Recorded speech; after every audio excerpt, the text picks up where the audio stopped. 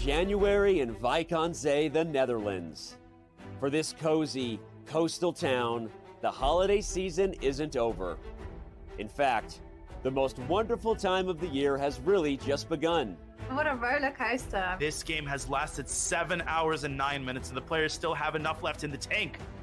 Once again, Wijk aan Zee starts the new year as the center of the chess universe. This year as host of the 85th Tata Steel chess tournament.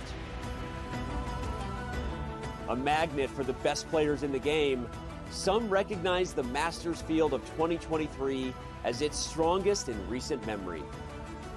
Of course, it helps when 8-time Tata Steel chess champion Magnus Carlsen is back. Magnus is playing for a win, and he has to start winning fast if he wants to re-emerge at the top half of the cross table. The world's #1 looks to further cement his legacy in this event and the game's history. Chasing Magnus will be amongst the best in chess. Several have been crowned champion here before. Some have even shocked the world in doing so. And don't leave out those poised to capture their first Tata title. Anish is taking down the world champion Magnus in absolute shock. Although winter, Tata Steel chess is also known as the place new stars come to bloom. Magnus won here as a teenager. This year's event has its fair share of young players on the rise, each hoping to follow in Carlsen's footsteps. Soderbeck just playing a modern brilliancy. What a performance. The Dutch refer to Tata Steel as the Wimbledon of chess. For 85 years in running, this tournament continues to be steeped in prestige and legacy, and does so again in this welcoming little Dutch town by the sea. Mein Vrienden, it's the 85th edition of the Tata Steel Chess Tournament, and it starts right now.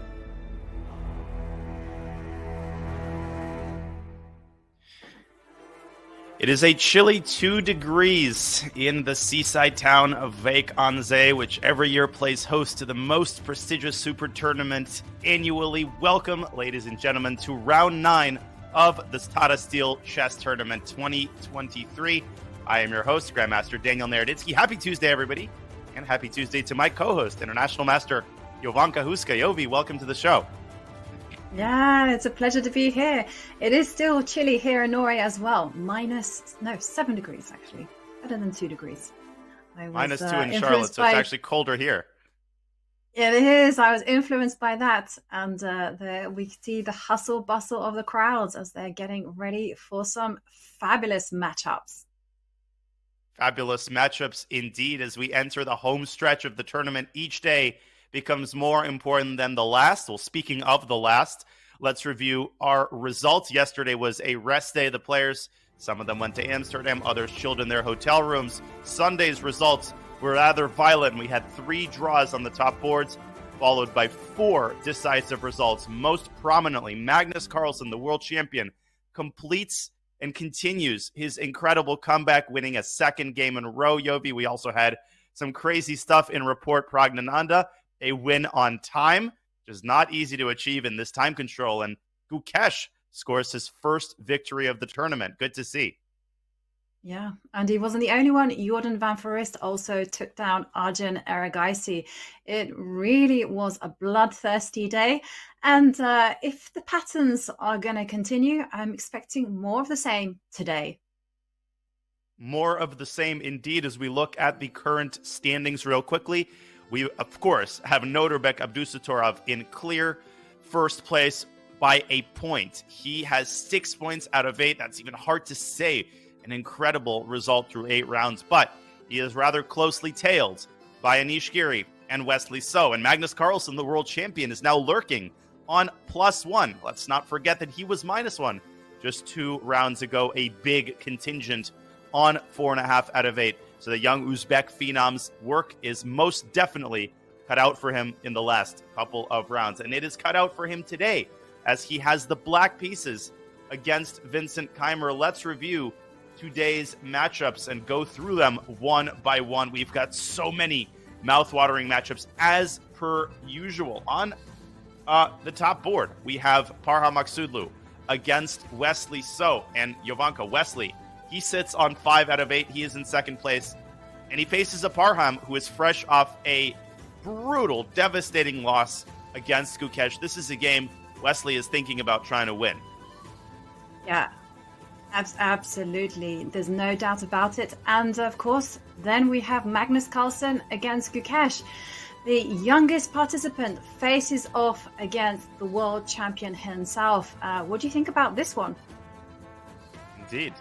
Magnus Carlsen, 2 wins in a row. He has the white pieces. Let's be real. The world champion is thinking of this as a must-win game. He's not mincing any words, and he is going to go after the Indian talent. So excited to see that game. And Pragnananda against Fabiano Caruana. That game brings a smile to my face. Both of those players coming off very disappointing games. Fabiano, of course, losing in less than 30 moves to Magnus, and Pragnananda losing on time. But he did get soundly outplayed by Richard Rapport, who himself, Yovi, faces a very difficult challenge in Arjun Erigaisi. Yeah, absolutely. And both these players do need to start notching up those points in order to start motoring up the board. And they're not the only ones, because we have Levon Aronian, who again needs to start winning if he wants to get a good placing, is facing off against Jordan van Foreest, who of course scored his very first victory in the last result. It was a sparkling victory over Arjun Erigaisi, capped off by a incredible knight sacrifice on a7. He won that game with a pair of passed pawns that moved furiously up the board and promoted to queens. We then have Vincent Keimer, the young German talent. He faces the tournament leader, Noterbek Abdusatorov, and Noterbek leads the field by a point. This is a game, Yovi, that Noterbek most definitely does not mind drawing, but something tells me that we are not going to see a Berlin draw. We are not going to see a peaceful opening. Vincent Keimer has had it with draws and losses. He is going to try to shake up the tournament standings with what would be just a monumental result if he can score a victory. Yeah, and I have to mention both of these are all-time rivals. I mean, they've been playing each other since the World Juniors Under 10 Championship. So definitely a lot of pride at stake. And of course, Abdusatorov, he is riding at the top. He wants to hold on and not fall off. Yeah, but the statistics are on his side. He has 3.5 out of 4 in this tournament with the black pieces. Let me repeat that. He has won 3 games with the black pieces, including a victory over the world champion. So Vincent Keimer, he needs to forget about that and play the kind of chess we know he is capable of playing. Well, Ding Liren and Anish Giri are capable of playing some darn good chess as well as they face off against each other. The world number 2 having kind of an up and down event. He's had a lot of bad positions this tournament. In the last round, he's had to climb out of a slightly worse position against Wesley. So as we take a look at their matchup card, and Yovi Anish Giri has just been in phenomenal form this tournament. He seems to be playing, like he's 16 years old. Like this is his first Super tournament. Such inspiration behind his preparation. Yeah, you kind of nailed it there. Preparation. I mean, I've been incredibly impressed by the way that Anish has been playing the opening. He's been catching everyone in his own home-cooked territory. And of course, I have to say he's been very impressive. But we mustn't forget that Ding Liren, of course, is the 2023 World Championship challenger and is trying to hide his own opening preparation. So for the first time ever, we saw Ding open with moves like e4. He's not really known for that. We also saw him try a Caracan. So he's kind of ducking and diving, trying to avoid revealing his own cards. As we look at the playing hall, 21 draws there in the head-to-head between Anish and Ding Liren. Well, everybody seems to have a lot of draws against Anish Giri. But there you see the players. They adjust their pieces. Noterbek Abdusatorov in the foreground, wearing a dapper white suit. And here, Vincent Keimer, his opponent. We are going to quickly go over the format before the gong sounds and the game begins. This is a 13-round event by invitation only. A win is 1 point. A draw is half a point. All of the standard rules apply. And obviously, one of the players earns a bid to the Masters by winning the Challengers the previous year. That player was Arjun Erigaisi. And the time control is an incredibly generous one. The most generous time control of any Super tournament played annually. The players receive 100 minutes for the first 40 moves, then 50 minutes for the next 20 moves, and on move 60, They receive an additional 15 minutes for the rest of the game, and their moves are accompanied by a 30-second increment. Every time you execute a move, you receive 30 seconds on your clock. Mr. Ding Liren and Mr. Anish Giri, as Ding finishes off writing down the score sheet information. He's got the white pieces in a game that he really needs to try to win. Yovi, we are set up. Our seatbelts are fastened. Another fascinating round is incoming. Yeah, and will it be a white knuckle ride as we've been treated to in the rounds before? And there we see the players just facing off. And there is Levon Aronian matching up against Jordan van Foreest. Jordan wearing glasses. I haven't actually seen him wear spectacles before. And I mean, both those players definitely in a must-win situation. And Ding, of course, his pride is at stake. You know, this is the perfect testing ground for his form for the World Championship Challenge that will take place in April. And there we see Gukesh, of course, awaiting Magnus Carlsen. And Gukesh, I listened to an interview put out by the Tata Steel YouTube channel. Big shout out, by the way, as they put out some great interviews with the players. Despite his topsy-turvy win against Parham, Gukesh just seeming disappointed, dejected, forlorn. A win against the world champion or even a draw with the Black Pieces, I think would do a lot to raise his confidence and improve his mood going into the final few rounds. And there we go. Round 9 of the Tata Steel Chess Tournament is underway, ladies and gentlemen, as the players carry out their first moves. And the pace of those first moves is absolutely furious. Fashionably late is the world champion, as per usual. He is right about 1 minute late on the nose. And he's in no hurry, Yovi, to make his first move either. No, he's not. Of course, he takes the time out just to calmly write his own name, write his opponent's name, write the date, complete every single field before he even thinks about making his first move. Oh no. Okay, Ooh, I was not going to play H4. All of his pieces. Which one of those pawns am I going to touch? Or maybe it's going to be a knight. You just never know. Here it goes. D4 on the board. And okay, this is the big question. So Gukesh has been relatively predictable against D4. He tends to open with the Rogozin defense. So I wonder what Magnus Carlsen has cooked up. And there we see knight F6. Yeah. And that doesn't necessarily mean he'll play a Nimzo. And Magnus might not even play C4. No, he might not. We have seen Magnus, of course. He's kind of played the Catalan in the first game against Levon Aronian. He's also played the London system against Ding. I wonder what he will choose now. Well, I wonder where he is. He played D4 and got up. If you want to use the bathroom, you normally do it before you come to the round. And he's been gone for right about 30 seconds now. Maybe he's trying to find some inspiration from the other boards. Hasn't really... There we go. He wanted some water. That's a legitimate reason to get up on move 1. Okay. And here comes the response. C4. It is C4. I am fully expecting E6, although Gukesh has also played G6 and gone into Grunfeld lines. What do you think? If you were facing off against the world champion, would you go into something that is your tried and tested E6 on the board? Yes. So it could be Nimzo, could be Rogozin, could be Catalan, knight F3. Exactly. Okay. I would definitely stick to what I know, Yovi. I would not choose this game as the time to experiment with my openings. The good thing about the Rogozin is that it's a pretty expansive opening, and the black does have a fair amount of variety in some of the main lines. So you can play the Rogozin and still remain relatively dodgy. But we will see. I'm very excited to see what Magnus has in store for us here. And now the big moment. Okay, he does go for a Rogozin. Yeah, he does. Well, we will see now whether Gukesh develops the dark square bishop 1 square forward or all the way out to b4. That would be the Rogozin. If he puts on an e7, well, he wants a much more solid game. He wants to enter Queen's Gambit decline territory. The Rogozin, named after Vyacheslav Rogozin, a Soviet grandmaster who was also Mikhail Botvinnik's personal assistant and coach.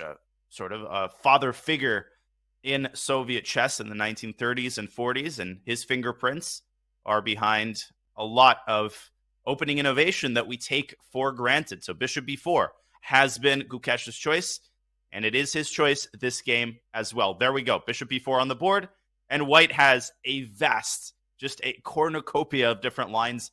Bishop to g5. You can take that pawn on d5 on any move. There's a check on a4 that has been very popular of late. Magnus Carlsen definitely chose a line before the game. Yeah, for sure. I mean, he's simply not going into the tank right now. That would be bad preparation if this came as a surprise, because everybody knows that Gukesh plays the Rogozin, and keeping us on his toes, which actually indicates to me that maybe he has a home-cooked surprise right now. Because this is one of the downsides of actually playing and sticking to one particular opening, is that your opponent gets all the choice. They get the ability to surprise you with something rather unusual. And, the world champion? Yeah, he's not going to be the world champion for long, though. No, he's got his hands over his head. He's like, I've never seen this before. What should I play? Well, Shakur Mamedyarov, I think, played g4 in a blitz game here. So there are some rare moves, but Carlsen stays on the conventional path and takes on d5. So still hasn't decided on a line. You can play the same moves as before CD. You can play bishop g5, queen a4 check.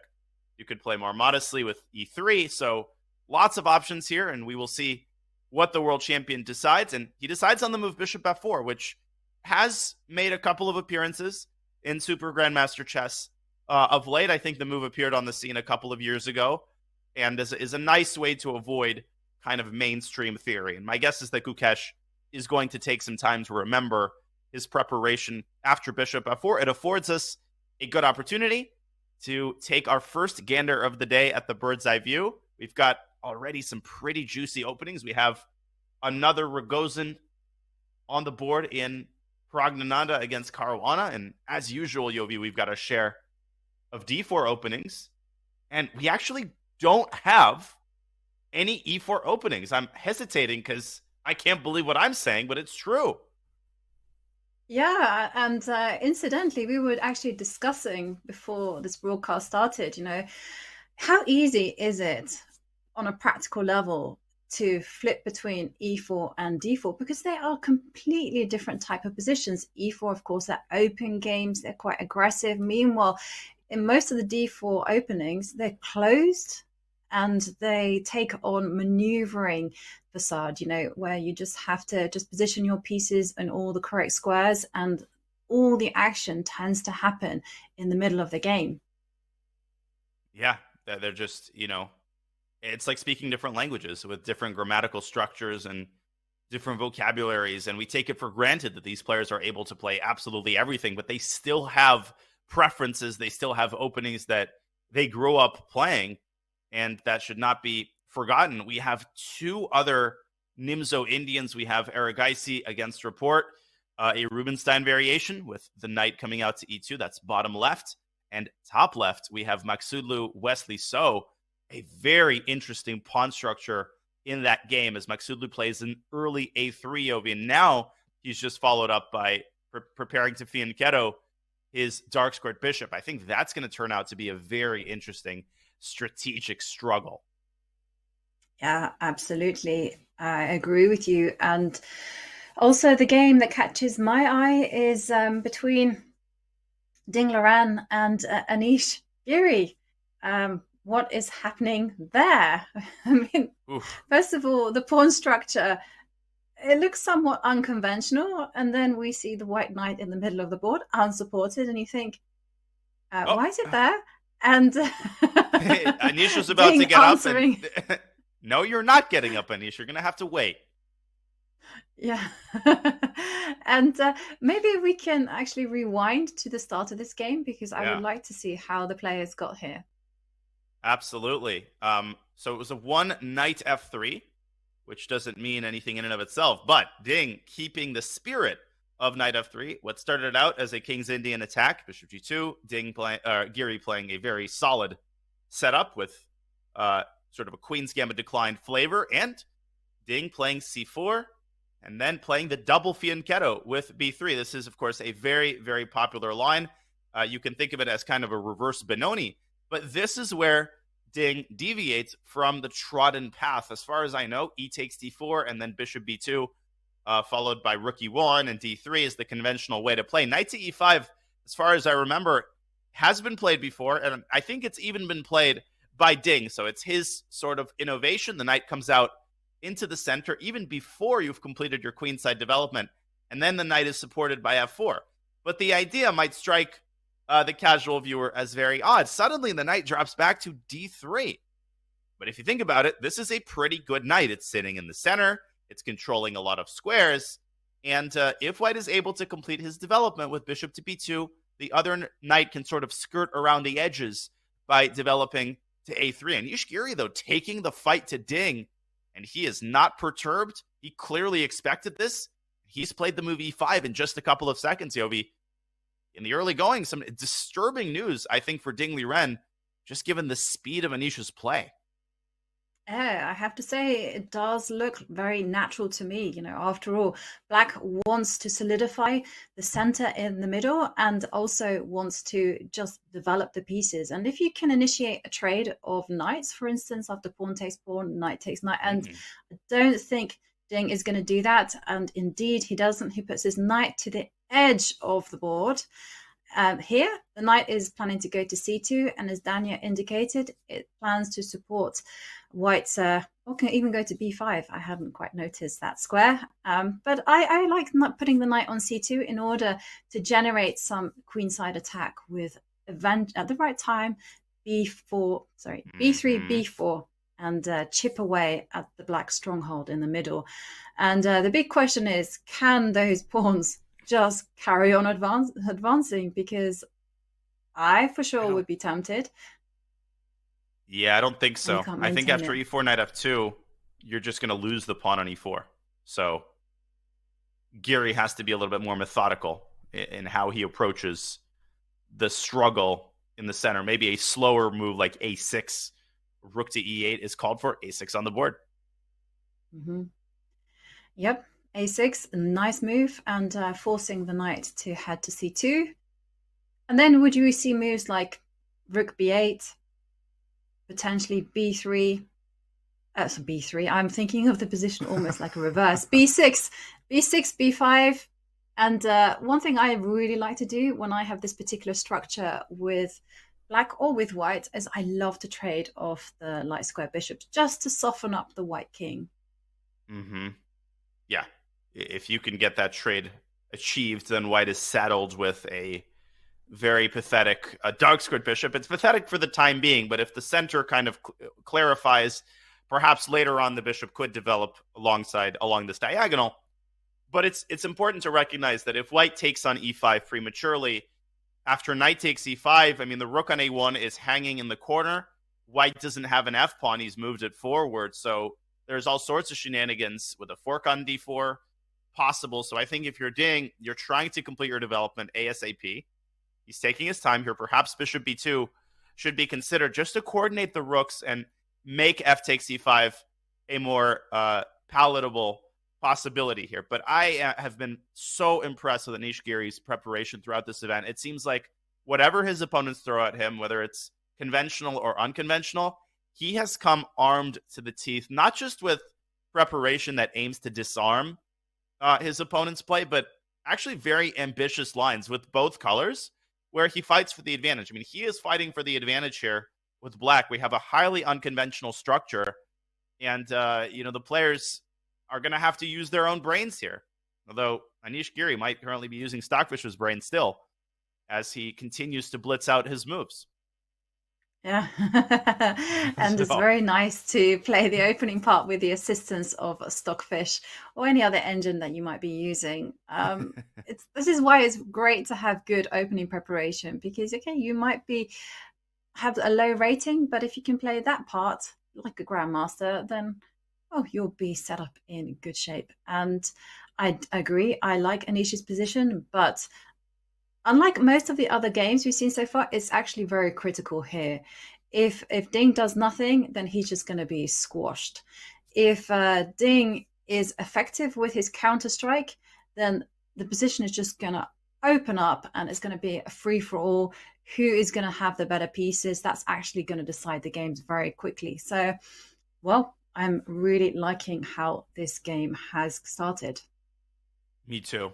Very exciting. A lot of meat on the bone, and we will bring you regular updates as the world number 2 ponders his next move. Let's come back to the bird's eye view for a hot second and see how the other games are progressing. More interesting stuff in Maksudlu Wesley. So we might want to go to that game next because all sorts of shenanigans are happening on the queen side. Some of the other games are a little bit calmer. You can see Richard Report establishing a knight on e4 very early. I mean, it's a common square in the Nimzo Indian, but I haven't never seen the knight come out to e4 quite that early. Very interesting pawn structure as well in Vincent Keimer's game over on the right side against Norbek Abdusattorov. Very ambitiously handled by the Uzbek junior as he pushes the pawn down to c4.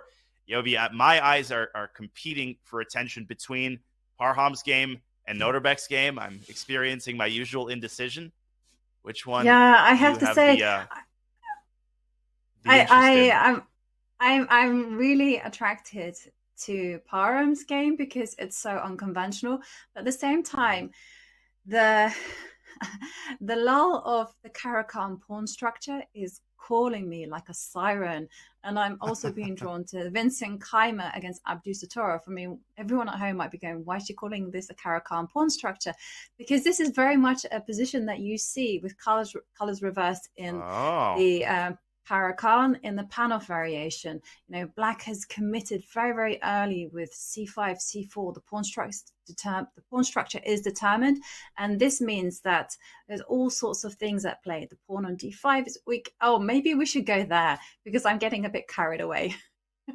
No, this is and fascinating. Then let's dash over. And he is the tournament leader, so I don't think anybody is going to fault us for looking at his game more closely. But please continue. So maybe I should show how this structure can be achieved with colors reversed for context before you proceed. So if we rewind all the way back, in the Caro-Kann Panov variation, if I understand you correctly, there are some variations. This is the Panov attack. Yeah. And in many lines, just for the sake of illustration, white pushes c5. Maybe not here, but at some near-term point. And then you get just like a very similar structure where black tries to break through in the center and white tries to clamp down on that square and combine that with a furious queenside pawn storm. So if we compare that to the position we currently have in the game, this was reached through a symmetrical English that kind of morphed into a semi-tirage. Black makes the very committal decision, Panov style, to push c4. And we have very similar characteristics, Yoey. I think this is a great comparison. Now, what do you make of the differences and similarities between this type of position and what we normally get in a Panov? Well, in the Panov, you highlighted one particular line, which was very good, which is to kind of solidify the structure with the e6 pawn. But you can actually do a fianchetto variation. And you do exactly what Nordebek has done without the insertion of a2, a3. And you sit there and you do this. And the whole idea is that you are trying to make moves to disrupt this pawn structure in the middle of the board, the d5, the c4 pawn. And you can do that in two ways. First of all, you can destabilize this knight by actually capturing on f6 at the right time and just piling on the pressure on this d5 pawn. Another way to do it, and you can do it in a much more radical way, is actually to spring forward with your knight to e5 and capture on c6. And then you break open the light square bind that black has by actually going b3 at the right time. And you leave black with very passive and immobile, weak pawns on the queen side. So it is not a given that black wants to play h6 here, which is an automatic move for a lot of players. But this actually encourages white to do what one could argue white wants to do anyway. And just to follow your line, after knight d2, black can still protect the pawn on d5. But the issue is white just keeps piling on. A move like queen h5 comes to mind. Maybe not even the best way to attack the pawn. There's queen f3. And I'd like to point out that there are even... You are Sorry, reading my there are mind. also There's some sacrifices. tactics. Yeah, yeah. Knight takes c4, and then d5 is tends to be very strong. Yeah, counter forking two of Black's minor pieces, and White's bishop springs to life. Again, you might look at the engine and say, actually, the engine does approve of this, but we're kind of illustrating hypothetical ideas. I don't think Noterbeck is necessarily going to play h7, h6 here. What alternatives does he have available? Well, he can play bishop c8 to e6 immediately to overprotect this pawn. He'll definitely need that. He can prepare queenside expansion if he wants to play more ambitiously with something like a6. So a lot of options here on the menu for Mr. Abdusattorov, but just a rich and unconventional structure. And Yovi, that's really all we can ask for in terms of entertainment value. Yeah. And it is the perfect starting position, right? You get your pawn structure, it's unbalanced, and this does mean that one side will have great chances in the middle game. One side might even have fantastic chances in the endgame, and you see this amazing tussle between the two, you know, both trying to stamp their authority on the position, trying to determine everything. And here, I agree with you. It's just going to be a question of who maneuvers better, who is more insightful with their pieces. Indeed, those are the central questions. Noterbeck is going to take his first significant think of the game as he tries to understand how to handle this structure. Players obviously don't just calculate variations. They also think about the position more conceptually, more structurally. What are the typical plans and how do I prepare for them are some of the questions that they ask of themselves. I think we should probably leave Noterbeck to his own devices. You can see him cupping his head with his hands. That's a surefire sign that he is not going to make a move anytime soon. And that is a sign for us to go away and go to the bird's eye view and keep everybody posted on the other games. Mm-hmm. Yeah, and I was talking about like long-term chances against short-term chances, and kind of one position just exemplifies that, and that's Parham Magsudlu against Wesley So. I mean, take a look at White's pawn structure there on the queen side. It's terrible. I don't like it. It gives you the kind of the shivers, because you're like, oh my goodness me, those double pawns, they're on an open line. I mean, how weak are they? And okay, in return, Parham does of course have the bishop pair. Has nice control with his pieces, so it's not all doom and gloom there. But yeah, it's gonna be a fight. It's a fair amount of doom and gloom, I think. Okay, let's rewind, because we've seen this game progress through the bird's eye view, but I just want to make sure we're all on the same page about what happened here. So let's pull up an analysis board here. This was a Nimzo Indian.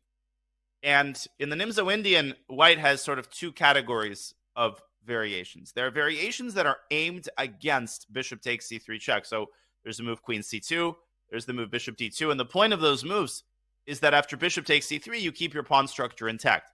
Parham plays a line that's in the second category, so much so that he actually encourages, like, not only am I not afraid of my pawn structure getting damaged, I am actually going to provoke you into taking on c3. As far as I know, the move a3 here is not all that common. And what does he get in return? Well, he obviously gets the bishop pair, and potentially he gets dark square control, since Fabi seriously weakens the d6 square in his attempt to further weaken White's pawn structure. And further weaken it he does. Look at this. Bishop g2. Fabi refrains from taking on c3 here, probably believing that after rook c1, White develops a massive initiative in return for the pawn. That's probably a good assessment, at least practically speaking. Instead, he takes the pawn on d4, gets the knight out with tempo, and Parham has to bring the queen back and keep the c3 pawn protected. Now, I don't know too much about these positions, Yovi. I'm a lifelong King's Indian player, but just visually, it seems to me that after a move like b6, followed by bishop a6, I'm going to ask you the following question. Isn't Black simply better here? I mean, d5 is being threatened. I get that you've got the d6 square, but what is White going to do with it? I mean, if White plays bishop f4, you're not in time. You can see the eval bar dropping precipitously. This type of position is like a nightmare Nimzo Indian scenario for White. What am I missing here? I agree with you. I think the key to this position is actually White just has to make the dark square bishop a nuisance. So, for instance, okay, I think castling has to be a good move. And after bishop a6, I think you just have to start going bishop g5, ask questions. And once the knight, I mean, if it moves, then okay, great. Then you can start munching on the d7 pawn. We like that. If the knight doesn't move, well, okay, at least then you do have some kind of potential weaknesses on the king side that the queen can start actually eyeing up. The white queen. You can play knight d2. Yeah. Okay. I mean, this is reasonable. Black actually does have the funny looking move knight f6 to d5 using kind of Scotch style. This idea exists in the Scotch where you play bishop c8 to a6 to immobilize in very similar fashion a pawn that's on c4. If the queen moves to unpin the pawn, then you simply lose the pawn. But this might be the kind of struggle that Parham wants, to take Black's mind off of these incredibly weak pawns. Still, I agree that bishop g5 is probably the key to developing some play. And maybe I'm influenced by the eval bar, but I am very skeptical about Parham's handling of the opening, especially because Wesley is so notoriously good at exploiting bad pawn structures and just generally exploiting positional weaknesses. I don't know about this. He is. I agree with you. He is. And also he's fantastic at diffusing initiatives and diffusing attacks. He's great at calculation. And it seems to me the key to today's play is basically just a rigid calculation. Everyone will just work their way through the complications. And before you felt, especially when you read annotations in books, it was like, oh, this feels dangerous. And now everyone is like, no. Show me the money. Show me exactly where it all is. And okay. Fabi is excellent here. And I agree with you. He's well placed. And I do think he will be able to repel any of White's activity. I think I put this into your mind. I think I called him Fabiano. It's actually Wesley, but I realized I said that earlier. I think I was calling him Fabi. I don't think Wesley would really mind being called Fabi. But yeah, no, sorry about that. It was Wesley. Well, all those things I said about Fabi also applicable to Wesley. Of course. That's the great thing about Super GM chess. What you say of one Super Grandmaster generally applies. You know, it reminds me of when I was taking my introduction to psychology class. They distributed in the discussion group, they distributed these sheets that purportedly had insights derived from the professor carefully studying each of the 400 students in the class. And the point was everybody read them and started nodding their heads. Yeah, this is me, prone to this, tends to do that. And of course, the catch is that everybody's paper said exactly the same thing. And it's just that, there's certain things that apply to all humans. And you think that they're making incisive remarks about you specifically, but they're just calling you a human being. That's what this reminds me of. You say one thing about a Super Grandmaster, it applies to everybody else. Yeah, I do agree with that. I mean, these guys are so good. They're so universal. And also, when it comes to psychology, I learned a nice trick that in order to find out whether someone likes you or not, you have to use a kind of a phrase that's a bit off the beaten track, and if they repeat it back to you, it means they like you. Interesting. Like any phrase. Yeah, like literally any word, phrase, or anything. So if you use that word and they repeat it back to you, it means that they like you and all is good. Beautiful. Yeah, very, very nice. And I taught you that, so. Yep. Yeah, I was going to say, I forgot. This is a phrase off the beaten track. I don't know what I'm implying there. Okay, so we have a rather off the beaten path opening chosen by Parham Maksudlu. Is it going to pay off, or is he going to pay the price for his rather ugly queenside pawn structure? That remains to be seen. I'm expecting b6 by Wesley So, but he's going to take his sweet time to carry out that move. Let's go back to the bird's eye view. We've got more action on a lot of the boards. The World Champions game is progressing nicely. Yovi, we've got some of the games we haven't looked at yet, including the actual Fabiano Caruana's game, which has another very rich pawn structure. Yeah, I'm just looking at the bird's eye view and I'm thinking White's pawns are very impressive on the queen side. I mean, just look at that. I mean, there is a big danger that one of my favorite pawn structures might actually happen. So can we actually take a deep dive into that position? The Fabiano Caruana game. Yep. Just to clarify, the one and only Fabiano Caruana. The one and only, not the Wesley impersonator. Yeah, the pretender. There's also crazy stuff happening, by the way, in Ding's game against Syria, so we will bring you an update there. But I agree. Let's look at Fabi's game because you don't get a structure like this every day. You also have a big time disparity. Fabi seems a lot more comfortable with the way that this game is unfolding. Prague with an hour and 18 minutes. Let me rewind.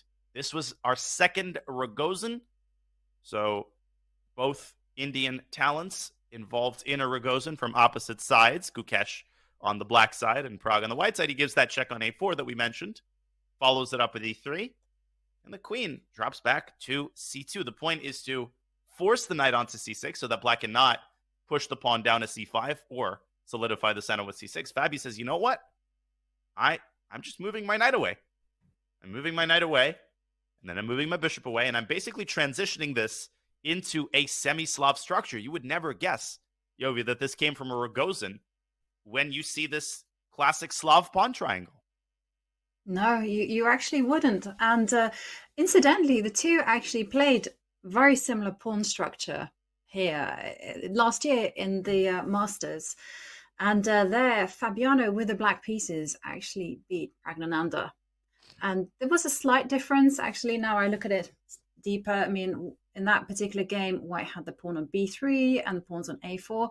But here, the big threat, as you've kind of highlighted, is that White is going to clamp down on the position. I mean, if Black is so careless and doesn't break out with e5 or doesn't break out with c5 for that matter, then c5 will happen. And this is my favorite thing of all, when White just gets c5 in and then just goes and steamrollers the queen side. The only time you can do this is if you have control of the dark square bishop. If you have control over the black dark square bishop, by that I mean it's ineffective, it's being pushed back to e7, maybe your king is completely safe, then you're good to go with that clamp. If you are not safe, for instance, you've castled kingside and that dark square bishop is sitting on this b8 h2 diagonal, then don't do the clamp. It's not as good as it looks, basically. Learn it from me. Interesting, because you're allowing Black to counter-strike at the center more easily with e5, and as you're saying, when you castle kingside, you have to watch out for pressure on h2. So it's actually a pretty big dilemma here and right now for Prague. Do you want to go c5 with tempo, or the alternative is obviously to just bring the bishop out either to e2 or to d3? I will point out one thing you have to be very careful about. One downside to not playing the move c5. And let's bring up the analysis board one more time here just really quickly. Let's say that Prague plays bishop d3, very natural move. Well, the issue is that Fabi could say, you don't want to go c5? You're going to regret it, because I'm going to take it and I'm going to go c5 myself. And the center opens up, and I really think White has nothing to show for it. Let's say that all of the trades happen in the center and White castles kingside. Well, after bishop to b7, I would already argue that Black is the only one who can be slightly better. This bishop is a monster. The rook is coming out to c8, and it'll x-ray the white queen. I mean, White's dark squared bishop is very passive. So, you know, you don't want the position to transition into like a symmetrical pawn structure or an open center if you're Prague. Now, maybe the engine was indicating a move like e4, just adding more heat to the center.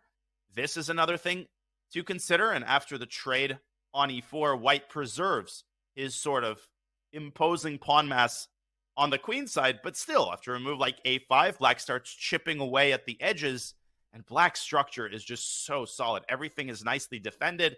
The c-pawn is protected by the knight. So Prague, with a lot of very committal decisions to make, Yovi, in the early going of this game. Is it really a surprise that he's taking a lot of time? It really isn't to me. No, it isn't surprised. And this is a very critical situation, as you've kind of highlighted. To play e4, that's an incredibly committing move, because after all, you're not really ready for that. Again, the position that you highlighted with the opening of the pieces, again, you allow Black's dynamism. And one thing I do have to say about those particularly open positions is take a look at Black's queen. If Black's queen can have a good shelter, for instance, can park itself on c7 or b6, wherever, or a5 without getting harassed by a rook, then great. Black is doing absolutely fine. If the Black queen has to park itself on e8, then Black has a problem. Black has not fully equalized. And in the line where there were no pawns in the middle of the board, I do think Black is doing more than okay. I mean, after all, Black hasn't done anything wrong. No, he's made very natural moves. And Fabi, he loves these complex middle game struggles, as does Pragnananda, who is coming off a disappointing loss against Richard Rapport. But you got to give Richard some credit. He played an absolutely brilliant attacking game. So I really don't think Prague is too broken up about his performance in that game. And he's still sitting very pretty in this tournament, one of his first Super Grandmaster events. Okay, we will leave Prague to ponder his next course of action and travel back to the bird's eye view, where we have rather stunning developments in a couple of the games. In particular, my eye is just inextricably drawn to the rightmost game between Giri and Ding, where crazy stuff is happening. There's a pawn on g4. That pawn used to be on g3, so it must have moved to g4 at some point. Black has taken the pawn on f4. I have no idea what's going on. I can see that the eval bar seems to have every idea of what's going on and seems to suggest that what's going on isn't favorable for white. Yeah. Can we go over there? Because it looks a bit random over there, especially on the king side. Looks like I got the dice and I just scattered the pieces wherever I go. The pawn on g4, and also the clock time baffles me a little bit, because I mean, take a look at Ding's of course burning time on his clock, but this looks like it was all in Anish's prep, even this g4 move. I mean, that's the horrible thing about facing someone like Anish. You know that almost every game in this tournament he has benefited from excellent preparation. And when he's playing fast, you get into your head. You're like, is this preparation too? How could he possibly have predicted this? How is he still in his preparation? And when you start thinking these thoughts, you often lose your objectivity, because you start making moves with the sole aim of taking your opponent out of preparation. And you might succeed, but at what cost? So if we rewind a couple moves, we saw knight a3. After a6, Ding deploys his bishop. Anish solidifies his own center with bishop d6. And here's that g4 move, starting a kingside attack. Giri responds with e takes f4. And white has at least 3, actually 4 candidate moves. You can take the f4 pawn in 2 different ways. You can take the other pawn on d4 and then try to go after that pawn with knight c2. But most likely, I think, are none of these moves. Rather, I think Ding will play g5. And if we bring up an analysis board, we will need it, because this could lead to complete and utter pandemonium if Black takes on e3 here and sacrifices the knight on f6. Just look at this position. gf, you can take on h2, or you could just take back on f6. And Yovi, if white just nonchalantly grabs the pawn on e3, after knight g4, I feel like there will be hell to pay on the king side. I mean, this is coming. White's pieces are just not very well equipped to handle the chaos on the king side. How do you think Ding is going to dodge that bullet? By not capturing the knights, by not attacking it. I mean, it just looks absolutely wild, if I have to say so. So let's rewind. I mean, This is just like mind-boggling complications. Okay, so first of all, if you capture the pawn, can you I always like to have like a fail safe, that if all goes wrong and my calculations don't work, I've got something in the back of my pocket to help me out. And is pawn takes pawn, knight. I like knight takes pawn as well. something like, this is not my position. I'm not familiar with playing these crazy things. So, okay, I will have to kind of work my way through them. So knight takes makes sense. It opens up the rook. Is this something that you can kind of depend on as giving white good chances? If it's not, then okay, I have to rewind as quickly as, G5. Yeah, this might be a problem. And I'm listening to what you're saying. I promise I was just mesmerized by this move. And that was like, I was going to say, what witchcraft are you performing there? Just like opening up your king. Really? This is wow. It's in the finest spirits of this position. Hey, you played the Grab. I'm allowed to do that too. It's like the symmetrical bond cloud. You can play G5 as long as your opponent plays G4. So I don't even want to analyze this game. I'm going to leave this to the Super Grandmaster. I think E takes F4, though. I think that was your initial inclination. And then I just that was my inclination, yeah. I feel like I gaslit you into playing knight takes F4 because I was playing that move on the analysis board. But E takes F4 is probably the better recapture. Okay. So, yeah, but the reason why I was actually ready to be convinced about knight takes F4 is because if you go E takes F4, take a look at that dull. I was going to insult that piece. I'm going to very, very sorry. The bishop on B2. I mean, it's doing nothing. I mean, it doesn't have a single function in this position, and that offends me. So that's why I kind of liked your knight takes F4, because I thought, okay, let's just amp up the tension. Because this is something that I have in the back of my mind when I'm playing these type of positions against. I'm always playing on the white side against the Benoni. Is that okay? If you put your bishop on B2 or B7, then if it's blocked, you have a bad piece, basically. That's exactly right. And Black can follow up with a move like rook E8 here. The only asset White has is this kingside pawn storm, but it doesn't look all that impressive. Black can push the knight down to E4. The bishop doesn't have a function. The knight on A3 doesn't have a function. That's why Anish played A6. We mentioned that the knight can swing back to C2, but again, the knight suffers from the same faults as the bishop does, where it's just biting on granite. It has no prospect at all. So I feel like Ding is in too deep. I think he's got to go G5 if he wants to attain a feasible position. By hook or by crook, I mean, that is the only way that he can stir up complications. I think in a position like this, he's simply worse. Has he made a move? He was writing something down on his score sheet, or at least I hallucinated that he was. No, Let's go back to the live you can't write down. Just as a point, you can't actually write your move down and then play it, because according to the rules of chess, that counts as note-taking. And no notes allowed. That was an old rule. I mean, that's been in effect probably for over a decade. I remember when you were allowed to write the move down before playing it. There were a lot of players who would do that. There are some players who would even write down the wrong move deliberately and then allow the opponent to take a peek at it. I mean, there are all sorts of psychological ploys that you could play. But I agree with the rule. I think you should have to play the move. The function of writing down a move should be to record what's already happened, not to record what's going to happen. Just intuitively. I agree with you. But I do miss the old performance, because, of course, I was a kid when this rule was in play.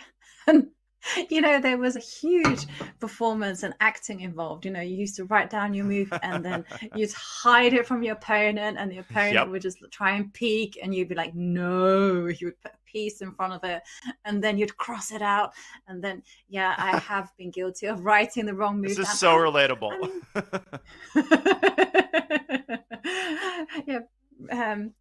Bring it back. Let's have new kinds of drama on the chessboard.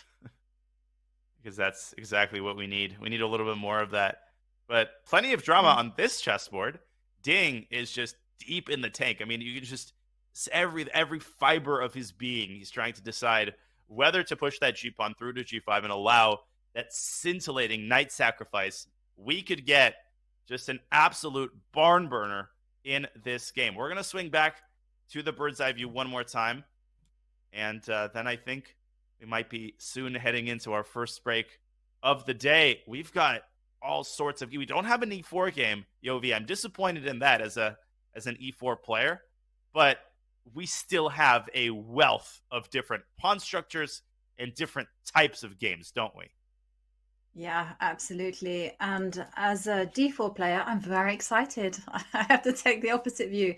I love the fact that the players are all playing D4 openings. I feel the familiarity here, and I can instinctively get at the plans. Meanwhile, some of the E4 openings, okay, they're just wild, and they are really you have to figure them out move by move. Sometimes you just have to know exactly what you're doing. But I feel like D4 is a bit more transparent as an opening, and I can see here like everyone is just maneuvering, with the exception of Ding and Anish. Everyone is just mobilizing their pieces and getting ready for that pawn strike. Yeah. I mean, I don't like the designation tactical versus positional. When it comes to Super GM chess, usually these games are so complicated that you can't really label them one way or the other. But insofar as you can, argue for a maneuvering game or a tactical game, the Ding Giri game is really the only one that I think can become absolutely wild. If you look at the top right, you've got Carlsen against Gukesh. You've got a piece symmetry where both sides have the same assortment of minor pieces. Both kings are relatively safe. In fact, both kings are still in the center as Gukesh tries to establish a blockade on that c4 square. He's gotten his knight to b6. The Aragaisi report game, another game that has the potential to become tactical. Black's got a queen sitting on h4. But right now, Yogi, I feel like the players have had their fill of situations where their king isn't safe, and they've decided to calm themselves down a little bit after the rest day. Haven't they? Yeah, I have to say I agree. And also we have to remember we are entering that last stretch. The players are tired. They have played some grueling chess games, and let's not forget the nervous tension, the energy that they've had to use. So I'm not really surprised actually that they've kind of tended to start what they've actually started this particular round in a more solid manner. Like you say, either get the king to safety, just try to play different kind of chess. Indeed. And the players are tired. The commentators are a little bit tired too. And the commentators will give themselves a breather. We will go on our first break of the day as we catch a glimpse of that beautiful playing hall filled to the brim. Once again, the round has only just begun. All of the fun is still ahead. You're watching the Tata Steel Chess Tournament. This is a crucial 9th round. You will not want to miss more of the action coming your way on the other side of this short break.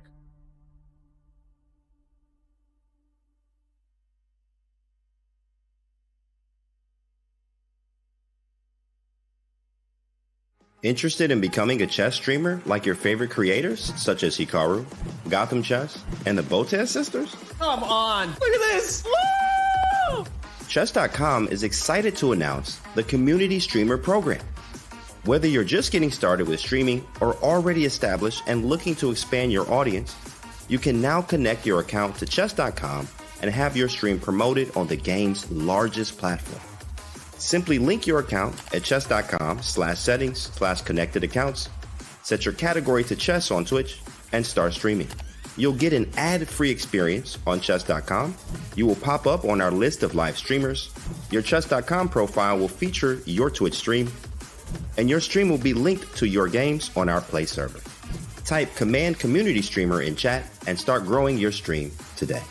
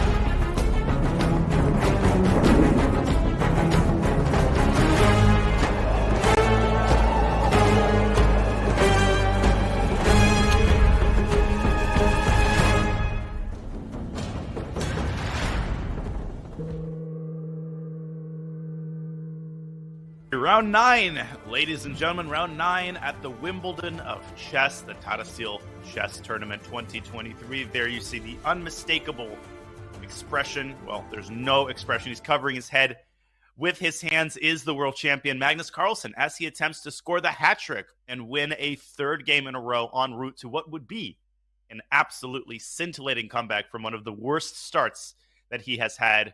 Wouldn't be an exaggeration to say in his entire chess career, but he faces a difficult challenge in a Gukesh who won the previous game against Parham Maksudlu. We hope you've been enjoying our coverage. Yovi, we have not been impressed during the break with Magnus's handling of the opening here. No, it doesn't make a particularly fine impression. I mean, take a look at that little triangle in the middle. You could ask me what's so bad about it, but it's just that they have no potential to advance. I mean, they're both being stymied everywhere you look at it. C4 is not going to happen. Neither is E4. Black has got the light square bishop out. I like the fact that the knight has control over C4. Black has very, very easy development. And in the opening, I mean, it's your job, if you're playing with the white pieces, to put pressure on Black. You've got to ask your opponent some questions. You've got to make them uncomfortable. And here, Gukesh, I think, is enjoying himself. And that worries me. I'm pretty stunned, to be honest, about the way this opening has unfolded. I mean, Magnus doesn't always aim for a huge advantage out of the opening. He hasn't really taken the Giri approach all that many times throughout his chess career. He often tries to get a fresh position. The thing is, he hasn't succeeded in getting a fresh position. He's got a position where, as you're saying, the biggest problem isn't even that the eval bar is showing a little edge for Black. It's that Black's play is so easy. There are no targets in the position. Gukesh has an ample supply of, low risk improving moves. He can play rook e8 and h6 and c6, and he can keep tightening the bolts and the screws in his position. And for Magnus, the only two ideas that I see hypothetically are to push the a pawn up the board, and that could be stymied with the move a5. I mean, White could just wait for a4, and that only creates another weakness in White's territory. The other idea is to try to prepare c3, c4. The way you would do that is by dropping the knight back to d2. And again, if Black smells a rat, he could always drop his bishop back to e6, or Black could counter-strike on the queen side himself and beat White to the punch with c5. So I am very, very surprised at how Magnus has handled the opening, and I'm impressed at how Gukesh has risen to the challenge thus far. Yeah, and he has played knight f3, and now the question moves over to Gukesh. But I think it's just a case of moving forward with the queen. I actually really loved your h6 move. It's such a luxurious move. All it does, it just makes some lift for the king, and that's about it. But normally you can't do this straight out of the opening. You have to connect your rooks. You have to kind of support the pawn center or something like that. But here I think it's a great move because, again, it asks White the question, what are you going to do? Are you going to go bishop b2, get your king developed? Or are you going to go for more active plans, as you've indicated? I love your descriptor, luxurious. It's like a decadent move. It's like ordering tiramisu at the end of a nice dinner, where your position is so nice that you don't even really need to do anything urgent. You're just taking care of your future self by making some lufts with h6 and then getting the rook onto a better square. It's interesting that the computer, our Silicon Fiend, is proposing an interesting move, rook a8 to b8, which is a move in a similar spirit. You are protecting the b7 pawn in order to be able to move the knight away from b6. Not that you would want to move the knight away from b6, but you've done your homework.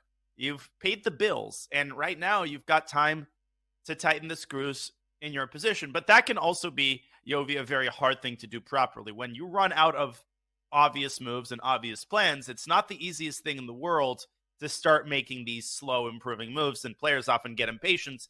That's why I wouldn't be surprised if Gukesh is seriously considering a more concrete approach with c7, c5, followed by, let's say, rook a8 to c8 and some pressure on White's queen side. I don't think that's such a dumb-looking idea either. Yeah, I have to say that one's much more natural, and I think it's also fits in with Gukesh's style. He's a very aggressive player. He plays to win. He plays to maximize the position. But having said that, I love, love, love what the computer suggested, and I'm putting it in my memory bank because it was so weird when you suggested it. But afterwards, it was like the penny dropped, and the clouds opened, and I'm like, oh, I get it. It's like you actually want to reroute the knight to d6. You put your knight on d6, Yeah. you control Ooh. c4, e4. Oh, positional genius. I'm gonna open you into a secret. I didn't actually notice the idea of knight c8 to d6, but now that I look at it, d6 has all the benefits of b6, except it also controls the e4 square.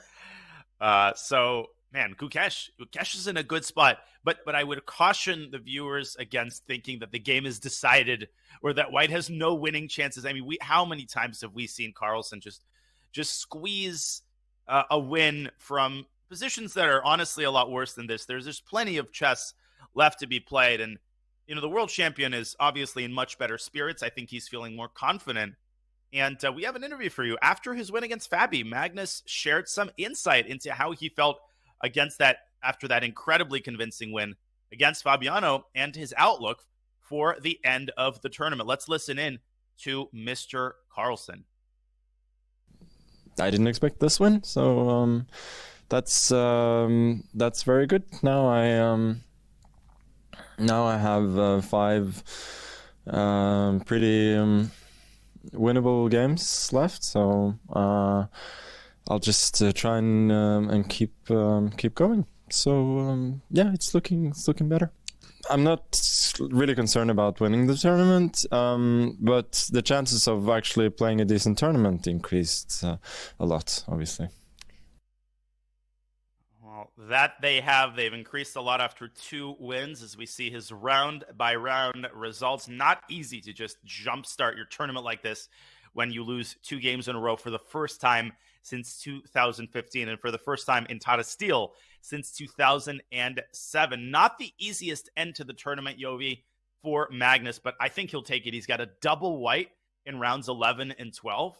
So, I mean, as I said after the day before yesterday's round, I think he's already thinking about winning the tournament.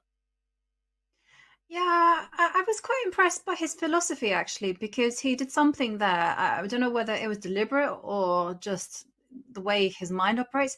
He just split the task ahead of him. He made it into chunks, and he just simply said, I have 5 winnable games. And so he just said, I'm just going to take it on a game-by-game basis. And that's exactly what you do need to do whenever you have a big thing ahead of you. You need to win 4 games. Okay, winning 4 out of 4, pretty difficult. But winning 1 game, that's okay. And then winning the next game, maybe that's possible as well. And before you know it, you might have 4 out of 4. And it's just a question of mindset. It's just so that you don't make something insurmountable. Yeah. I mean, I also made an insight that has absolutely nothing to do with anything he said. I like doing impressions, and I've been trying to do Magnus for a very long time to absolutely no avail. I mean, I think the Norwegian accent in general is a very difficult one. But one thing I did notice is that he is a voice raiser. He tends to raise his voice at the end of sentences, which is not an attribute shared for everyone. I, for instance, am the opposite. I tend to lower my voice at the end of sentences, much to the chagrin of the Chess.com producers and everybody else listening to my commentary. I tend to trail off at the end of sentences. But Magnus does tend to raise his voice at the end of sentences, and I'm going to just try to win 5 games. That's a very Norwegian thing to do. Yes, that's a very Norwegian thing to do. They all speak like that because they're singing. They're like, hurdy-gurdy-gurdy. Okay, anyway. You led me down a trap there. Oslo. Yes, I am from Norway. Yeah, I guess. I'm used to this accent. It's very sing-song, very melodic.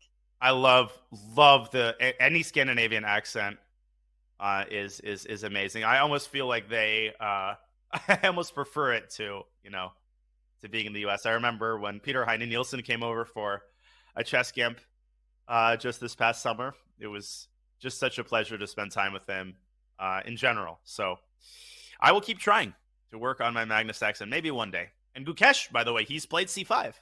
He's played c5, and I think this move makes perfect sense. He's just taking it to Magnus. He's saying, what you got, boy? I agree with you. And it's very much his style. He's an active player. And the big question here, I was just going to ask you, if I were playing white, I would be terrified of the move c4.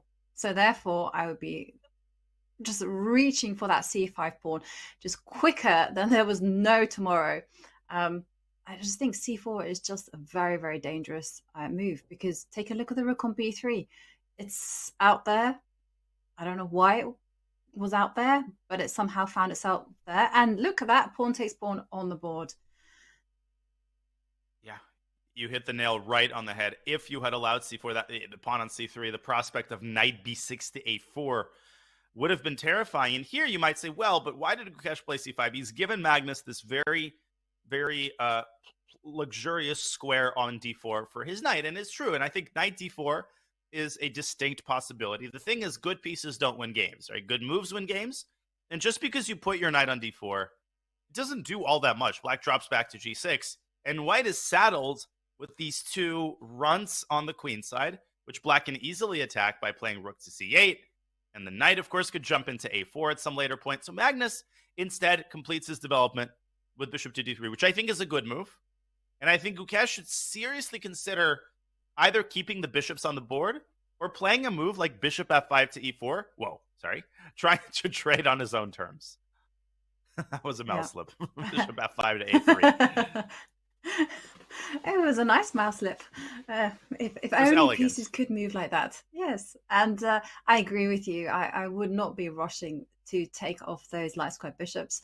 I'm very much in favor of, if you're going to exchange a piece, make sure it's on your own terms. And yeah, I agree. I do like black's position. I also think white's position is okay.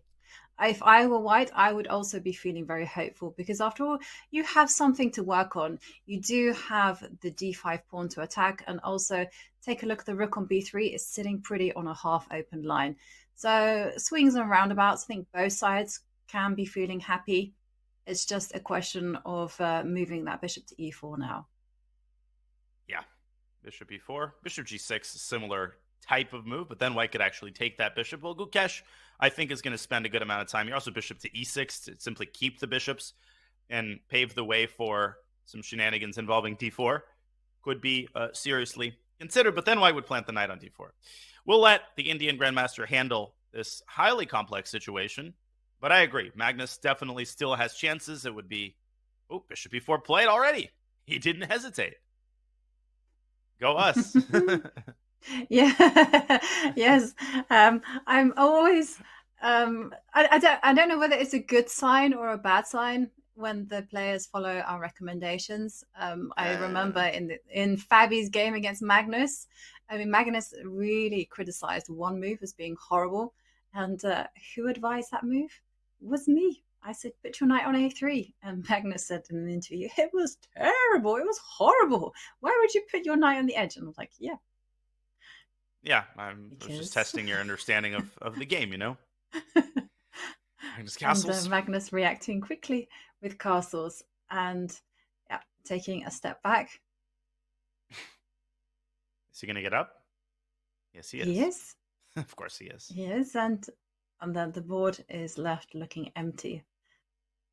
That's also a slightly unusual thing about chess, is that the players do leave the board and that they often nowhere to be seen. Because in other sporting events, you're very much sitting there.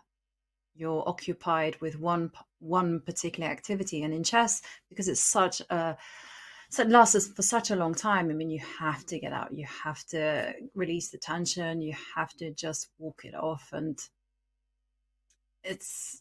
Are you a pacer? Or are you one of these people who just sits at the board for No, I'm a total pacer. I have always been a pacer. Ever since I started playing, I get up. I wouldn't say on every move. I do sit for stretches at a time, but there are also times when I get up on every move. I'm a pacer in general. And what's funny is that people who are new to chess, they often are very surprised that you're allowed to get up from the board during the game. And I've even gotten quite are you allowed to go to the bathroom? Like, no, you have to play a 6-hour game and you are not allowed to pee. Like, chess tournaments are civil, and you're allowed to be a human being. And when you get up, you often do it just to get some fresh air, just to get a couple steps in, and sometimes to look at the neighboring games to take your mind off of the miserable position you have. Yeah. At least in my case, that's mostly the reason. I've been there, done that. And sometimes you just look at your friend's game and you're like, well, they have a nice position. Why don't I? Why didn't I do that? Why didn't I play that opening? Exactly. But okay. Such is life. And Gukesh thinking, okay. Is that your generic one? Yes, I mean, Gukesh will be thinking about his move, but maybe we should take the opportunity to go bird's eye view, because, Gukesh might spend, 15, 20 minutes even on next move. Critical position, Yeah, generic 2640, Russian schoolboy GM. Whoa. We've got crazy action on all the boards. Look at Maxudlu Wesley on the top left.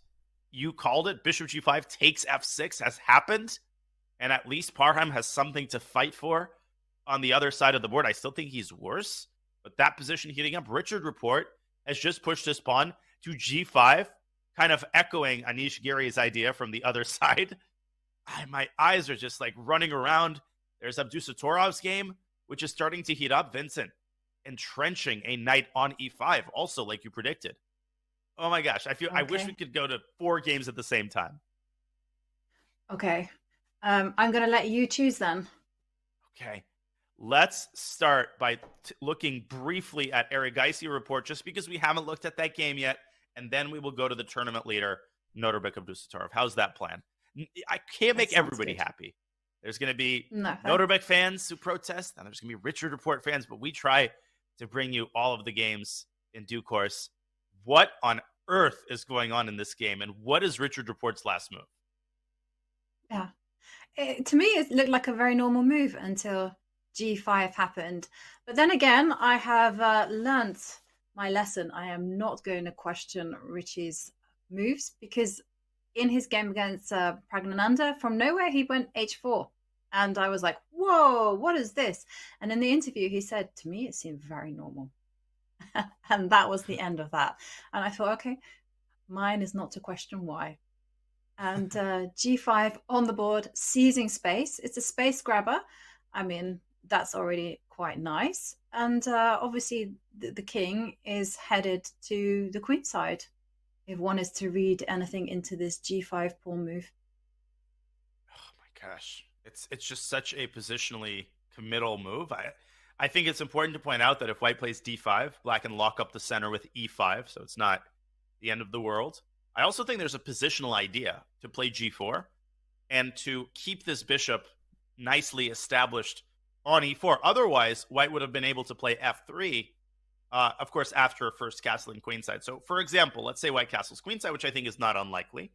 Now G4 is very likely Richard's idea, and of course, you can't play F3 anymore. And you can't really get your bishop out because you blunder G2. So white actually has a rather hard time getting stuff out of the gates here. I would be very concerned, though, if I were Richard, about the move H3. Now, you can move your knight out of the way, but Yovi, I think you see what I'm saying here. I mean, this whole construction over here on the king side, if that topples over, your whole position is just going to collapse. Yeah, absolutely. And let's not forget that this bishop on E4, which is, again, sitting pretty, but it could be left stranded, say, for instance, after D5, because once E5 happens, and say white takes the action to the queen side, that bishop is just jammed. So I'm kind of... it's Richard playing, so I don't want to be critical at all, because obviously this is genius level stuff, but I'm very, very worried as well, because my instinct was, of course, if you're going to go G4, I will try to break up that pawn as quickly as possible with H3. Yeah. Can I tell you why I was laughing? It was for a very immature reason. It was because of the line knight C5, which actually is the best move. And I was looking at queen C3, queen F6. And wait, this loses? But it's just such a beautiful mate. I had to show this on the board. I'm sorry. Yeah. That one has a name. It does? It does have a name. It's called I don't know. Suffocation Mate. A suffocation mate. Where Yeah. what is the hallmark of it? Is the bishop and the knight mating? The bishop and the knight. Wow. So smothered mate is just the knight, obviously, but the bishop and the knight is suffocation. Oh, sadly, that's good to know. The move loses because of b4, and you have a choice: either blunder the queen, or in the event of the trade, the king has just one square. It has enough air to breathe. No suffocation mate, and talk about suffocation. Black will lose one of his minor pieces. In any case, these are the ideas always available in Richard Report's games. You can bet a silver dollar that any position he has, you're just a couple of moves away from a queen sacrifice or some checkmating pattern. And this is what everybody loves about Richard Report, I think, which is that no matter what form he is in, whether he's in killer form or he's in bad form, he is going to play the same way every tournament. And he's going to play in the same scintillating style, whether he wins or loses, whether he's playing Magnus Carlsen or a 2000. I have to say, I've played Richard once, and it was quite funny because it was a normal position. And when you're playing these super grandmasters, you think it's very important to get to move 20 just so that you don't lose. So I got to move 20, was all normal. Move 21, I blundered a pawn. I was like, oh, come on. And anyhow, so somehow or other, I managed to come back from this. And before I knew it, it was wild. And I had the advantage in the complications. And it was like some kind of trickery happened, because before I knew it, his pieces had coordinated in such a way that he was going to give me checkmate. And I was like, how? And I just understood that. Yeah, I just understood that this guy is just incredible. I mean, he just sees tactics. He's able to put the pressure on the right point, and just a fantastic player, full stop. And G5, he goes to show most of us would probably have developed the knight, actually, put it on D7 and asked White, what are you going to do next? But Richard instead, he's like, no, let me maximize what I have on the king side. Let me take those risks. Let me get equality, but in an unbalanced kind of way, so that if I need to outplay you, I can. The move is growing on me, I have to say, because in that line we were illustrating, it's not actually that easy for White to remove the kind of central blockade that Black has instituted here. And as long as the bishop remains on e4, Black's position is quite healthy. I mean, presumably Richard will one day develop his knight to d7, and he can keep his king in the center. He can castle queenside. This is another one of those games that's going to be super rich. Arjun, he hasn't won a game yet this tournament, but he has been involved in some absolute dogfights. Of course, coming off of a frustrating loss, one in which he played a very nice King's Indian, only to fall to Jordan's brilliant knight sacrifice on a7. So we'll see if Arjun can put that behind him and figure out the proper way to navigate the positional complexities of this fascinating situation. Okay, I think we've invested enough time in this game. Let's come back to our bird's eye view briefly, and then perhaps take another look at our tournament leader, because a lot of stuff is going on in Noterbeck's game. A lot of potential piece trades are on the board. As for the other games, Yobi, we see Fabi pushing e5. This is the actual Fabi, not Wesley Caruana. But Prague has some stuff to deal with in the center. That is a pawn sacrifice. I mean, White can take on g6 and then take on e5, so something to look out maybe after Noterbeck's game. And Giri didn't go for the knight sacrifice, of the other piece of breaking news. No, but it's just completely messy. We definitely do have to revisit that game as well, because it's so tense, and you feel that both sides are kind of like just on the cusp of either winning or losing. It's that kind of position. And it's, again, I'm just looking at the clock times, and I can see that Anish just feels like he's in his prep. Maybe 1 hour and 34 minutes, if I've got it correctly. Just use 6 minutes on the clock. And very disconcerting to be in such a sharp position where you're sat there trying to rack your brains, trying to think of a way out. And your opponent, I've seen this position before on my computer with Stockfish. Could also be a bluff, but Giri, he's not usually a bluffer. It could also be the case that he just feels very confident and he feels that there's only one path to follow in a given position. I don't know. I think he might have missed the opportunity to sacrifice the knight with d takes c3, but whatever it is, he's got his hands tied. That knight on f4 is potentially going to jump to d5. The pawn on d4 is now destabilized by White's pawn on e3. And I think we should take a look at Noterbeck's game just because I think a lot of stuff is going to happen on that board. We see Noterbeck on the camera there. Oh, Vincent and Noterbeck both locked in. You can just tell the position is complex by the way that they're sitting, by their body language. And last move by Noterbeck has been knight f6 to d7, Yovi, opening up a line of communication between the two bishops. And do you think we're going to get, trade, and who benefits as a result of that? Yeah, difficult question. I've always felt that the endgame favors White, primarily because they have something to chew on, and that's the d5 pawn. And also White kind of holds the key to the lock that is an opening c4. So, but then again, Black has very nice space control. So, I mean, there's advantages and disadvantages for both sides. But if I were Vincent, I would be tempted to make the trades. Mm-hmm. Also, this is a weakness in my own style. I cannot handle the tension, and so I just swap everything off. No, I win it all in the game.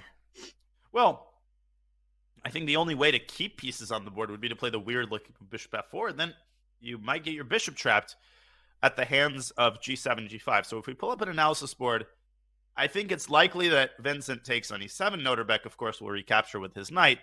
And it's very important to point out that knight takes d5 here falls. It took me a while to see this, actually. I thought, is it knight takes e5? No. It's actually that old friend, the check on a5, which is so common and across many openings that picks up the bishop. So no can do there.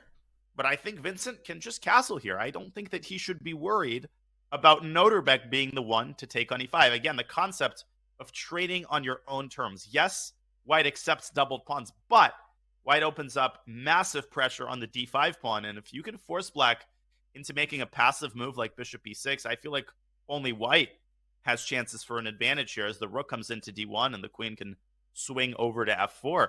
So if this position arises, I think Noterbeck is going to just live with this knight on e5. I think he's going to play bishop e6, and he's going to go for the old plan that we talked about of expanding on the queen side. Now, can Vincent counter-strike in the center with a timely e4? That remains to be seen. Whatever he decides, Yovi, he has to put a move on because he's got 52 minutes, and believe it or not, we're only 11 moves into the game. Yeah, I kind of really like your point that you trade off the bishops, but not the knights. And I also wanted to add to that point and just say the reason you don't trade off the knights is because once the queen steps forward on d7, she supports the quick advance of b5. Before Black had to prepare b5. Now you don't need to bother. b5, a5, b4, and suddenly that pawn structure on the queen side is just simply going to overrun White's defenses. So you don't want that. Instead, if you're White, you want to disrupt Black's superiority there. You need to be preparing some kind of b3.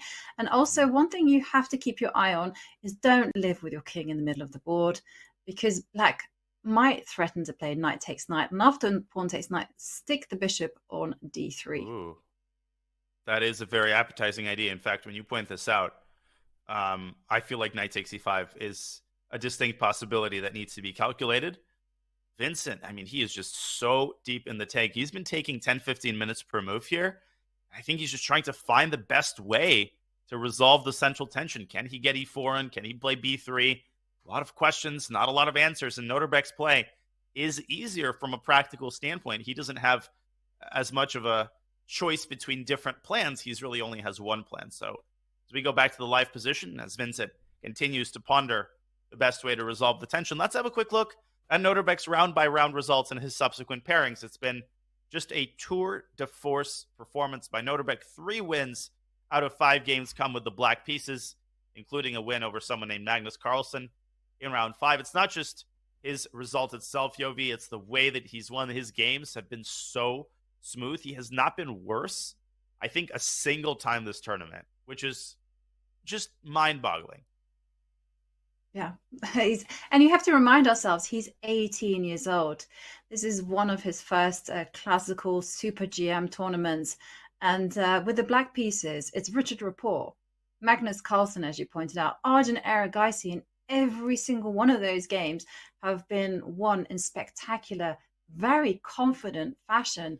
And he just seems completely unstoppable. He hasn't been in trouble, as you've pointed out, in a single game. In fact, he had Fabi on the ropes, and his partnership with Rustam Kazimazhanov just seems to be paying off big time. Yeah, it is most certainly borne fruit. He still has yet to play. Both players currently tied for second place in Anish Giri and Wesley So, and he's got both of them with black. Brutal end to the tournament. This is the opposite to what Magnus has. He's got double white in rounds 11 and 12.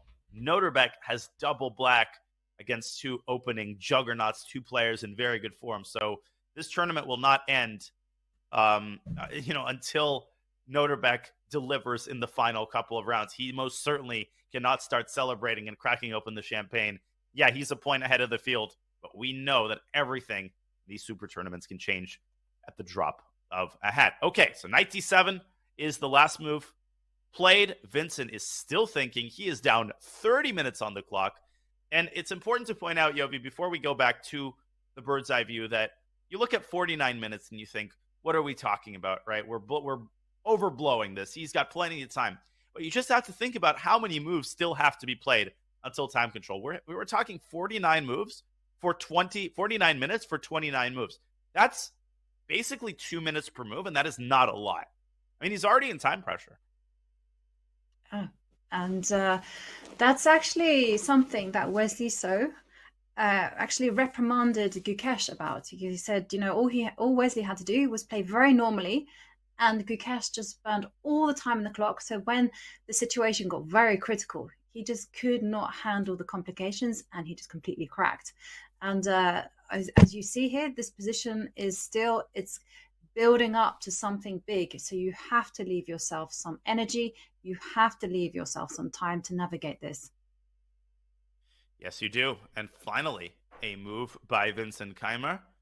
He has taken on e7, and we will keep you posted on the progress of that game. Well, the progress of some of the other games is pretty hard to believe. I mentioned Fabiano Caruana, who played e5 and has caused Pragnananda to go very much into the tank.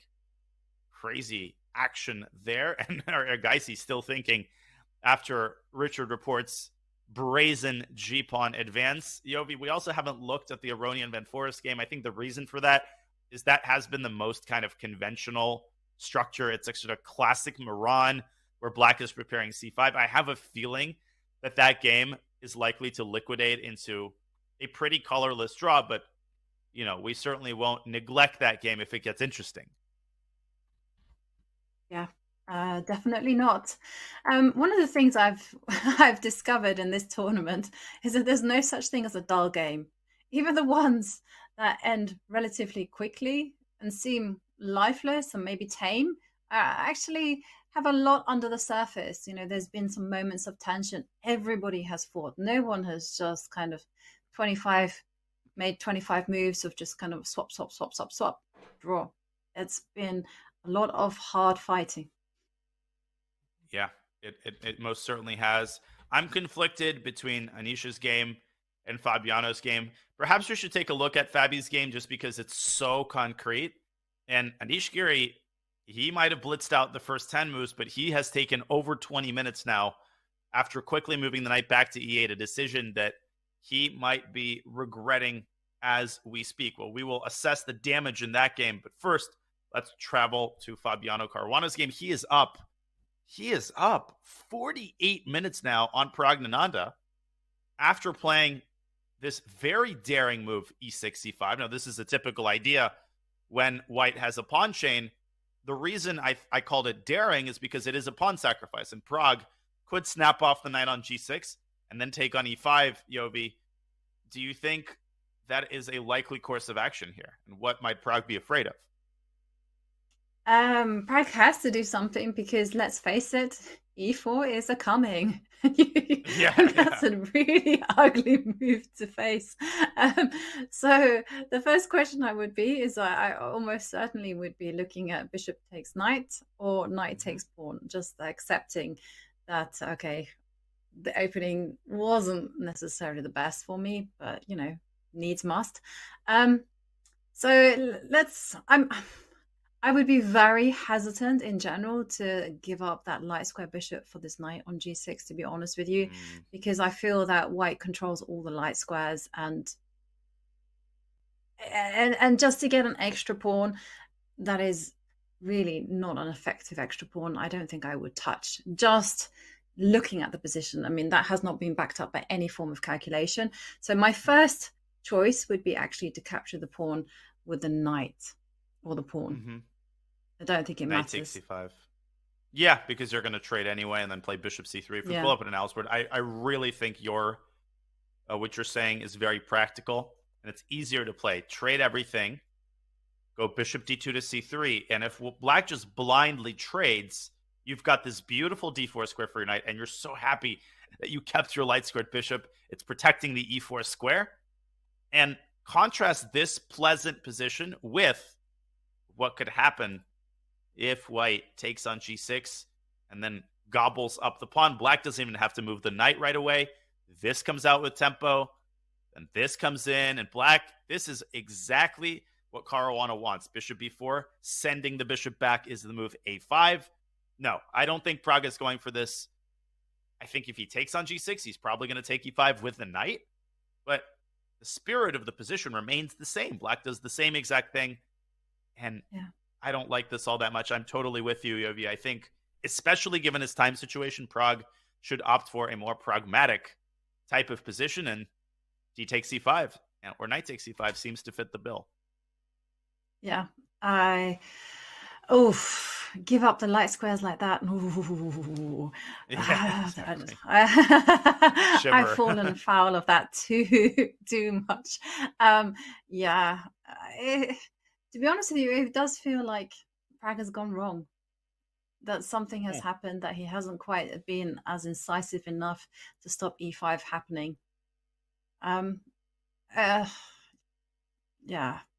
Just don't give up the light square bishop. No need for those kind of dramatics. And I mean, how is the position like if you preserve the light square bishop? Say, for instance, you capture on e5. I don't think it really matters whether you capture it with a pawn or a knight. But let's say you capture with a pawn and you ask the question. So you're saying you take the pawn. Yeah. And then black takes back. And sorry, I missed your second point. Yeah, you just live with the bishop on d3. That's all I'm saying. So nothing more complicated like that than that. And I don't know what he's thinking about. He's almost down an hour. An hour. But you do have issues. I mean, even then, that position is particularly complicated because there's still like tactical ideas in the air. Like, for instance, after pawn takes, knight takes. I mean, you still have things like the Greek gift, something to calculate. And we have some moves, actually. Prague has finally made a move. It will update momentarily, but I'm going to make the moves manually on the board. You can see there on the camera, Prague has left the table. Now, listen, he left when he had 10 seconds against Richard Rapport, so he has to keep a very close eye on his clock. What has happened is indeed a trade on e5, followed by the move bishop c3. Bishop takes c3 check. Queen takes c3. And as far as I know, black has made a move, and then white is castled. I think a move of the bishop. I think black has developed his bishop. And then white is castled. The black bishop looks like it's on a6 for some reason. So Is that not a blunder, or am I hallucinating? Bishop a6. It must be a blunder. But I mean, just looking at the camera, there's a piece on a6. There is a piece on a6. That reminds me of a very famous mystery I'll talk about shortly. But first, we have this mystery to resolve. Now, possibly Black played a5, White castled, and then Black played Bishop a6. So that's possible, but we bring you certainty on this very shortly. I can tell you one thing. No, he might have played Bishop a6, Bishop a6, knight e4.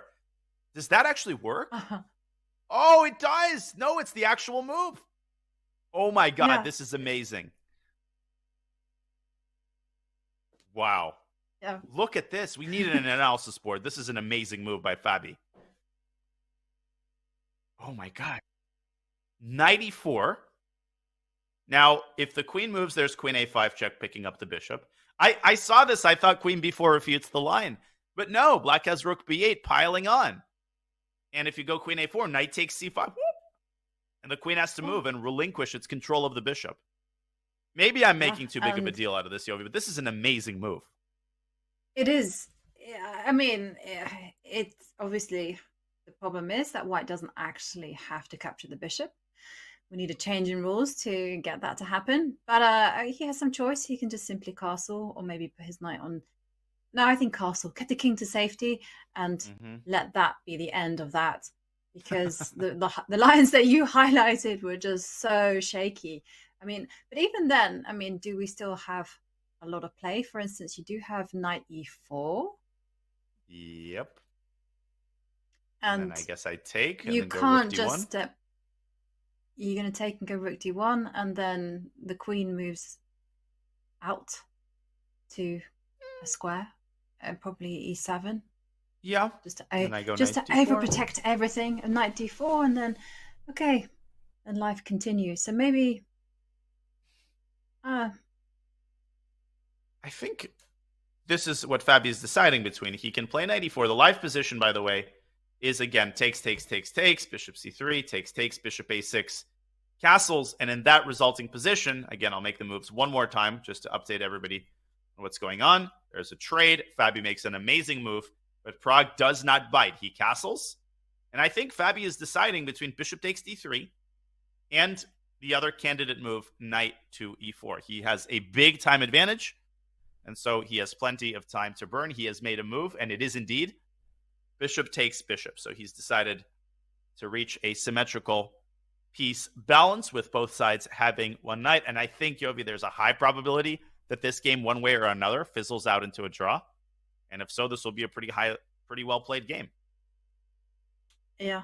I agree. I think it probably will fizzle into a draw, but I think that they're not going to let the fizzling happen. I suspect that Fabi will maneuver his knight and put Prague under pressure, because he seems to have solved all his opening problems. And we see Fabi there looking at Prague. One thing I've noticed about Fabi is that when he's losing, he seems to shrink physically. And when he's winning, it's like he expands. He expands, and like he takes up more space. It was just something I observed that when he played against Magnus, I don't know whether it was because I was feeling sorry for him, because it just didn't go his way. But it seemed to me that he became smaller and smaller. Meanwhile, here, looks like he's completely focused, ready to outplay Prague. Yeah, knight to e4, the last move. He's got some pressure. Prague has his work cut out for him. We have our work cut out for us because we're only 90 minutes into this scintillating 9th round of action here at the 85th anniversary edition of Tata Steel, the Wimbledon of chess. Folks, you will not want to miss the rest of the action in this round. We have got hours of exciting chess ahead of us as Magnus tries to continue his comeback and Noterbeck tries to solidify his 1-point lead in the tournament. We will be back with more Tata Steel action in just a couple of short minutes.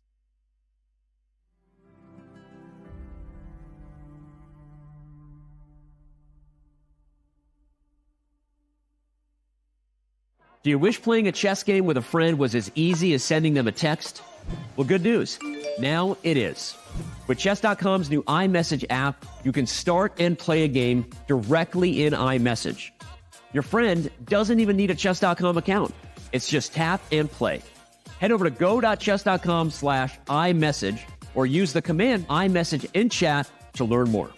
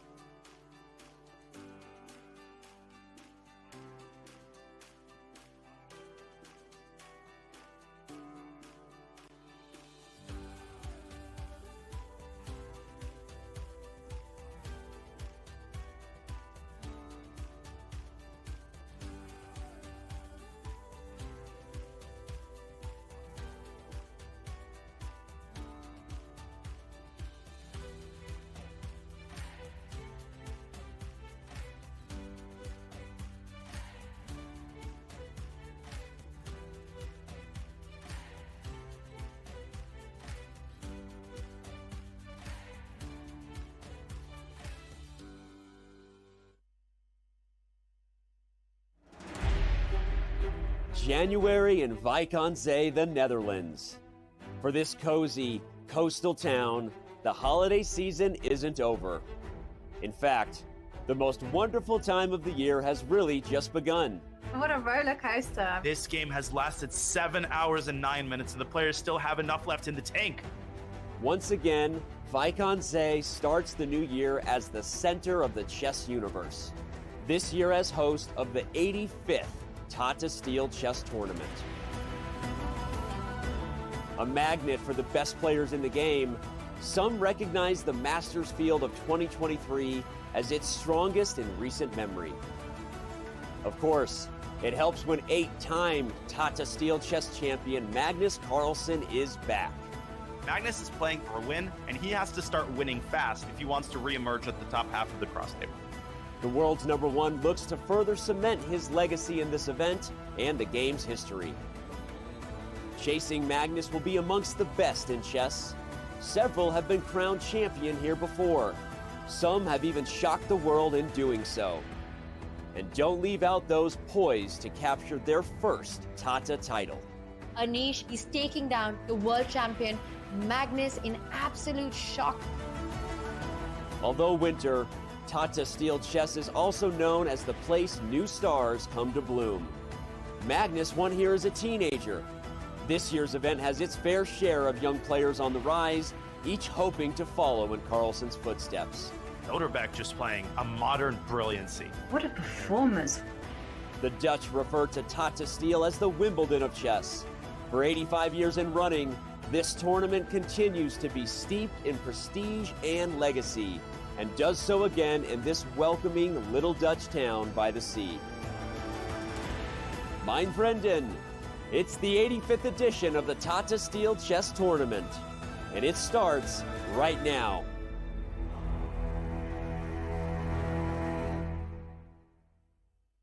Welcome back to round 9 of the Tata Steel Chess Tournament. International Master Jovanka Huska and GM Daniel Naroditsky chopping it up for you today.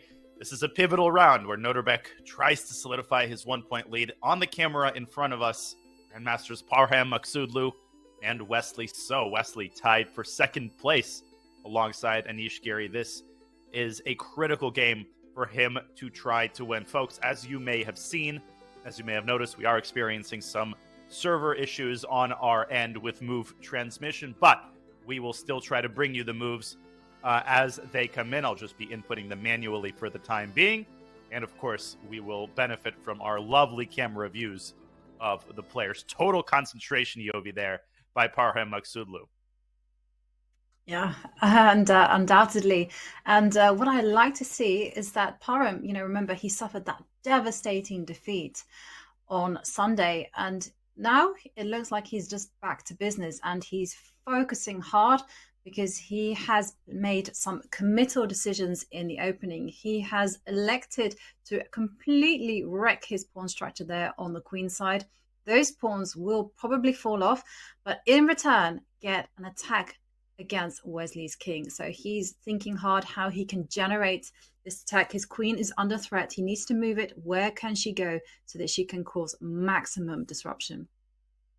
And with his last move, I think Prague has signaled that he's going down the path that you outlined. F2, F4 was an attempt to chase the knight out of E5, and it was also a pawn sacrifice, because if Wesley had taken on C4, then it's just that the chat was talking about Prague, so I got distracted. I think the idea was to play knight D2 to E4, and suddenly, White's got some very serious threats on the queen side. On the king side, and Black has to swing the queen over to F5, but now in comes G4 and then F5, and this is exactly the kind of position that Wesley wants to avoid. This is not his style. There's no need for this because he has a totally suitable alternative. Instead of all these shenanigans, he simply drops his knight back to C6. I'll just point out that queen takes D7 gets the queen trapped after rook FD8, and the other important thing for Parham to keep in mind, Yovi, is that Black has the idea of playing queen A5 to C5, and a queen trade only favors one player here, and hint, hint, wink, quick, it's not White. It's not white. It's not white. Absolutely is not white. White will be doing everything under the sun in order to avoid a queen train. So this does mean that, okay, white's hands are tied. There are two options to actually move the queen to e4 or to queen to d3. And both, I mean, is there a big difference between both moves? I mean, I instinctively would put my queen on e4 just because you don't really want to be putting your queen on a square where she can be pinned. And then from there, you know, hopefully the queen can shuffle along to f3 and start looking at some checks. And one thing that I would really like to do if I were white is just get f5 on the board.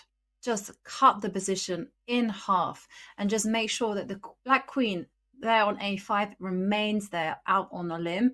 And so when the white queen comes to attack the king, then she can do so unchallenged. How about a nice little queen sacrifice to correct the pawn structure? Any takers? Yeah, tempting, but no thanks. Can't even tempt you into a queen sacrifice in the middle of the clear blue sky. Yeah, queen e4, queen e3, queen d3. I'm not thrilled with white's position, but I think, okay, Parham has done a decent job of complicating the game and at the very least generating a healthy dose of kingside counterplay. I mean, he's managed to damage black's pawn structure. He's managed to get his pawn to f4. And I agree, if he gets it to f5, and if he finds a way to get the queen over to the king side, to get the knight to e4, his attack really unfurls very, very fast. So Wesley most certainly has his work cut out for him here as Parham contemplates the very important question of where to move his queen. And we will contemplate what game to move to next. I think we should go very quickly here to the camera angle. Wesley So looking off into the distance. Is he bored? Is he just like, all right, make a move already? What is this supposed to mean? I think he's cold. If I were to make a guess, that's how I sit. But I think he's Wesley. If I were to guess something, he's figured out what he wants to do. I'm suspecting that he's going to play it safe. He's going to throw everything he can to protect the king, because after all, let's face it, those weak pawns are not going to run away. They're completely restrained. And Wesley is just feeling happy. He is indeed. Somebody who is also perhaps feeling pretty happy is Ding Liren, who played that very creative King's Indian attack opening. They entered a critical moment where Anish Giri had a knight sacrifice on the table. He didn't do it. And now it seems to my untrained eye that Ding Liren is taking over the initiative. So I'm going to input the moves that they made after the knight capture on f4. Anish Giri trading on e3 and then trying to root out the dark squared bishop with bishop e5, to which Ding responds queen c2, trading on his own terms. Anish gets his knight into the game. Ding does the same with his rook. And I love Ding Liren's move after rook f8. He says, you know what? When I put my knight on a3, it had a roll. Now it has no purpose. Let's find it a purpose. And he moves back to b1. I love moves that undevelop pieces. And this is the current position on the board. Giri's time advantage has fully evaporated. His position, Yovi, I think is actually extremely, extremely concerning. Yeah, it looks that way. I mean, after all the fireworks, it's all kind of just completely dissipated. And now we have a positional battle. And like you mentioned, it's going to be all about white mobilizing this knight and plonking it on d5. And from there, just launching forward with an attack against the black king. Because take a look at the black queen. The black queen can't do a thing. And it's worrying. It is really, really, I'm actually lost for words because things have just gone wrong. It's just so bad compared to what it was. Yeah, I know that was the thing. You know, it just looks so promising for black. And now it looks like, well, very promising for the fickle beast. I mean, knight coming to d5, how can you handle that? You can't. You don't really want to be putting on... Yeah. I mean, what you really want to do is just somehow just don't panic. Yes, a knight will come to d5, and my instinct feeling was to get heart palpitations and go, oh my goodness me. But now I kind of calmed down. It's not the end of the world. What Black needs to do is just start rerouting his pieces to the king side. He needs to go knight f8, you don't get mate. Do you know who said that quote? It's not James Canty, is it? H5 No. we live. Knight f8 we don't get mate. I feel like it's a British GM. Is it a British GM? No. I was going to say like James It's a Danish Plaskett one. or something like that. Peter Heine Nielsen? No. Sundberg Hansen? No. Lars Very tall. Sorry, Bent Larsen? Bent Larsen, yeah. The Great Dane. Nice. He's one. If Knight it's f8, you don't get it. You go on? Yeah, long variation, wrong variation is the only one that I associate with him. But I thought that was Fischer. Oh, maybe that was Fischer. Yeah, same thing. Larson Fischer. They're actually the same person. It's just alter egos of each other. I don't know, actually. Don't quote me. I might have bamboozled you. But anyway, as I was saying, knight goes to f8 before I sidetracked myself. And I was thinking if the knight can come to g6, and from there it kind of goes on a journey to h4, then that this is just the h4 part is like just a pipe dream. It's not really going to happen. Yeah. So I just think that knight goes to g6, and then it'll be fine. Put the bishop out, develop her somewhere, and you can survive as long as you find a nice home for the queen. All you really need here is about 4 or 5 moves, and you'll be totally right as rain.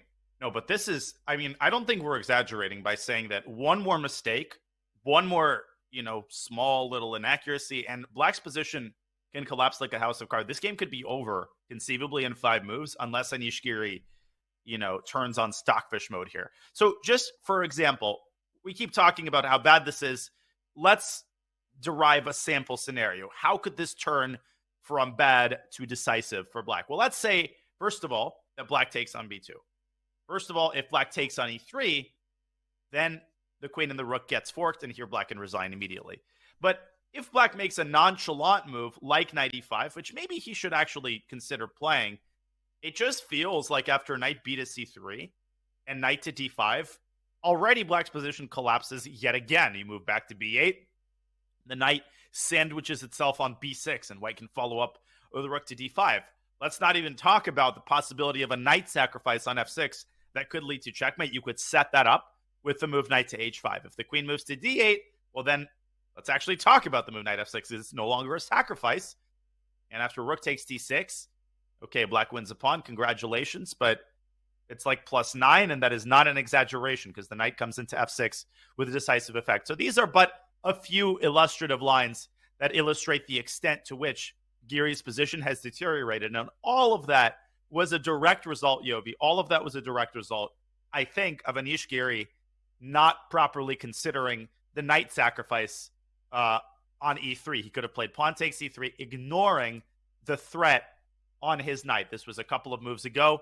This was the critical position where we were considering f takes e3. Instead, he moves his knight back to e8, and boy, oh boy, how that changes the course of the game. We go back to the live board, which is after Ding moves his knight back to b1.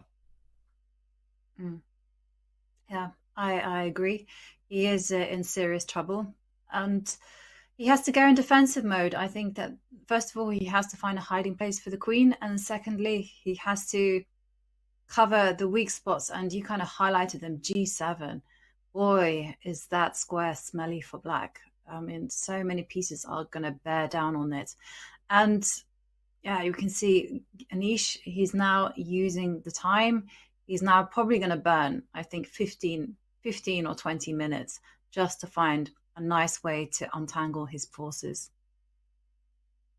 I think it's very likely that he takes that amount of time because he knows that he's in trouble, and he also knows that the weight of the next 2-3 moves could not possibly be greater. And as we say that, he makes a move, of course. Now remember, he's already taken, 10, 15 minutes, and then he gets up from his board because he doesn't want to look at his position. He'd rather look at Magnus Carlsen's game and the games of his neighbors. And let's see what Anish Giri has played here.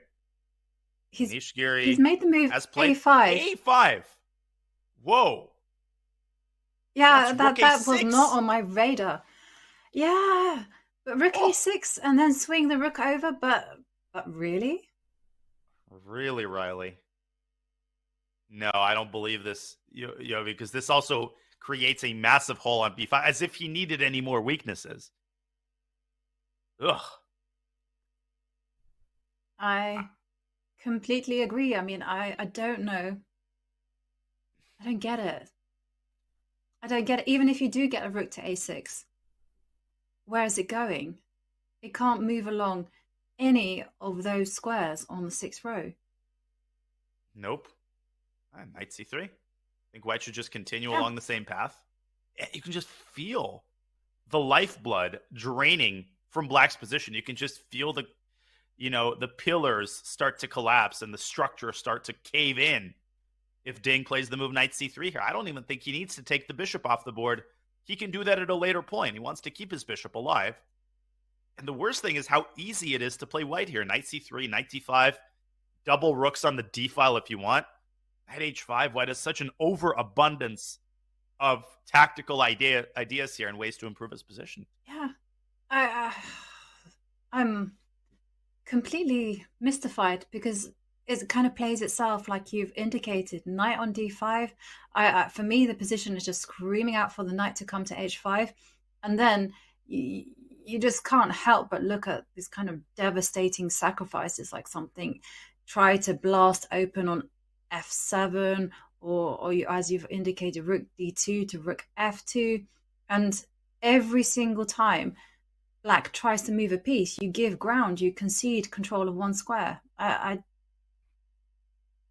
mean, no, okay, so okay, now I get his point. So he is so afraid of this knight F6 idea that his idea is just simply to put the rook on A6 in order to defend D6. That's it. There's nothing more subtle than that. Yeah, but it's like trying to put a Band-Aid over the wound and you've got like 50 wounds. You're just trying to patch up one tiny corner of the building and the whole foundation is collapsing. And I feel like you experienced that after Knight C3. It's not the D6 knight necessarily that White is going after. It's more just planting the knight on D5. And, ultimately that will lead to some sort of a tactic. But you're absolutely right. He clearly wants to play rook A6. I think it's safe to say he's not trying to go A4 and attack White's pawn chain. That would be a slightly lackluster attempt at counterplay. And I think what might be going through Ding's mind right now is like, is this too good to be true? Am I actually this much better, or am I missing something about the position? And he is not. I mean, the eval bar is confirming that Black's position is already, with a couple more accurate moves from Ding, borderline lost. So will Anish Giri be able to hold on here through some defensive heroics? Well, we will see. But Ding Liren has enough time here to figure out an effective path forward. By the way, speaking of a path forward, there is virtually no path forward for Levon Aronian and Jordan van Foreest. I think it's safe to say that might be our first result of the day because pieces are being traded at furious pace. And it looks like Jordan van Foreest has played a nice, solid positional game, Yovi, and really given Levon Aronian no chances. Yeah, and that's what you want with the Black pieces. You really want just to get a very equal game. You want to neutralize the initiative, and basically, okay, if the game ends in a draw, that's not a problem. But the point is, Levon will have to go back now and do some homework on this particular line. He needs to patch it up. He cannot have this sitting there as an easy way for players with the Black pieces to get a draw. And you're right, H5 being played instantly. And I swear, they look like they're going to look at each other and just go, draw. A little smile. This is a bishop ending both players with a dark squared bishop. The thing is, Jordan van Foreest has an impregnable fortress, and Levon, just in the way that they're making the moves, you can tell that the draw offer is forthcoming. Once again, we remind you that draw offers are not expressly forbidden, but they are, in a certain sense, discouraged unless the position is obviously a draw by all accounts, which it is here. I think Levon should be the one to offer it, though. Jordan is just going to keep going back and forth. He is nominally on the defensive here, but it's a purely symbolic advantage. Levon has absolutely no path forward. And yeah, you can just see it 1,000 times over in their body language. And the speed as well. Look, Bishop C3, there you go. They've reached the threshold where they can offer a draw without any form of retribution. So there you go. Fair play. Yeah, discussing the position there. But you're right. I mean, Jordan played a very conventional Slav. He didn't invent anything. He just played it according to modern recommendations, and Levon really did not test him in the least out of the opening. Van Forest's opening preparation is well known. Of course, he was part of Team Magnus, and that's one of his greatest strengths, as he keeps showing again and again. Yeah, and Jordan is I kind of call him a maverick. He has a very fresh approach to the openings. He's always going his own way, and I think maybe it was a surprise to Levon that he chose such a conventional opening. Somehow you expect these creative souls just to be creative 1,000% of the time. And they are, of course, not. And Jordan must be feeling quite happy, because it does feel like he's steadied the ship. Of course, he won on Sunday against Arjun Erigaisi. Very nice game by him. And now he holds Levon to a draw very easily with the black pieces. He does indeed. And you can see there the kings in the middle of the board, signifying to the DGT board that the game has ended in a draw. That is the traditional way of marking it. And we have in front of us Mr. Gukesh playing against a chair. That chair was formerly occupied by the world champion, Magnus Carlsen. Magnus has been getting up quite a lot this game, and we haven't seen the camera angle too many times, but just seems like every time we pan out to Gukesh, Magnus is out and about. He is most definitely a pacer. Magnus likes to pace. He likes to think on his feet, literally. And this position is becoming more and more complex. I still like what Gukesh is doing, but I think Magnus is starting to steer the game in the kind of area where he excels the most. Complicated equal positions where there's plenty of room to outplay the opponent. So let's update everybody on what happened since we last saw the position after queen to e7. We've had right about 6 or 7 moves. Here's what happened. So queen e7 was played. Magnus shifting his queen over to b1. Magnus shifting his queen over to b1. Okay, putting pressure on the bishop. Rook a to c8 by Gukesh, bringing his rook into the game. Magnus does the same, and so does Gukesh. Now bishop to h4, inducing the move f6. Of course, this is a slightly weakening move. And Magnus immediately going back to g3. He says, I've done my job. Gukesh trading bishops on d3. Rook takes d3, centralizing his queen. Magnus chases it out of e4. Gukesh says, I'm leaving, but not very far. And h4 by Magnus Carlsen is the last move, creating luft and expanding on the king side. Yovi, what do you make of these developments? I actually really like what Magnus has done. It's very subtle and very clever. I mean, I first like the way that he provoked Black to make that slight weakness by pushing f6. And secondly, I also really approve of what he's done, grabbing some space with his h-pawn. It's defended by his dark square bishop. That bishop looks untouchable. And Magnus has a relatively simple plan. I mean, he can start asking questions to the knight on b6, a4, a5 could be in the air. And also, this knight on d2 can actually find itself maneuvering around to the d4 square. And unless it has more aggressive intentions, I don't see where it can go. But I would certainly plonk it back in the center. It doesn't have too many other options here with that pawn on d5. Yeah, and another move that I kind of also quite like. It just goes to show that Magnus's position has a lot of choice. He can also move his rook to b5, and then make use of the knight on d2 by putting it on b3. And again, just asking questions about this knight, about what's it doing. And okay, this was everything for white. But of course, one thing I've discovered is that grandmasters think very negatively. And what do you mean by negatively? It's like they come up with a plan, say for instance, rook b5, and they think of all the ways they can to refute it. So what is Gukesh actually planning? And that is indeed a question. And if I can answer that one, then okay, you can take measures to prevent it. So if I were to ask myself that question, I would say that Gukesh is... It's hard to come up with a move, isn't it? I've been thinking about that the whole time. And I can't quite pinpoint an idea. I don't mean to take the words out of your mouth, but it's just weird how hard it is for black to make an improving move here, isn't it? Yeah, it is. Yeah. And so my vibe would be, okay, h4 certainly has some consequences. So the first thing that I would be thinking about is exchanging off those dark square bishops. So maybe dropping the bishop back to d6 and asking white to take care of this pawn. Yeah, c3 is under fire and h4 is isolated a little bit from the bishop. So in the event of bishop d6, I guess white will trade and then perhaps opt for your idea, knight f3 and knight c4. And I don't think this really changes the evaluation. Perhaps black can reposition the queen back on e4 the moment the knight leaves d2. I'll tell you what black will not do. A tempting move, which does not work, is knight b6 to c4. And the reason it doesn't work has to do with, of course, the standoff between the queens after knight c4 dc. Is it a fork? Yes, it is. Not a very good one. Rook takes d8 check, and whoop, you lose the queen on f5.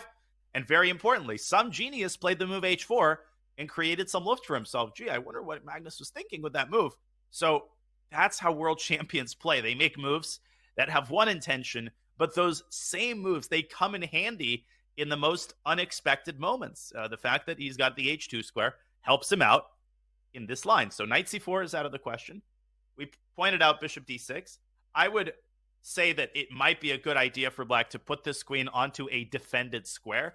Either go back to e6 and just get off of this annoying x-ray, because white's queen is defended, and the side of the undefended queen generally pays the price in these situations. Also, queen f5 to g6 could be a nice way to keep the x-ray, but establish the queen on a safer square.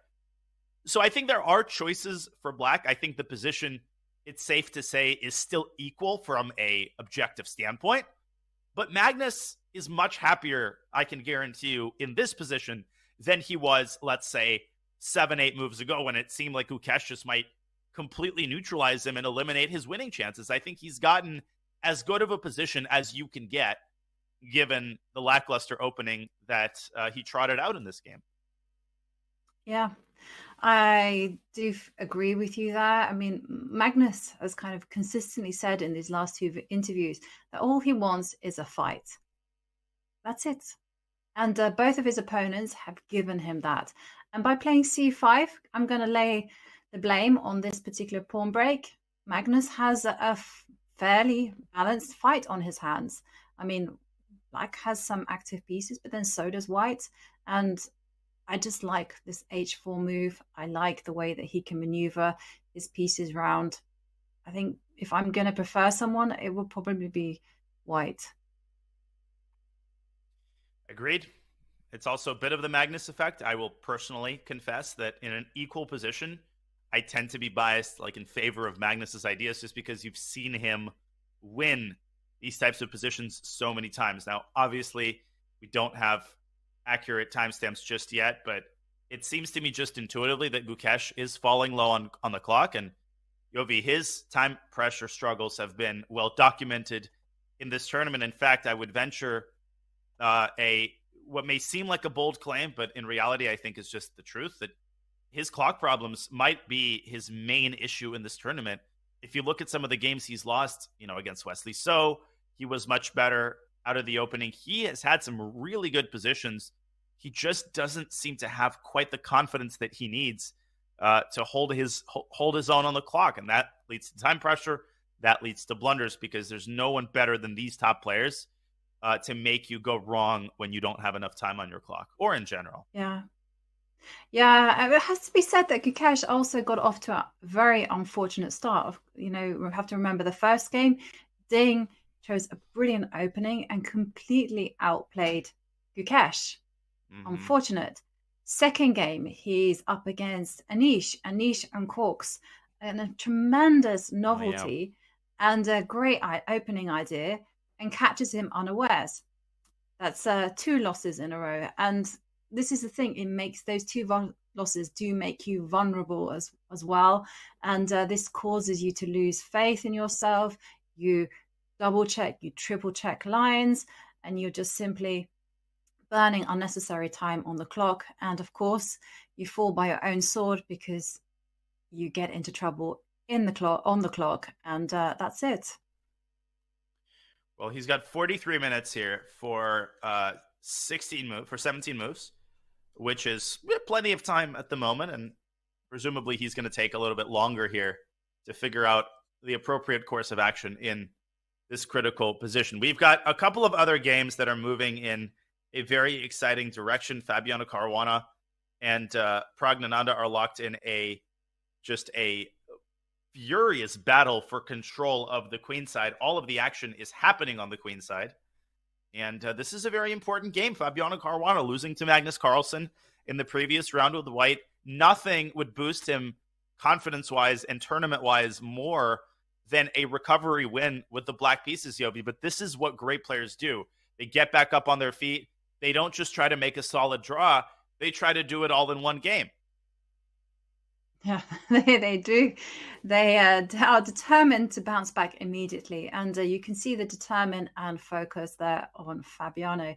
And yeah, nice move by Prag, I have to say, putting the rook on b4, just closing down the b line. And Prag is playing in a very direct way. He's simply saying, hey, I'm just going to double my pieces on the b line, and I'm going to pile up the pressure on the one weak point that you have, the c6 pawn.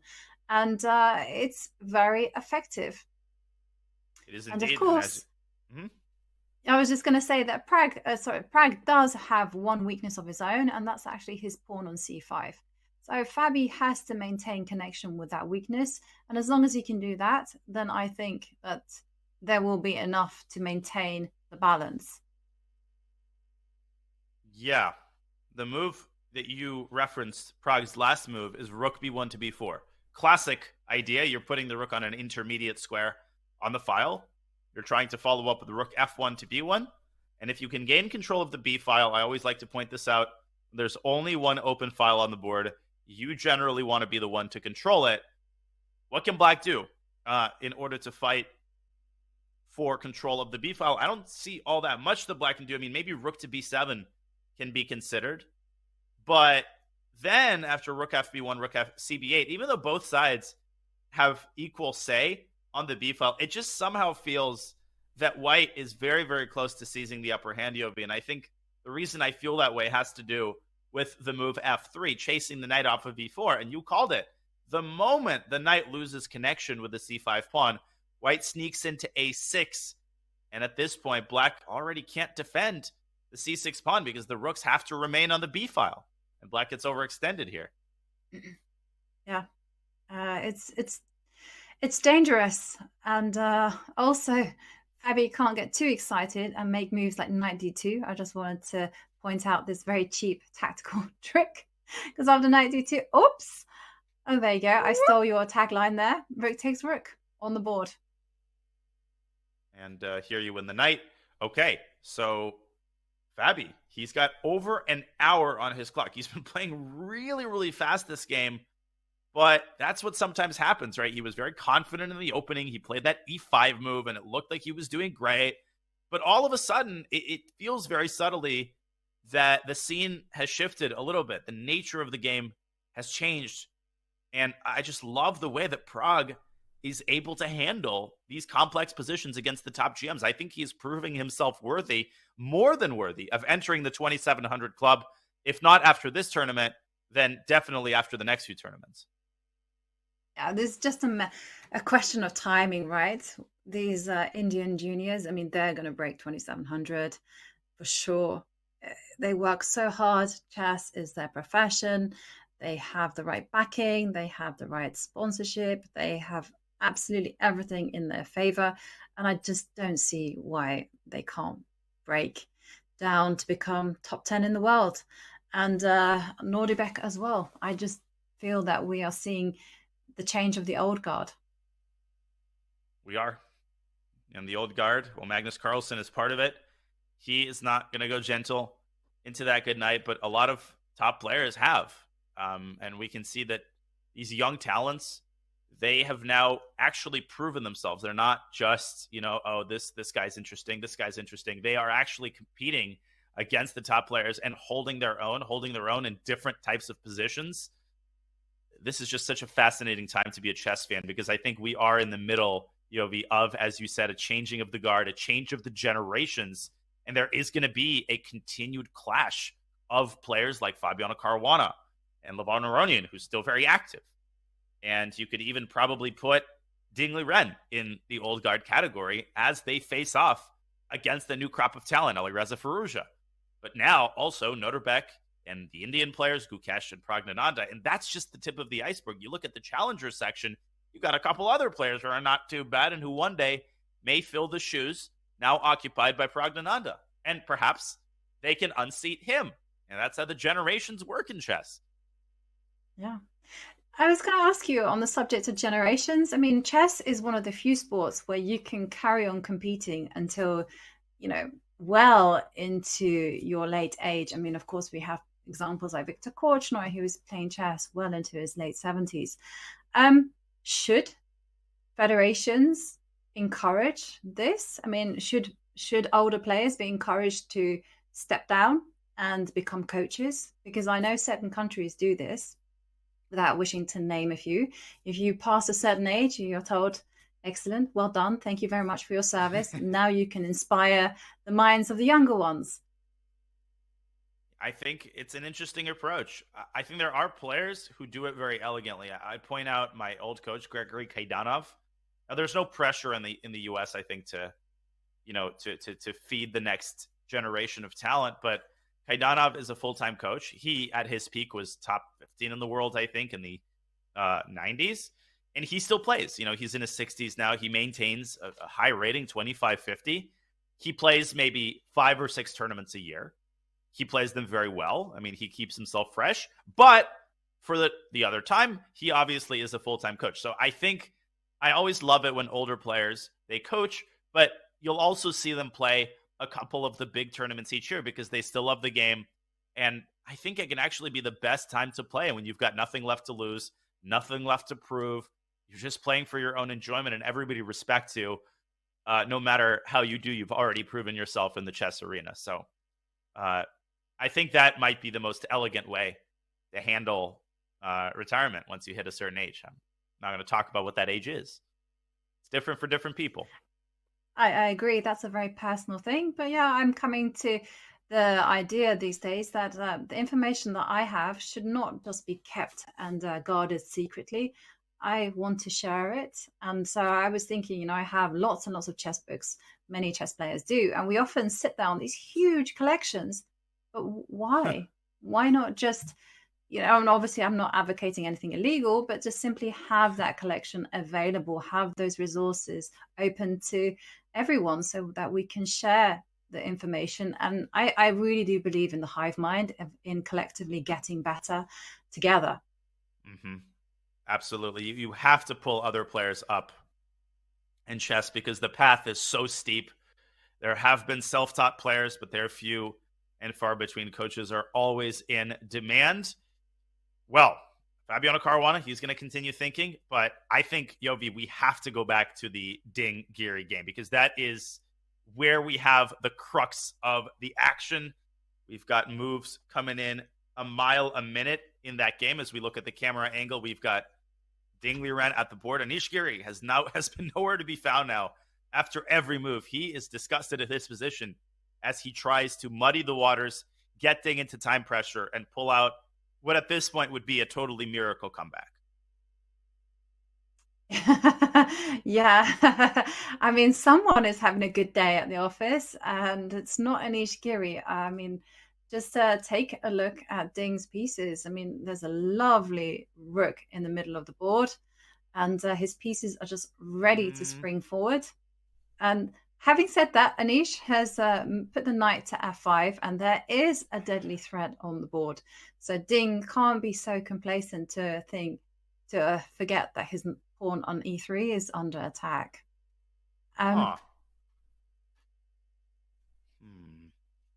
Did he mess this up? Maybe. I mean, I have to say, despite kind of waxing lyrical about this rook on d5, I would much rather it had been a knight. I like my knights in the center. I like my octopus knights. And I felt that was cutting the board in half. Here, you have to take some action. Either you're going to go all in and just say, hey, not even going to bother defending material. I'm just going to go straight for the king. Or you have to take a timeout and play a move such as something like queen f2. Because I don't really want to be going rook e1. I feel like rook e1 is too loose. And Ding talking to himself.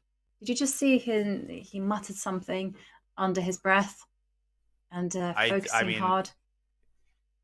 I'm shocked at how many twists and turns we've had in this game. It's like I'm not even keeping up. I feel like Ding has messed this up. I think he's probably still better, but I'm puzzled at some of his decision making. If I may rewind just a couple of moves after Giri's a5, he played a move, and I'm going to be totally frank here. I'm stunned at this move. He played the move a4, and the question that this begs is a4 really the best use of his time? Is it really necessary to prevent the further progress of Black's pawn? Is it really necessary to secure the b5 square one more time? I think the answer is very clearly no. I think he just took a tempo and threw it into the wastebasket, and that has given Anish Giri the tempo that he has needed to somewhat coordinate his defensive forces.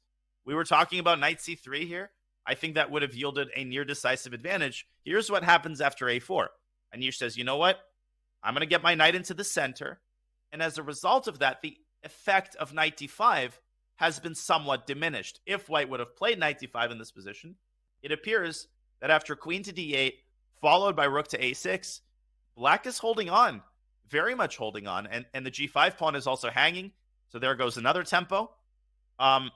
Instead, Ding finally got his knight to c3, but that enabled Black to develop the bishop at tempo. And the square on d5, you called it, is now occupied by the wrong piece. You want a knight on d5.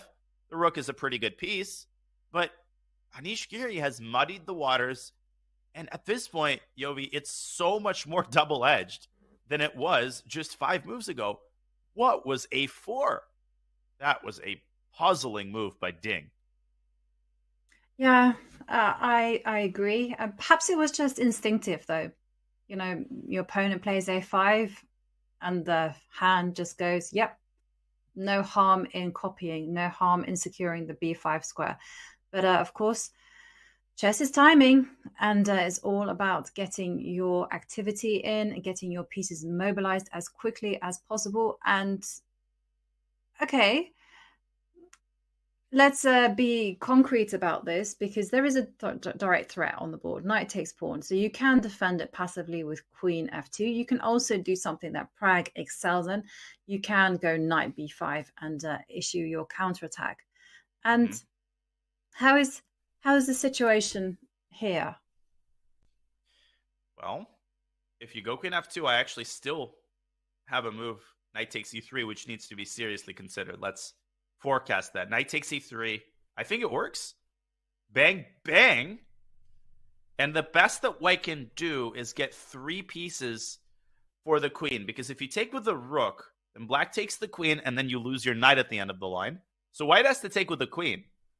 But I feel like this is anybody's game. I mean, Black gives the check on e1, and then doubles rooks. I don't feel like White's 3 pieces are all that menacing in this situation. So I do think that White should go for the Pragg approach and seriously consider playing knight b5, unless I'm missing something.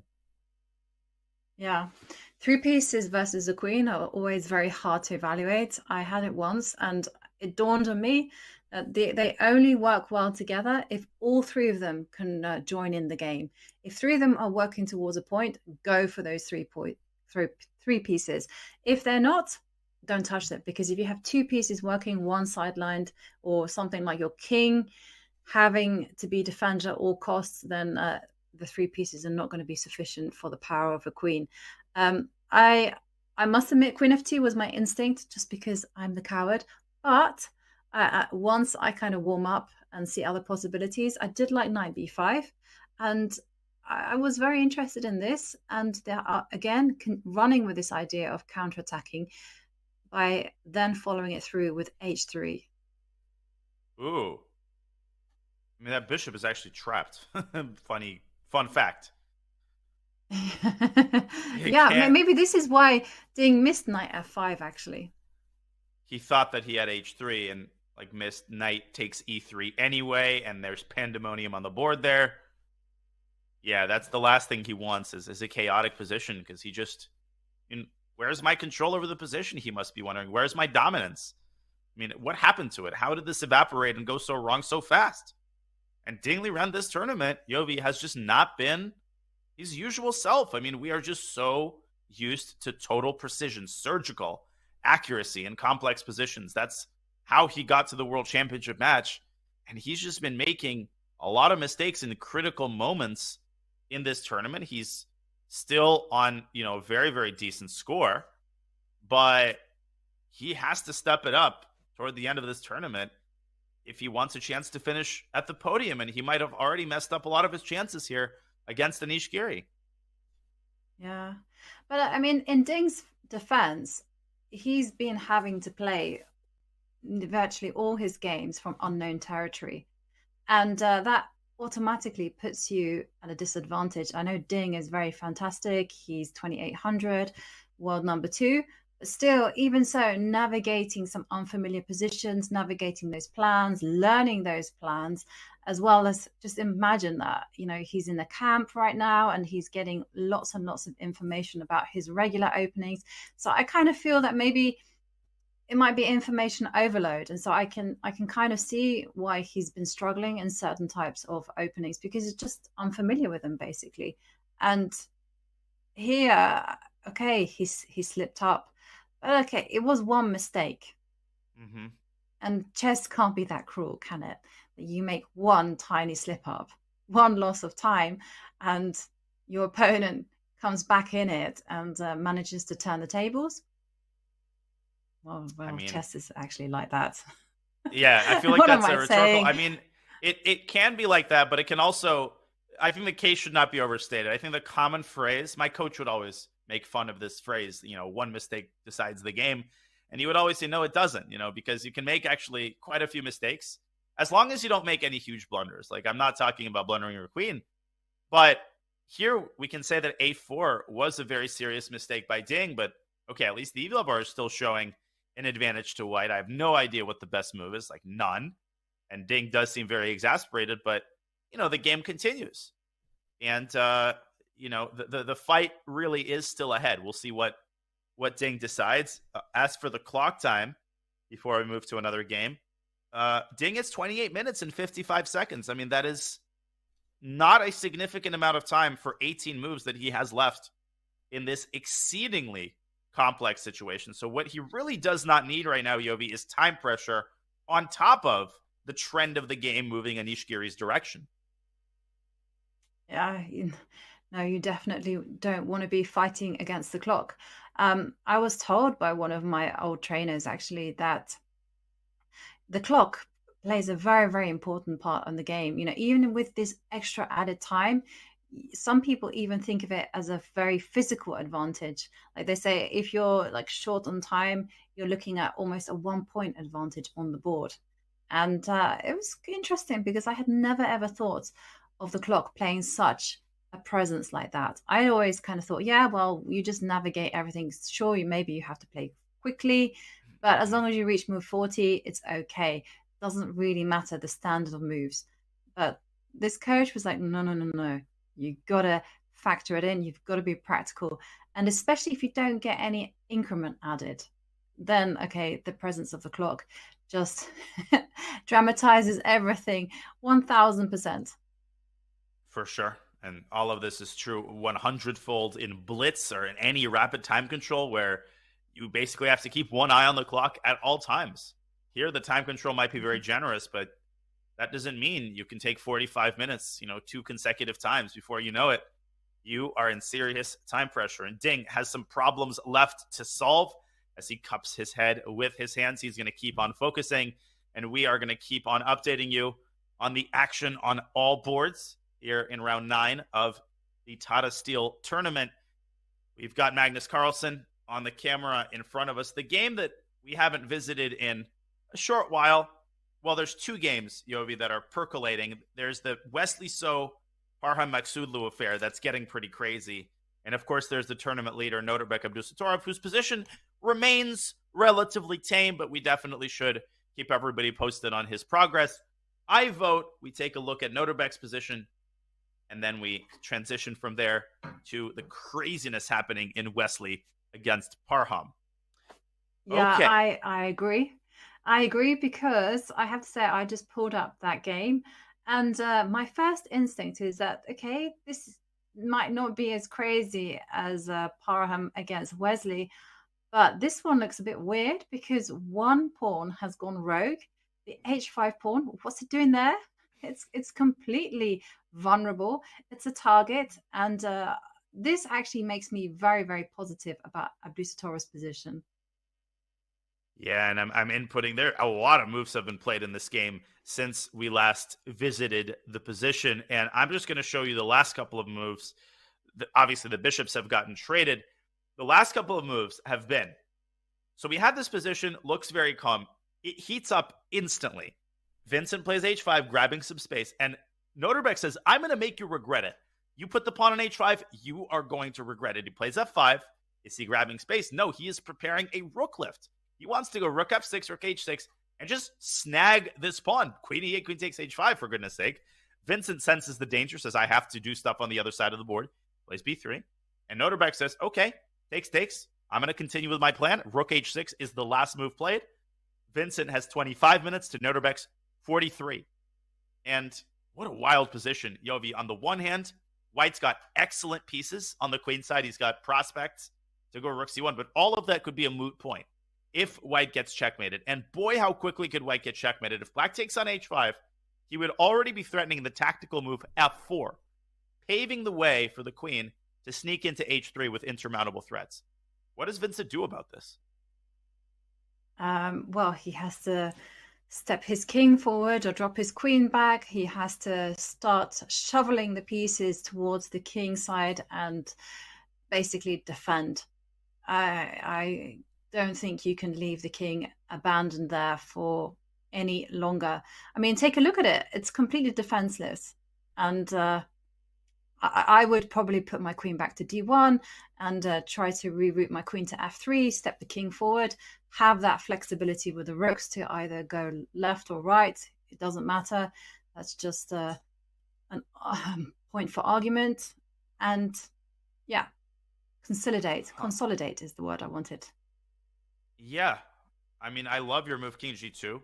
I think that whatever White chooses, wherever White puts the queen, whether it's on d1 or he brings it up to b5, obviously a queen trade is in White's favor. I think maybe you should even start with the move king g2. Vincent has played a move, and it is in fact queen b5. So he started by bringing his queen up. I think it's safe to say Noterbek isn't even thinking about trading queens, and the reason why is that even though he will pick up h5, he will just be massacred on the queen side, especially if White takes back with the a pawn and opens up some pressure on a7. So the question isn't whether Noterbek will move his queen, it's where he will move it up to d6, over to e6, back to d8. I don't know. It's a big dilemma here, Yovi. I think he might invest a significant time. No, he hasn't.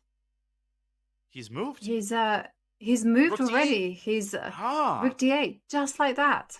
I don't know about that move. He's allowing the queen trade. And if I'm Vincent, I am snapping those queens off the board faster than I took a draw to get my third GM norm. And what I'm doing here, if I'm Vincent, is going a5 and then knight a4 and saying, I don't care about that pawn. What I care about is the c5 square and the b file. And I feel like White is the only one who could play for a win here, to be honest. Yeah, I agree with you. I mean, what is the rook doing out there on a limb on h5? Nothing. Nope, nothing. And I agree with you. I would be capturing that queen as quickly as I could either as well. I mean, I'm just too impatient. I can't handle the tension. And I'm thinking about all those lovely endgame possibilities that White would have. And Vincent now thinking. I mean, there's a nice warm feeling when you take the queen. You know that feeling? I'm not going to get checkmated. I just know I can play with no risk. I love that feeling. Yeah, it's a big relief, right? Especially when your king was feeling a little bit shaky. You know, it reminds me of a quote from Alexander Grishuk. You know, he was talking about an opening that he completely messed up, and he was like, "Oh, I got a bad opening king," and then he was like, "Oh, I got a bad middle game king." And then somehow or other, he survived long enough, and he goes, "Now I've got a good end-game king." A king on f4 becomes an asset once the queens are off the board. Oh, exactly. That's exactly right. Yeah. And Vincent. yeah, just thinking. Okay, so whilst Vincent is considering whether to capture queens, maybe we should dash over to the very sharp Parham against Wesley game. Yeah, we definitely will. I just wanted to throw in one more point before we do that, which is that these two players they're no strangers to each other. And Noterbeck, he won their first meeting in 2020. Yeah, I'm misreading the year. I don't have 2020. He won in the 2020 Tata Steel Challengers. And Vincent, he's got a chip on his shoulder for two reasons. The first is that he lost their first meeting. The second is that Noterbeck Abdusattorov leads this tournament. And being the player who beats the leader is always, no matter how you're doing in your own tournament, even if you have no chances to win, it's a euphoric sensation, Yovi. And as you make your point, I will head on over and update the Wesley So game, which we'll look at next. Yeah, I was just going to say that you mustn't remember that these two are old, fierce rivals. They first played in the boys under 10 World Youth Championships. And do they seem to be talking? Well, okay, they certainly seem to be eyeballing each other. And both of them very comfortable with each other. He's taking the queen, as Vincent Keimer. Didn't have to tell him twice. No. Yeah. No, but I mean, there's a matter of pride at stake, right? When you're playing your old rival, even if your old rival is now amongst the world's best and leading the tournament, you're like, hang on a second, I've got to establish that I am the one who's superior in my age group. Yeah, I remember where you came from, and I remember when we first played, and your rating, didn't start with a 2 and didn't end with a 700. There goes Vincent, A5, going down the route we outlined, and Noterbeck is playing this like a bullet game. We will keep a close eye on this endgame, but you've waited long enough. We have to go to the Wesley So game because action is developing a mile a minute in that game, and we've had so many pawn structure transformations in that game. Now we have a very tactical phase of the game where, as I'm inputting the moves, I should point out that in this position, Wesley plays the move D7. Well, we look at Parham first on the camera there, pondering his next move. We take you to this position. And if you're looking at this, you might wonder, is there a relay error? Isn't rook takes c4 winning on the spot? And no, it is not, because of the brilliant tactic knight to d6, forking the rook and the queen. And it's a second order fork because you're taking the queen on f5 with check. It's another fork. And of course, you pick up the rook with your pawn and you emerge up in exchange. And so Wesley, he plays the move d5 and says, get out of e4. I am tired of your presence on that square. And after the trade, Parham is currently contemplating his 22nd move. Both players with not a lot of time, 34 minutes for Maksudlu and 27 for Wesley. And remember, this is only White's 22nd move. Move 40 is when 50 additional minutes are added to their clocks. Where's the knight going to go? What do you think? It'll be F2 or D2? A knight is a king's best friend, so I would be planting it on f2 as quickly as I could. Also, potentially, I could be dreaming about making moves such as g4. I mean, the big downside, wherever the knight goes, there is a pawn that's up for grabs. Bishop takes pawn might be played. And okay, the bishop might do a kind of like hit and run. Once it's grabbed the pawn, just get out of there. But yeah, it's I feel like it has to. Wesley has to either do that or probably start improving his pieces, maybe moving the rook from f8 to e8 to start eyeing up some lines. I think Parham has been worse all game, and now I feel like things are coming really to a head. After knight f2, you're right. Rook e8, rook c8, queen c8, bishop takes e2. Black is spoiled for choice, and white has not really started the engine on the king side. Maybe Parham could shove his pawn up to g5, but are you as skeptical as I am here? I really feel like Parham is in huge trouble yet again. Yeah, I am skeptical. I'm skeptical because, I mean, the queen is there defending everything. Also, this rook on c6. Look at that creature. I mean, it's attacking and it's defending f6 as well. I mean, even if you do get g4, g5, it's not a big deal. And I think it's just a case of mobilizing the pieces that aren't working. I don't know why rook e8 really sings to me, just to improve the line. And what is Parham doing if he's not pushing g4, g5? He has to go for that. It's the only pawn break that he has available. He has been saddled with these weak pawns all game long. And now to that unfortunate number has been added a third pawn on e2. And that pawn can be captured. You can eliminate the weakness by losing it, and that's a very distinct possibility. Very, very unpleasant position for Parham Maghsoodloo, who is honestly knocking on the door of losing a second game in a row. A rough tournament for the Iranian Grandmaster. And God, what's so rough about it is that you lose to Gukesh, and as a reward, you get a resurgent Wesley So, who's won 2 in a row, who's feeling confident, and who's very close to scoring a hat trick. Okay, we are 2 hours and 45 minutes into round 9 of Tata Steel. We hope you've been enjoying our coverage. And the good part is that the best and most interesting action is still ahead. Only one game has finished. And as we have a look at Wesley So there, fiddling and fidgeting with what looks to be a sandwich, but deciding not to eat it. Maybe he'll wait for Parham's move. We will go on a break, and we will be back, folks, with more coverage of Tata Steel round 9 on the other side of this break.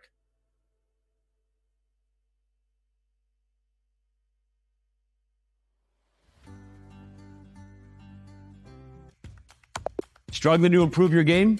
Chessable is the home for chess improvers. With hundreds of courses by incredible authors like world champion Magnus Carlsen, Christoph Selecki, Andras Toth, everyone's favorite social media troll known as Anish Giri, and so many more, Chessable can help you raise your game to the next level. Most importantly, all of our courses are powered by Chessable's exclusive Move Trainer technology, which uses the science of spaced repetition to make sure it all sticks. Check out Chessable today and get 30 days of Pro for free. Go to chessable.com/begin.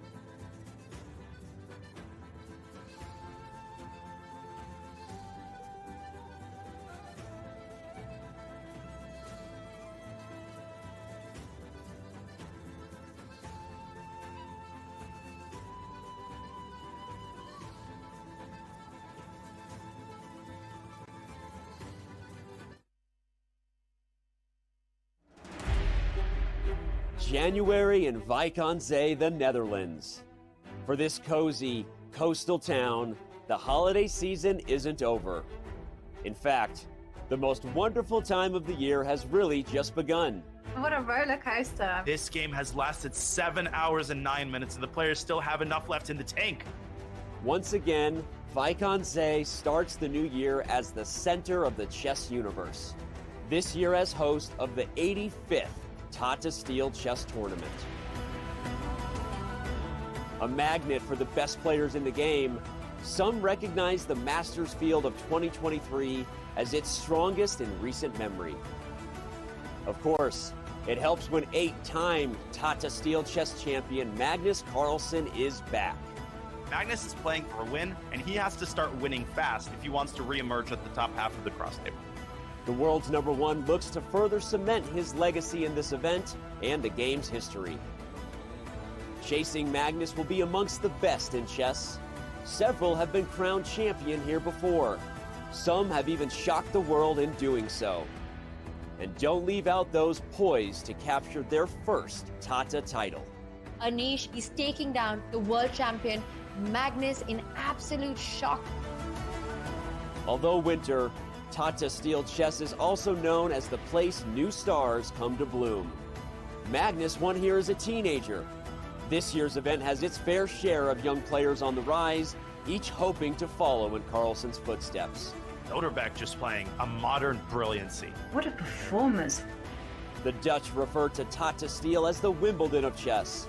For 85 years in running, this tournament continues to be steeped in prestige and legacy, and does so again in this welcoming little Dutch town by the sea. Mein Vrienden, it's the 85th edition of the Tata Steel Chess Tournament, and it starts right now.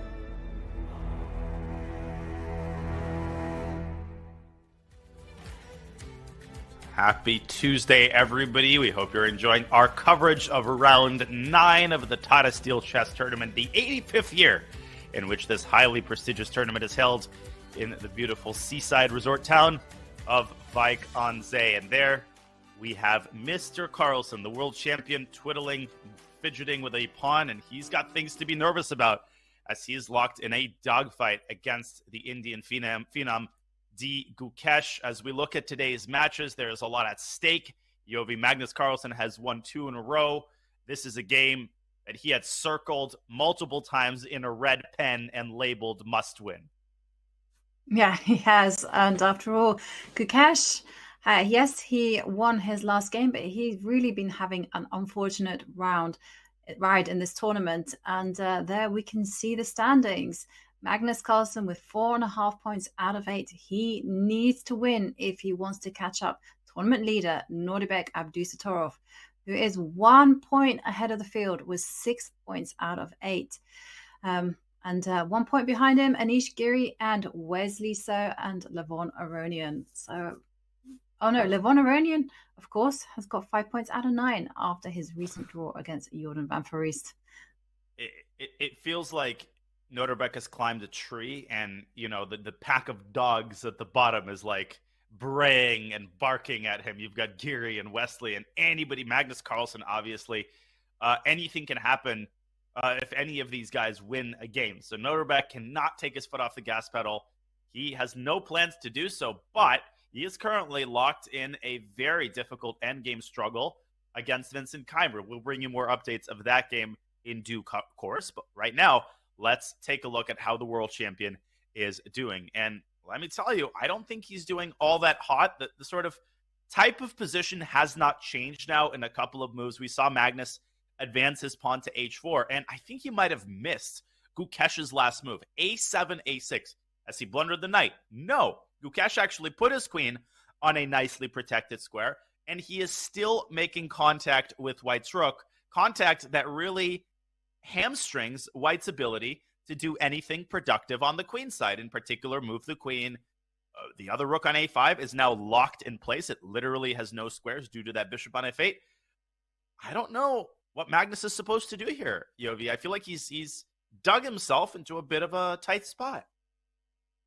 Yeah, he's a little bit caught up in the hairs. And one of the things that I would say is that there are some threats. So if Magnus were to get careless and, for instance, move the knight from d2, after all, it's not working, and move it to f3, that would be a mistake, because after rook takes c3, whoops, there is problems along the long diagonal. So you can't make those kind of moves. So this means that Magnus needs to start repairing his position a little bit, piece by piece, and first of all, deal with this issue before he can just think about taking active operations. So moves that I would be considering, would be, the move that I thought I was going to play, I'm actually not going to play. I was thinking about playing h5, I must admit. h5 and set the decoy. And the move I really, really wanted to do was after queen f5, black maintains the pin, is I wanted to carry on with e4. But unfortunately, queen takes bishop is a bit of a dampener on the whole sorry thing. So in light of this, I kind of wanted to set up some prophylaxis, and I kind of wanted to retreat the bishop to g3. And now you are seriously threatening e4. Yeah. I like this move a lot, bishop g3. And black can't move his knight because suddenly d5 falls with tempo. What a weird position where both sides have a very hard time actually just making a move. Maybe in this position, black should consider bringing in the beef and protecting the knight on b6. But e4 is still very unpleasant. Can't take it with the pawn. Can't take it with the rook. Have to move the queen. Where do you move it? If you take h5, white plays e takes d5. Boy, oh boy, does this position look sharp. There's even rook c to e6 here. That has to be considered because you're x-raying the rook on a5. Maybe that's the best move. Wow. Maybe you go back. That isn't. No, I like your rook c to e6. I don't think you can go back. I think you might be able to because there's a check. And there's this. Yeah. No! Check! Oh. It never ends. These tactics. I guess in this position, you should start with a queen check. And then drop the rook into e1, threatening mate on h1. Or not. And still the evaluation bar says, I'm done. No. You're not working here. Oh my god, I just saw something insane. Don't tell me this is the move. It is. Oh my gosh, look at this. Rook takes c3. Okay. Oh my god. Going to accept the challenge. And then the whole idea is rook e1, knight f1, only move. Take on f1, and queen d1 is mate. And why was rook take c3 necessary? To deflect the rook off of d3 so that the d1 square is accessible. What a beautiful idea. That is incredible. Yes. But it wasn't forced, though. This is the one thing I wanted to say, is that that meant that white should not capture the knight on b6. Instead, I would kind of rewind and say, okay, you've gone backwards with your pieces. Now is the time to consolidate. And the piece that needs consolidated, if possible, would be the rook on a5, because I really want to go d6. Unfortunately, can't do that. I mean, you can't move the rook, and you can't defend it. And if you move the knight, you keep allowing knight c4. That rook is really the bane of white's existence. He kind of got it there nonchalantly, and suddenly it's like, yeah, now you're stuck there. Now you're arrested. I'm sorry, I need to make this move again. Rook takes c3? Are you kidding me? A double rook sack with mate. But like you said, we've gone pretty far into the line. So if we rewind, at which point did things go off the rails? I mean, this is not totally unlikely. If Magnus plays h5, none of the moves that we subsequently made, Yovi, were like crazy. Imagine if this actually happens. That would be absurd. Magnus plays h5, I'll start getting excited. I think he has to, because this pin against the rook on d3 is so annoying. You have to start somewhere, and white's forces have just got no coordination whatsoever. It's pins and skewers wherever I turn, and so just get rid of that queen on g6. I don't care if it costs a pawn. So I would almost certainly play h5. And then from there, I would think about bishop g3, or whether I could make a different type of move, like f3 even. Yeah, this game has been a slow burn, but I think we're going to get a nice payoff as Magnus drops to 25 minutes. We have to go to the Wesley So game, though. I think we're about to see a result in the Maksudlu So game because it seems to me that Maksudlu has found a way to force a perpetual check, unless Wesley So opts for an end game that I don't see him going for. So you can see there Parham Maksudlu is leaning back. It seems like he has found a way to navigate out of the chaos, out of the position he's had riddled with weaknesses as it was, and whip up just enough counterplay against Wesley So's king. Here's how it happened. After knight f2, Wesley did indeed grab the pawn, but it wasn't a hit and run. It was just a hit. He remained on e2. Parham brought his other rook in. Now Wesley dropped back to a6. And this, it appears, allows Parham to take on d5. Rook takes c3. Queen takes h5. And suddenly, after rook takes c3, he doesn't have to take back and blunder his rook.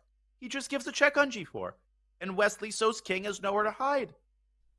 And if black goes queen g6, then white just takes and takes on e3. And I don't think white is worse in that endgame. I think Wesley should just go for a draw.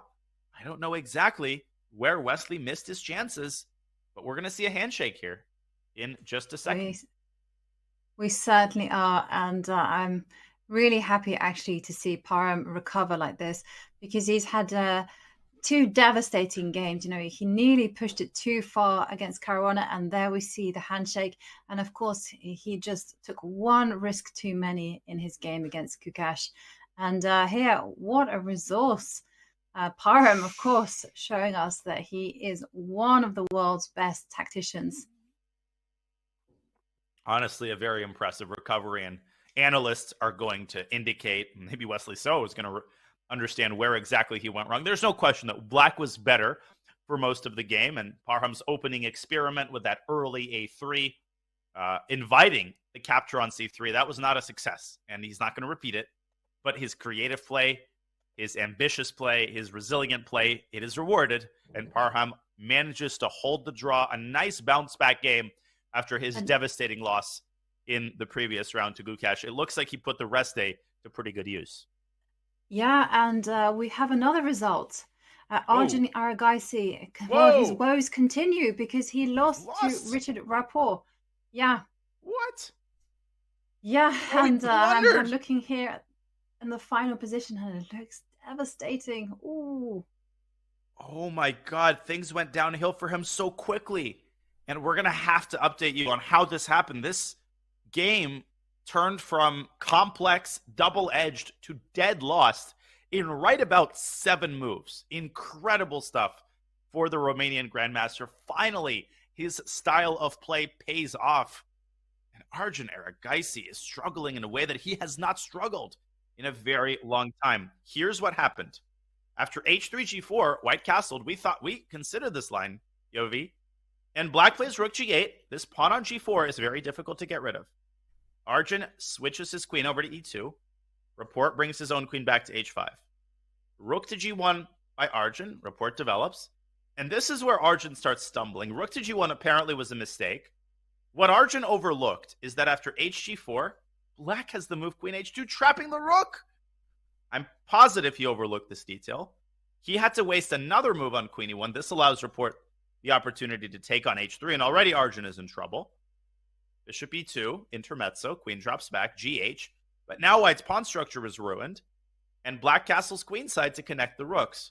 Another mistake by Arjun, walking right into the move f5. I mean, he is just tilting here in a way that he doesn't tilt normally.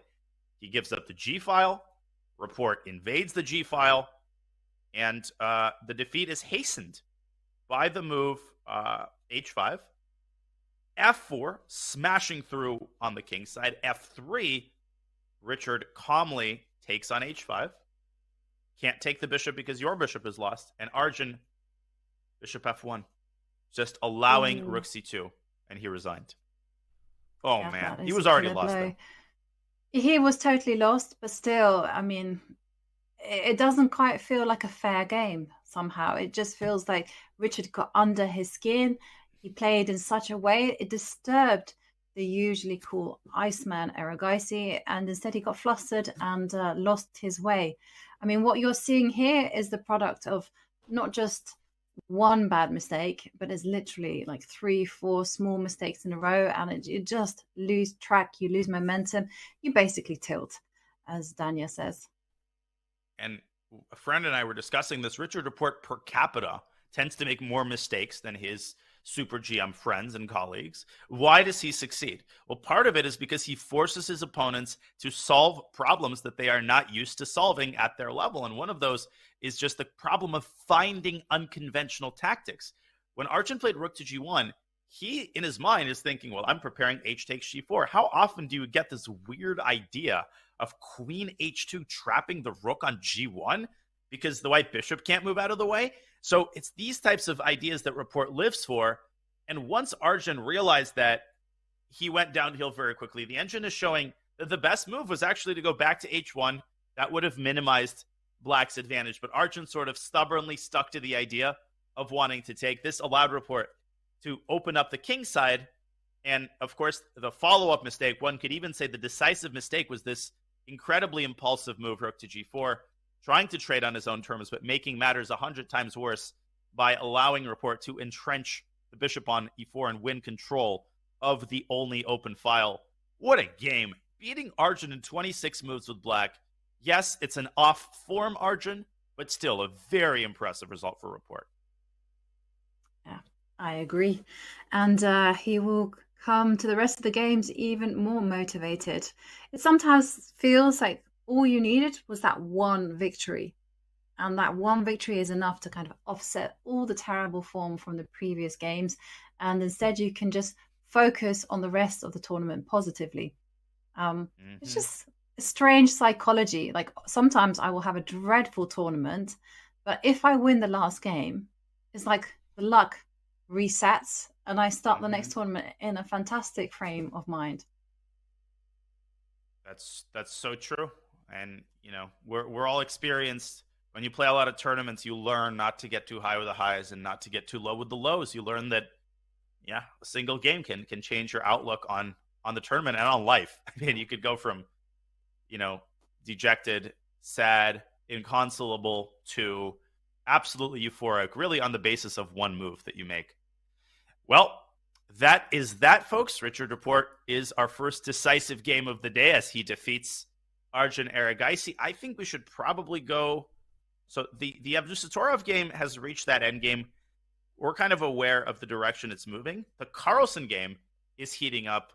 The Giri game continues to enter and to exist in a stage of general pandemonium. Between Carlsen and Giri, Yovi, who do you have the feels for? What's your vibe? My vibe is I want to see Carlsen because I want to see how he untangled himself. And at the minute, I'm just looking at the position and I see that the white rook found itself on d5. So, well, the world champion weaving his magic. So he went for the immediate e4. He found a way. He found a way to intercept the connection between the black queen and the white rook. Rather than deflecting the queen, he intercepted it. And with a move e4, the idea is d takes e4 would allow rook g3. Black would be unable to save his knight. Gukesh dropped the knight into c4, and Magnus untangles by taking on d5. This is the position on the board. And Gukesh, I would imagine, is about to take the knight on d2, to which Magnus is probably going to recapture with the bishop. And what do we make of this type of position, which is very likely to occur on the board? Is it a dead equal? The eval bar seems to give a slight edge for white. Why might that be, Yobi? Well, primarily the white rooks are very impressive on the D line. That's point number one. And secondly, I feel that this f6 pawn move will be, well, Black will come to rue the day that he weakened his king. And I can see moves such as h5, h6 in the air. Magnus's like pieces that overprotected. I know for a fact Magnus has no ambitions such as queen takes pawn. You don't want to be doing that. You want to protect your king at all costs. And once he's done that, then he can think about launching an attack. Yeah, in fact, queen takes pawn walks into rook b8 and then rook b1, and queen takes h4 is checkmate. Well, actually not quite, but I mean, that is unappetizing to say the least. Agreed. I think h5 is such a Magnus move. He thrives on these sorts of open-ended moves that create unpleasant conditions for the opponent, that give the opponent enough rope. And I feel, at least intuitively, that Gukesh might have taken his foot off the gas pedal here and given Magnus the kind of position in which he excels the most. I suspect that so. But okay, we can see Gukesh, of course. He seems to be fighting his way back to form, and still plenty of moves for Gukesh to play. You know, he can retreat his knight to e5. He can perhaps try to resolve this h4, h5 pawn thrust in some way, either by counterattacking, as Danya has indicated, or perhaps just stopping it full stop. Yeah, the issue is that he's got a pawn he needs to recover. So b5 could be a way to keep the tension, but then you've got to be comfortable playing down a pawn. It's not the greatest pawn in the world for White. White still has these deficiencies on the queen side, but it's a psychological problem as well, where you're playing with equal material and suddenly you've got to find compensation somewhere for the pawn. I just feel like Magnus is just starting to take over the game very subtly, very, very baby steps, but we have seen him win so many of these games. Things look totally innocuous. It looks like his opponent's going to hold a very comfortable draw, and then all of a sudden the landscape changes and Magnus Carlsen enters his element. But too early to say. Let's not shovel dirt on Gukesh yet. The position is probably closer to equality than it is to a white advantage.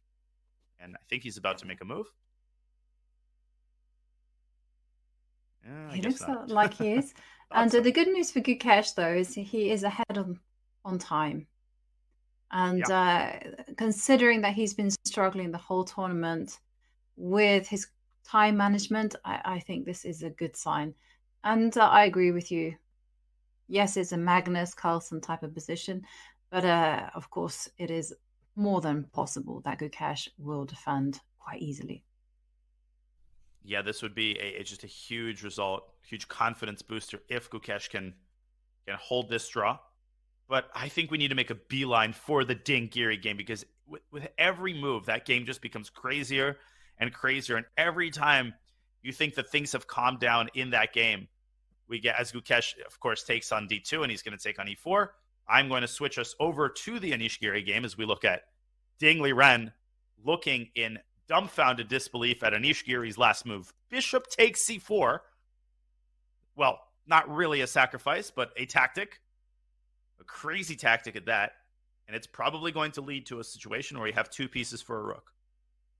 Okay, let's debrief. Yeah, it is. And I have to say, I'm not a big fan of what Anish has done. Mm-hmm.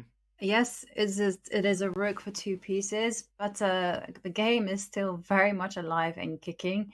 And the two pieces work so well in the middle game, especially when they have a point to attack. And the first vulnerability that you can see in the position is this pawn on f7, h7. But no, Ding says no. He wants no part in these complications. Instead, he's moving his rook up to f2. Whoa. He didn't take the bishop. I can't believe that. So I've reached the position on our analysis board here. The live board is on the bottom right. Anish played bishop takes c4. It seems automatic for white to recapture. What happens if that happens? Well, then black takes on c4. White plays queen c. Then we get this position, right, where white has two very strong pieces. As you're saying, bishop can come to d5. I think this position is very double-edged. Eval bar shows a small advantage for black because he does have three pawns and the rook for the two pieces, but clearly it's double-edged. Instead, Ding, as you said, wants no part of it. He just moves the rook up. He says, I'm going to give you the two extra pawns, but I'm going to keep both of my rooks on the board. My big question, what is he planning if Anish Giri simply moves his bishop back to a6? And I say a6 in order to prevent the knight from moving due to the fork on d3. Yeah, I must admit, my eyes did not stretch to that direction. I thought the bishop would probably park itself towards the king. I forgot it could switch like that. Okay, yeah, it is a question that Ding has to answer, and the first thing that I would be thinking about is ways to kind of just go, is knight d3 a threat? Because the first thing I see is that, you know, there are consequences to the knight jumping to d3. So say after rook takes, bishop takes, suddenly the long diagonal has been opened, and so you have ideas of knight h5 in the air. So if you can prepare this, then you don't actually need to worry about knight d3 at all. And instead you can pile on the pressure with moves like such as rook d5. But this does involve calculation, and I'm not the fastest calculator out there in town.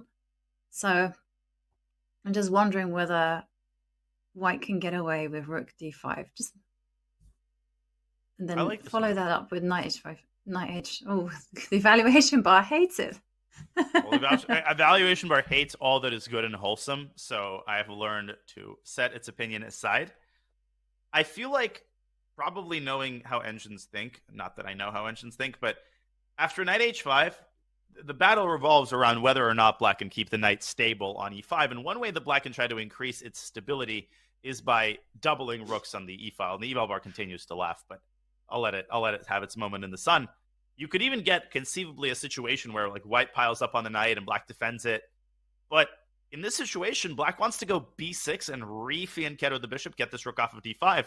And there is a ticking clock when it comes to white's counterplay. Black is a couple moves away from consolidating. And if he does, 2 extra pawns at this level is essentially a decisive material advantage. So to me, the only question here, if Anish Giri chooses to move his bishop, which by the way is not a given, he can leave his bishop on c4. But I don't think he will. The question is going to be, what does Ding see on the king side? Is he misplacing his hope in the future of his counterplay? And is this counterplay actually going to yield the desired results? Yeah.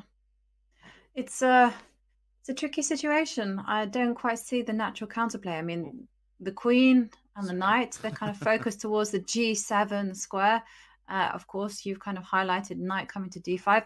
Ooh, I made a boo-boo there, my bad. Anish playing exactly what you highlighted. Bishop goes back to a6. Such a calm customer. I mean, and okay, so this was Ding's idea. The knight comes back to h5. And this is what I was talking about, you know. Knight is coordinating nicely with the queen on g7, but it is a one-trick pony, let's face it. Someone of Anish's caliber is not going to be picking up the knight on e5. And, okay. He's not. No, he's not. And I'm just making the moves on the analysis board, by the way. Sorry, because I accidentally pressed the wrong button. But please continue. I'm listening carefully. Yeah, that's okay. Okay. I'll wait until your cat caught up, and in the meantime, I will kind of ramble on. Wow, that's quick. No wonder you're good at bullets. I'm a fast move enterer. I'm a fast move enterer. This is the live position, folks. Sorry about that. I still literally just pressed the wrong button.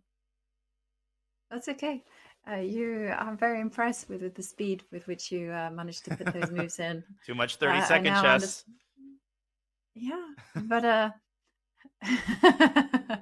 yeah, bullet chess is not my forte at all. 30 seconds is never ever gonna happen. Not this time. Okay, so yeah, so the knight comes to h5. Obviously, there's a big threat on the board. If the knight moves, it won't move. And I like your move that you suggested, queen c7, connect the rooks, rook d8. And it's just a question of solidifying the situation, just so that you can barrel down on the E line or D line and just bank the points. You have 2 extra pawns. don't see what Ding is going to try to do. I mean, is he threatening ideas like bishop e4, bishop d5? I think. Oh, wait. This might be an idea worth his salt. Because, first of all, let me just illustrate what could happen. Rook takes f7 is devastating. Okay, I guess not rook takes f7 because there's some computer move here. But definitely bishop takes f7 with the same idea. You can't move the knight because of the mate. So, how is black going to respond to bishop d5? This is a question. You overprotect. Rook e7? Yep, rook e7. Yeah, I guess rook e7 does the trick. And here... And, yeah. Yep. Mm-hmm. And I was just going to say here, you just keep overprotecting. And then once you've overprotected, you go back to your old chestnut, which is just to go b6, bishop b7, drive the bishop away from d5. Black has all the time in the world. Yeah, I don't see this game ending in a draw. I see it ending either with a blunder by Anish, which I don't think he's going to make. I think if he avoids making one, then he's very likely to win this game. Because all he needs to do, he needs to consolidate, as you're saying, the knight on e5. He needs to make sure it's well protected. He needs to watch out for the kingside tricks. I mean, there's also knight h5 takes g7 and knight h5 to f6 with a check. And white can plant a pawn on f6. And all of that is very much scarier when you're playing OTB than when you're looking at the eval bar.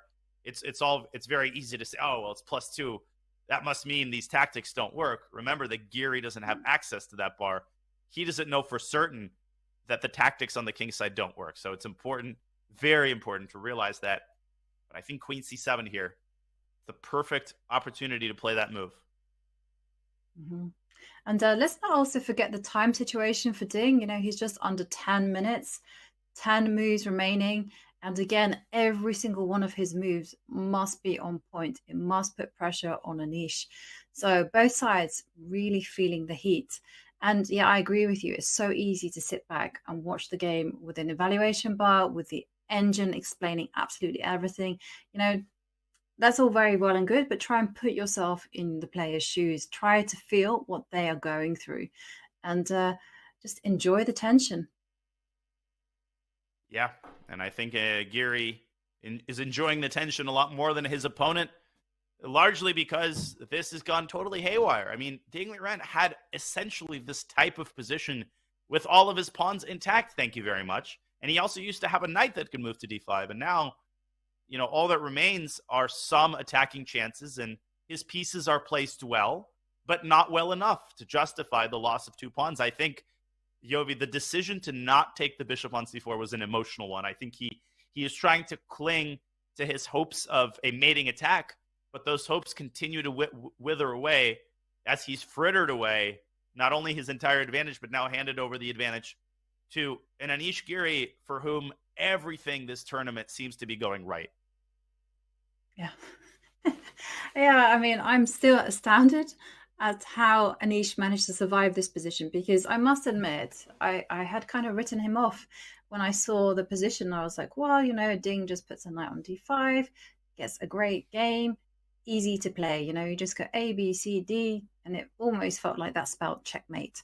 But Anish, you got to hand it to him. He is resourceful. He is really finding everything. Like A5, it was a kind of weird move that absolutely bamboozled Ding. And this is consistent with, you know, their experience against each other. Giri leads their head-to-head score. It's 3 wins, 21 draws, and only 2 losses. He leads their head-to-head series at Wijk with no losses against Ding. He won their first classical game in Tata Steel. He defeated Magnus Carlsen in this tournament, one of only two people to do so. Usually there are 0 people who defeat Magnus Carlsen in a tournament. But Anish Giri, it just feels like he's always fighting for first place. Even if he doesn't win the tournament, it always feels like he's in the conversation, and he's just a very uncomfortable opponent for a lot of different players, and that list includes Ding Liren.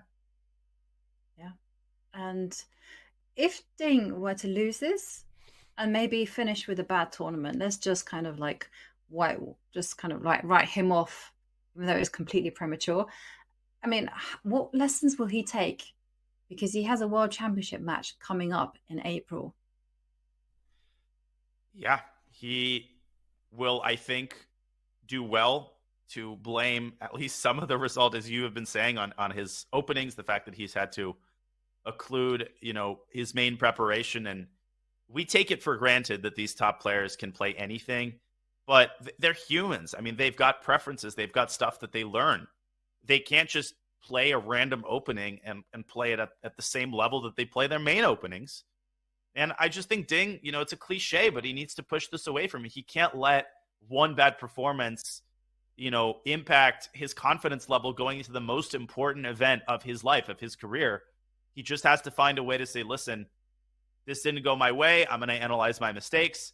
I'm going to play openings that I'm more familiar with. And I'm going to play an opponent that I didn't play in Tata Steel, blank slate. He's going to play Nepo. Nepo, of course, is not playing in this tournament. Yeah. I think what I would do is I would be tempted to participate in a top secret tournament and then just try to recover some confidence. But of course, this is a training ground for Ding. He will have a much tougher challenge ahead of him come April. He will indeed. Speaking of tough challenges, I think I know who we need to go to next. Norbek Abdusattorov is experiencing his first, well, not his first series challenge of the tournament, but for the first time this tournament, I should say, he is on the cusp, I think, of losing the game. And maybe I'm overstating the case. We'll take a closer look at his ending. But just first signs indicate that Vincent Keimer is, obviously playing for two results, yes, but also Norbek is very much on the ropes after allowing the transition to an endgame, Yovi, that we immediately thought was extremely unpleasant. He's had to fight for survival in that endgame now for quite a few moves. And I'm going to input on our analysis board the moves that have been played thus far. Rook c7, rook b5. Rook c7. Norbek first took on h5. Here. Vincent playing very natural chess. Here. Rook c6, doubling rooks is Vincent Keimer. Norbek trading one pair of rooks. The problem is that didn't help because Vincent uses his other rook and his knight to win b7. Norbek decides to give it away on his own terms. They get this extremely unpleasant endgame for black. Vincent goes here. Now he's dropped his knight back and he's walking it around to f4. So what do we make of this? Whose chances are superior? Black's drawing chances or White's winning chances? I think White has a great winning chances. He has a fantastic knight, fantastic rook, and also the plan that I just hatched upon is to put the king into the middle of the board, walk it to e5, back it up with a knight on f4, and then just pounce on the pawn on d5. And the problem is this pawn structure is very unconventional, and I do feel that this protected passed pawn on d4 will just simply win the game. Ugh. I agree that if black loses the pawn, he loses the game. Of course, that was the point of Norbek keeping his rook on the 7th rank in order to be able to play rook to b5 if White plays a premature knight f4. So how does black even hold on? Does black even have waiting moves? No, but maybe he has aggressive moves. So the reason why I wanted to put my king on f3 was to go king f4. Right. It looks a bit wacky, but teamwork makes the dream work. Use every single piece you have, and why not? The king is now a hunter, and if you go g5, well, you've kind of ruined your perfect defensive pawn structure.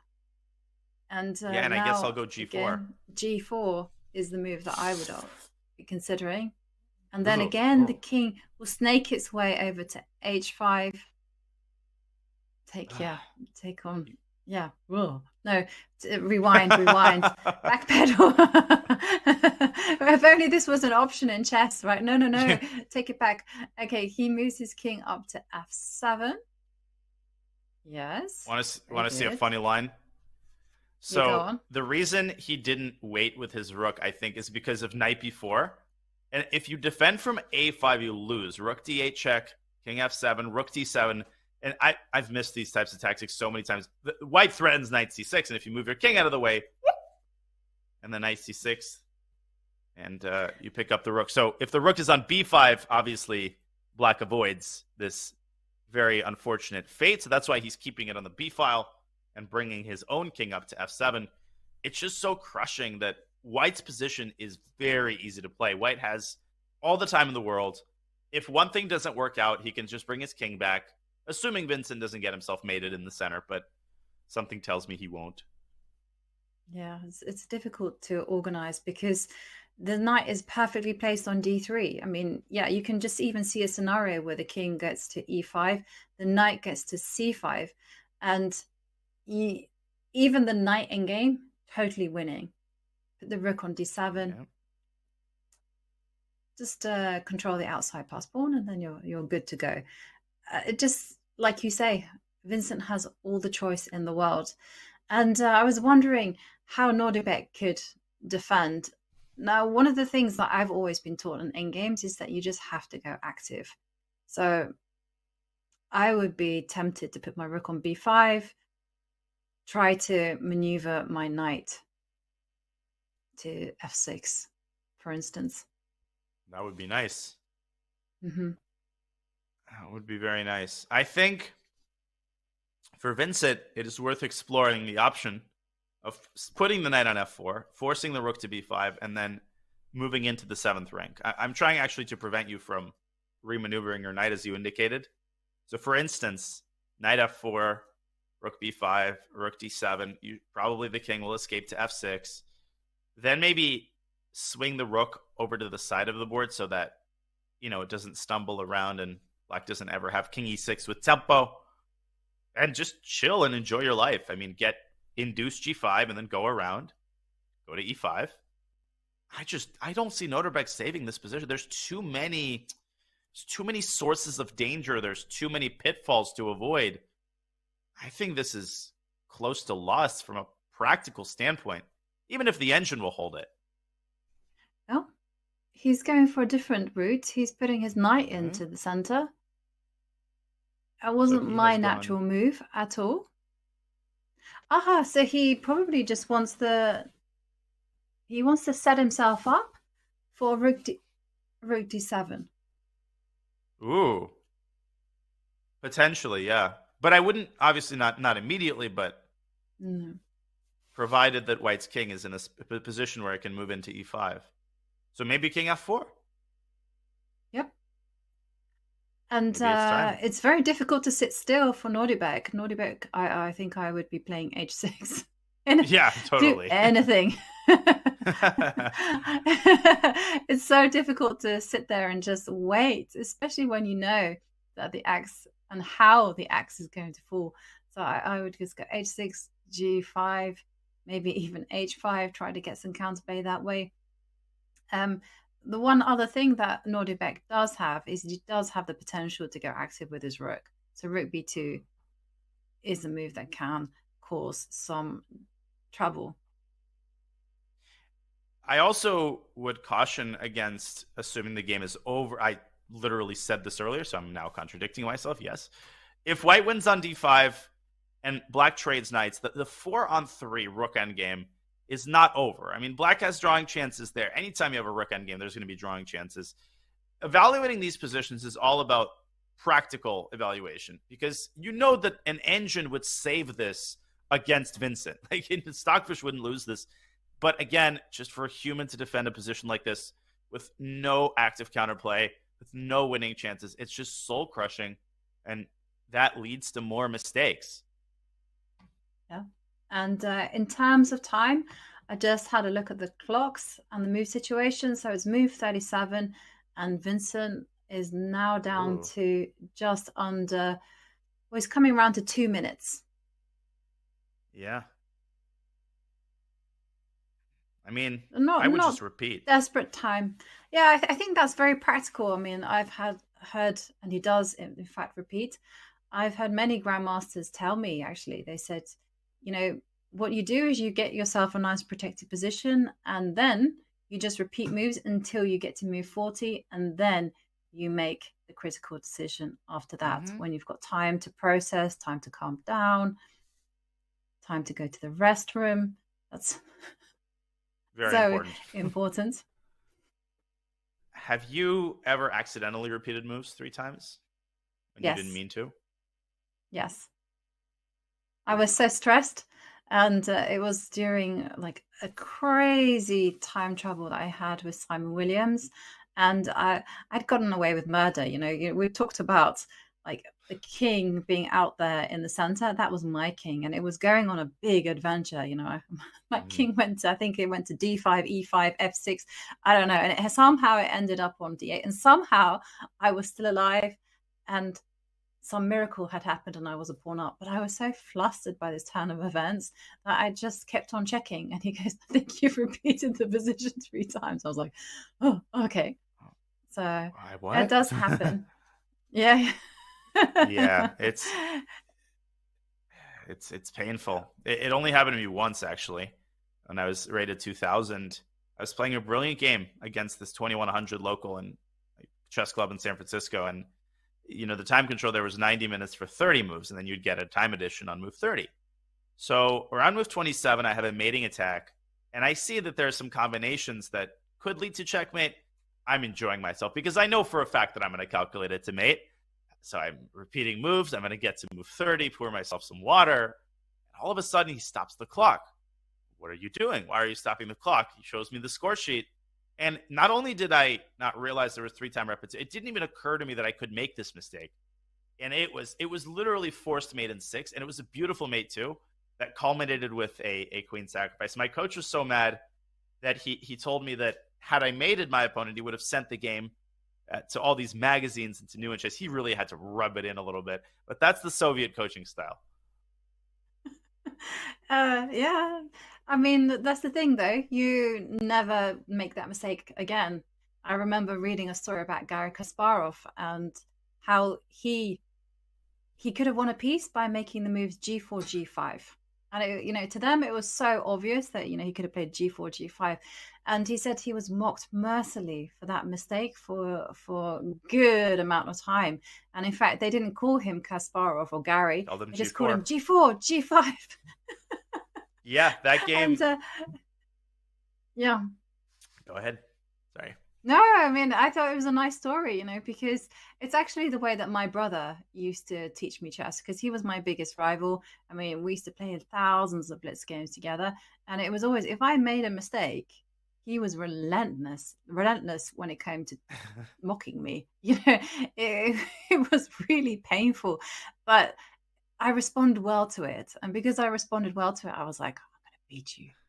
You mock my words. And so it actually inspired me to work harder, and it taught me grit.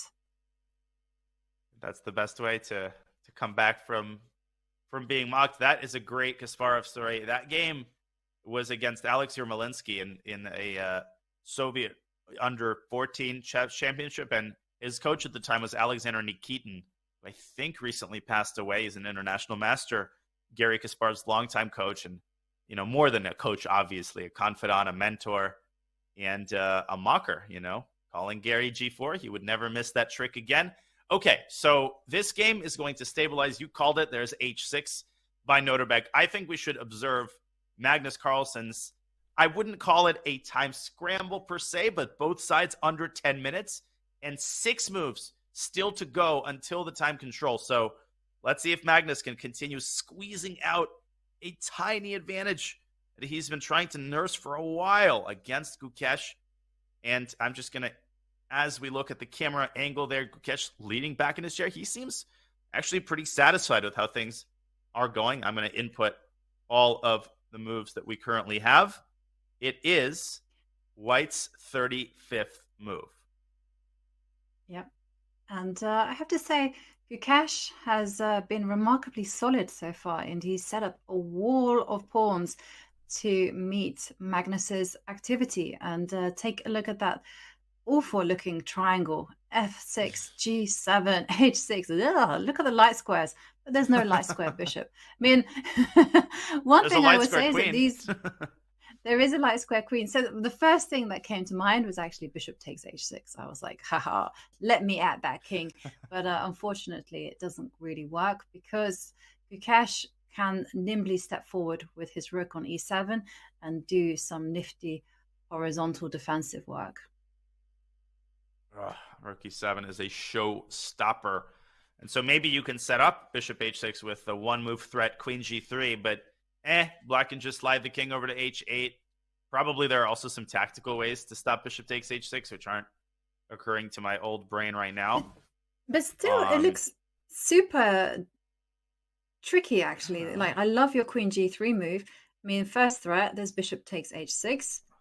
And then the next threat, as you've indicated, is just plant that queen down to g6. And if she starts sniffing around, you really do have bishop takes h6 in the air. And you can't nimbly step forward with a rook to e7 because you concede the d8 square. Oh, and so yeah.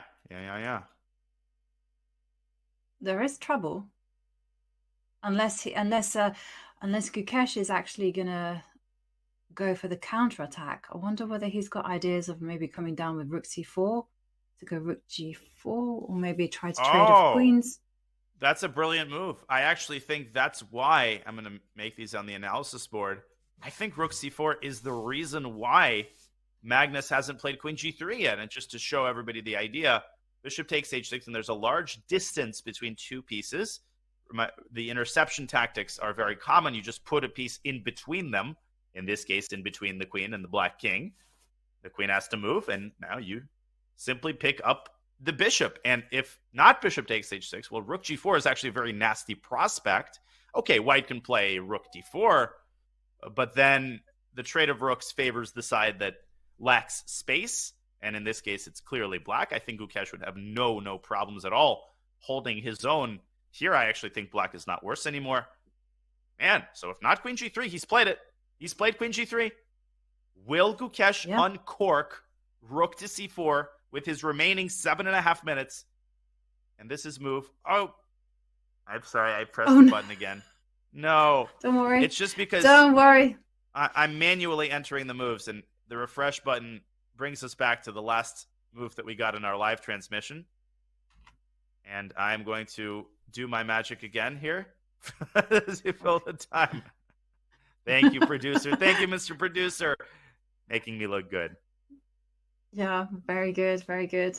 And whilst Gukesh is pondering, I mean, we have to think about, like, how is he going to react? I mean, I, for one, would not react passively. The time is now. Everything is getting critical.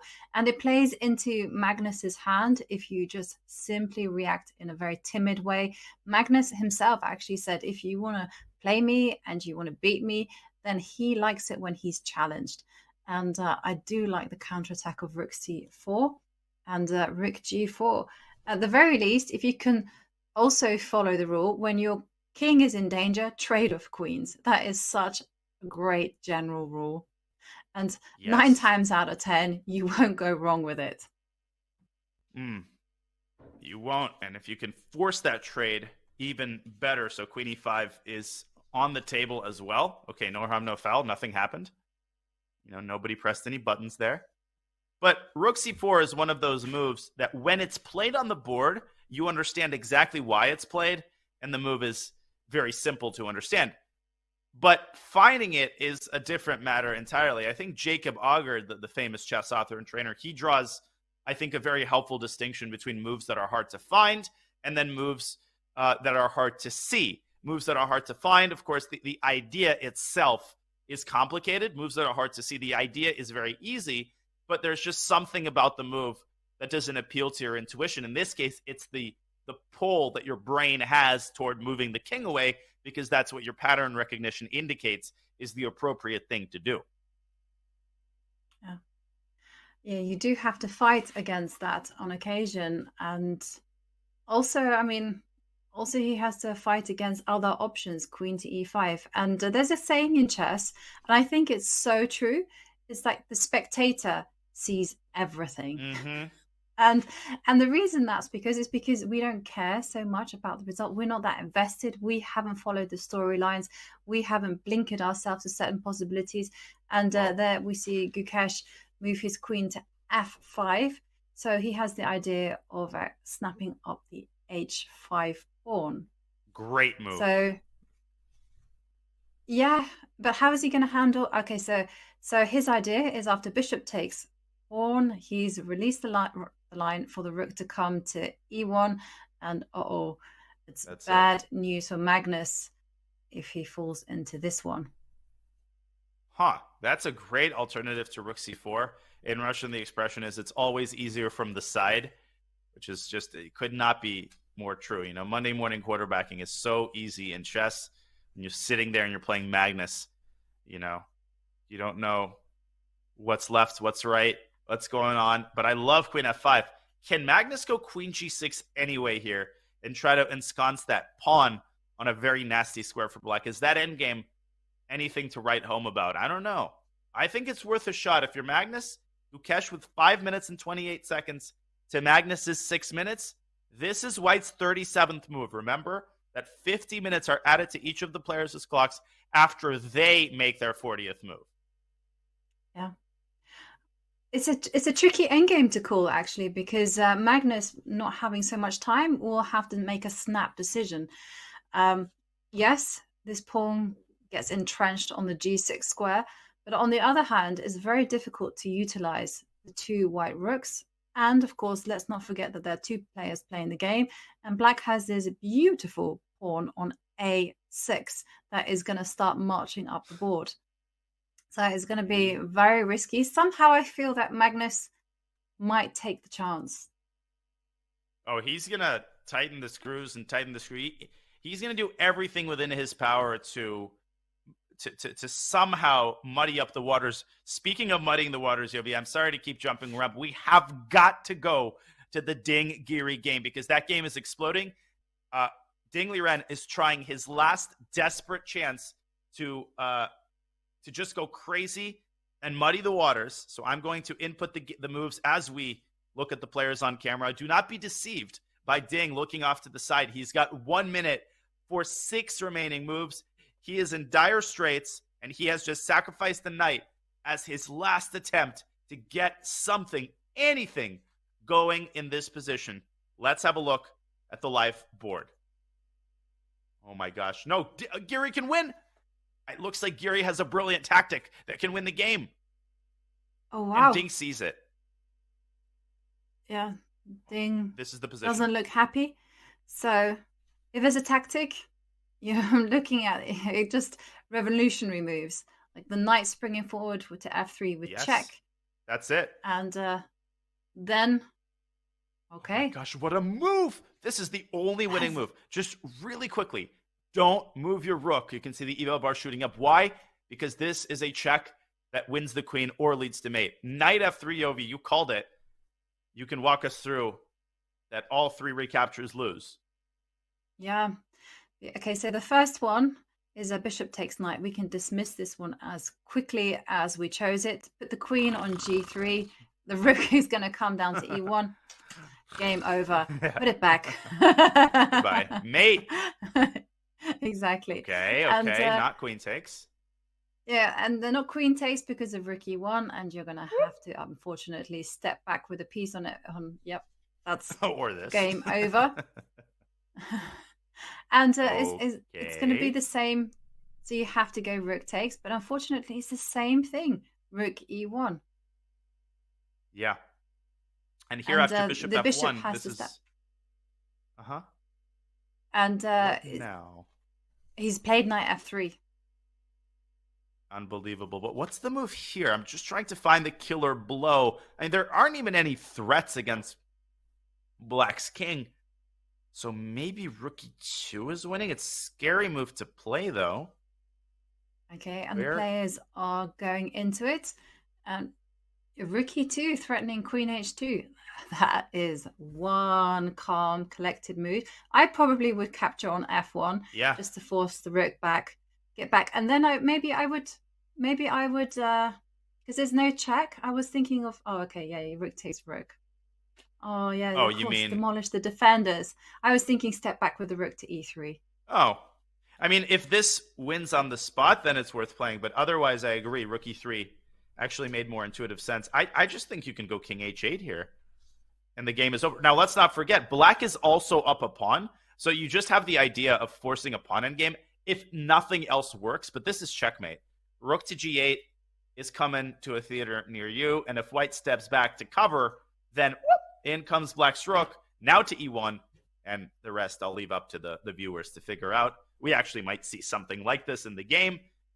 The problem is these one-move ideas are just child's play for someone like Anish, who's managed his time incredibly well. He has 5 minutes. That's plenty of time to figure out the rest of the complications. Bishop f1 is on the board. This is the live position as you see it in front of you. And you can just see Ding's body language, the way that he's holding the pen. Yeah. He's just going to make the rest of his moves out of inertia. I mean, he is 1 foot out of the door already. He recognizes it's totally lost. And you might as well keep the game going because there's not that much time left. Bishop f1, Anish. He has the time. Oh, he's not going to play bishop f1. He's picking up his rook. Is he playing rook e2? Oh, no, he's king. No, he's playing king h8. Also good. Same thing. You can start with king h8. Perfectly sufficient. Beautiful. Excellent technique. Tuck the king into the corner, line up the rook to g8, and it would not surprise me to see a handshake right now from Ding. I'm quite positive we'll see a handshake from Ding. And a sip of water by Giri, who can now switch off his brain. This is already the point in the game where your king is in total safety, surrounded by a nice little pawn. And Ding Liren, with his time winding down as well, as if the position wasn't enough, will convince himself that further resistance is futile. Anish Giri, Yovi, I mean, Noterbeck is obviously having a breakout event, but it's important not to just talk about the leader. Anish is having one of the tournaments of his life thus far. I mean, beating Magnus, now beating Ding. He beat both world number 1 and world number 2 in the same tournament. How many times has that happened in chess history? Very rare. And he beat Magnus with the white pieces and now Ding with the black pieces. And Ding, 40 seconds left on the clock. You either make a move or you extend the hand. Yeah. And Ding just seems frozen. I think we will see him extending the hand. He's just looking to see, are there any back rank tricks? Can I take that rook on e1? The answer is no, because black's queen guards the potential mating square on d8. In fact, black's queen on c7 as it stands, so well placed, lording over the entire position. And there we go. Handshake. And a resignation by Ding. Handshake. And we have to commend Anish on his resourcefulness because, wow, what a turnaround. What an incredible defensive, well, just unbelievable stuff happening really from Anish. Because he was in a bad position. It looked like Ding had full control. But, chess, that is the game. Full of surprises. Soul crushing for Ding, and I think according to the top engines, his peak advantage was something like plus 2.6, plus 3. And at this level, I mean, that is a huge, huge advantage. It just shows that you can never just look at the engine and say that the game is over. When a player is in good form, they demonstrate all facets of mastery, whether it's finishing off an advantage or somehow surviving these tough positions. Black has won 2 games today thus far. Ding Liren, of course, with the opposite problems. When you're in bad form, nothing seems to go right. Not the bad positions that you're unable to save, and not the good positions that you just find a way to mess up. But a huge win for Anish Giri with the black pieces. He moves to 6.5 out of 9. That is a big for Noterbeck. With a loss would enable Anish Giri to share in first place. This makes the Noterbeck game even more important. But that game hasn't changed in a while. I think we should go back to Magnus's game and watch as the players struggle to make the 40th move. I agree. And there we see. And we did see that Magnus did put his queen on g6, and they have now gone into the endgame. And Gukesh is just lined his rook and pawn up together, and his plan is as clear as they come. I mean, it's just simply going to march the a-pawn up the board and see what white is doing. Gukesh, purely defensive, but that's okay. He's defensive, but that bishop that he's got sitting pretty on f8, it's just the hero of the position. Without it, white would have been able to double rooks on the 7th rank. Now, even if white does so, it doesn't lead anywhere. The pawn's well protected. As you're saying, Gukesh wants to close his eyes and run that baby up the board. I think Magnus has to move his rook up to d4 and try somehow to blockade the pawn on a4. Yeah, I agree. I mean, you have to follow the rules of Nimzovich when it comes to pass pawns. I know he's very unpopular with a lot of grandmasters, but he does have this little tagline that says, pass pawn is a prisoner. You must keep it under lock and key. And that a5 pawn is going to go running and blockade it, put it on a4. And this position, it feels like it's going to be a draw. It's going to fizzle out. It definitely feels that way. Correction for me, I said Giri has 6.5 out of 9. No, he has 6 points out of 9. What a terrible, then everything I say goes out the window. It's actually a terrible performance. He doesn't have 6.5. Unacceptable. No, just kidding. Anish Giri, just a incredible performance through 9 rounds. Let's see whether Magnus Carlsen can pull out one of his vintage endgame victories.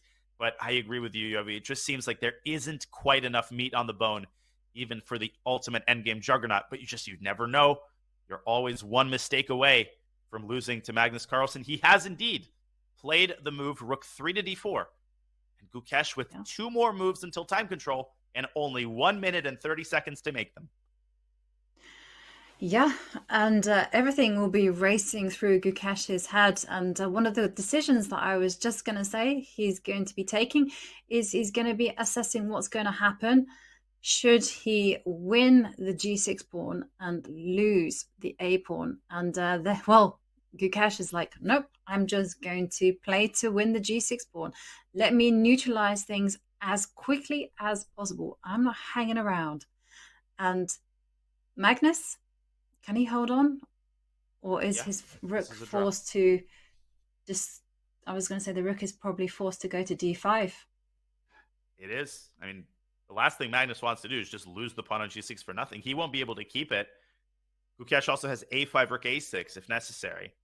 I think Magnus is going to go rook d5. We're going to see rook e6, mutual destruction on f5 and g6, and that is a dead draw. I mean, at that point, it's just like a 3-on-3, and black has everything protected. I think we might even see a draw offer from the world champion. This has been exquisite defensive skill by Gukesh in the last 10 moves. He messed it up just a little bit, when he when he brought his knight over to c4. He gave Magnus the initiative, and he has kept ice in his veins. He has kept his composure. And if he can make one more good move and make it to move 40, I think he will have plenty of time to hold his own. c4 by the world champion. Yeah, c4. And you're right, because he has one more move to make. And as we saw in the last game, sometimes you get distracted by the heat of the moment, and it's not necessarily guaranteed that you count the moves properly. Okay, c4, and I'm expecting rook d6. I would consider a5. I think rook e6, there might be a rook to d8, and you've got to watch out for bishop d2 to b4. This is part of the reason Magnus pushed his pawn up the board. Ooh, he's going to get up. Flexing. Gukesh. One more minute left. He's got the time. Gotta be aware of his clock. We saw Prague lose on time on move 40, but Gukesh is not getting up from his chair. He is obviously aware. I think you might be right. Rook e6, probably still possible, but has to be calculated very carefully here. Yeah, there's no need to enter that complication. Just go a A5. simple chess.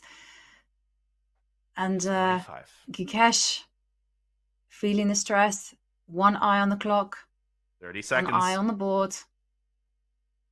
He receives 50 minutes by making his next move.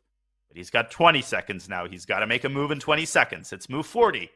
Magnus has already gotten up from his chair. He has his 50 minutes already on his clock. 15 seconds for Gukesh. And he's done it. He's gone A5, the best move in the position. Unreal. Yeah. And this is why these juniors are world class. You know, they know how to handle these positions. They know how to react when they're in time trouble. And Magnus, chill as always. He's eating something. Yeah. Drinking something. It's very rare that you see him eating at the board, actually. Yeah. He's not one of these that sit down with a packed lunch. You know, he is kind of one of the guys that you feel that hunger makes them just that little bit sharper. Yeah, I think a well-timed chocolate bar or granola bar can definitely go a long way. I mean, these games are marathon. We are 4 hours into the round, and these games show no signs of abating. I mean, 50 more minutes for both sides. You could spend another hour and a half on the next two moves. Maybe just think about that. That's pretty staggering. Now, Magnus, when he was a young, 12, 13, he was already a GM. I remember he used to always bring orange juice to the game, and he would always bring a little pack that I think his dad or his mom would pack for him of, assorted snacks. And I think he made some comment about wanting to reduce sugar intake during the game. Orange juice is one of those things. You think it's healthy, but it's basically like soda. Yeah, I remember that story. And Magnus, he took his chess very, very seriously. And there, after all that excitement of the time scrambles and all those games reaching move 40, I think the players are now going to take a deep breath and just get into the tank whilst they resettle their thoughts. And it's a good moment for us to take a quick pause and be back with you shortly.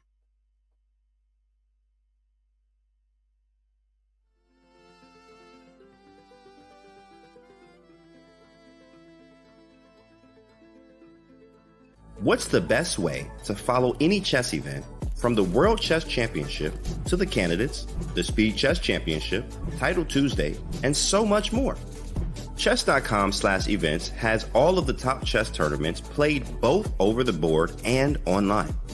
Analyze and review games from the world's greatest players with live commentary, cloud analysis, opening explorer, and table bases. Find all the key event information, including schedules, prizes, results, news reports, player bios, tie breaks, and more. Even compete by voting for your predicted results. Explore chess.com/events today on web or with our iOS and Android apps and experience chess like never before.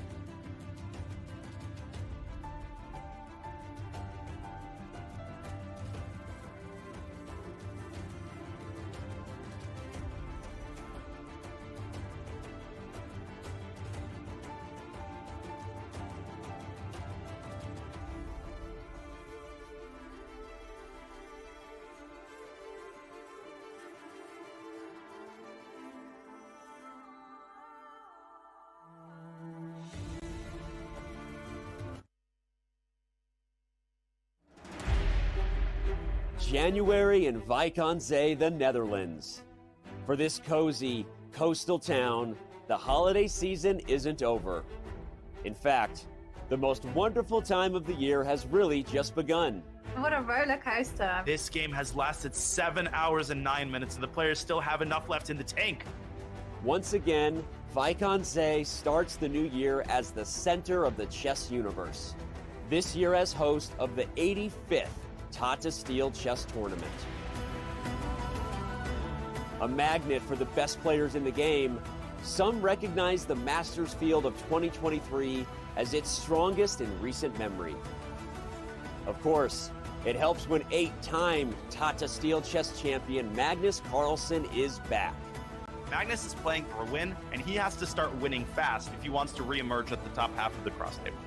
The world's #1 looks to further cement his legacy in this event and the game's history.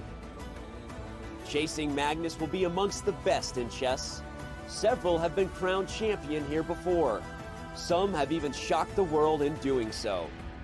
And don't leave out those poised to capture their first Tata title. Anish is taking down the world champion Magnus in absolute shock. Although winter, Tata Steel chess is also known as the place new stars come to bloom. Magnus won here as a teenager. This year's event has its fair share of young players on the rise, each hoping to follow in Carlsen's footsteps. Noterbeck just playing a modern brilliancy. What a performance. The Dutch refer to Tata Steel as the Wimbledon of chess. For 85 years in running, this tournament continues to be steeped in prestige and legacy, and does so again in this welcoming little Dutch town by the sea. Mein Vrienden, it's the 85th edition of the Tata Steel Chess Tournament, and it starts right now.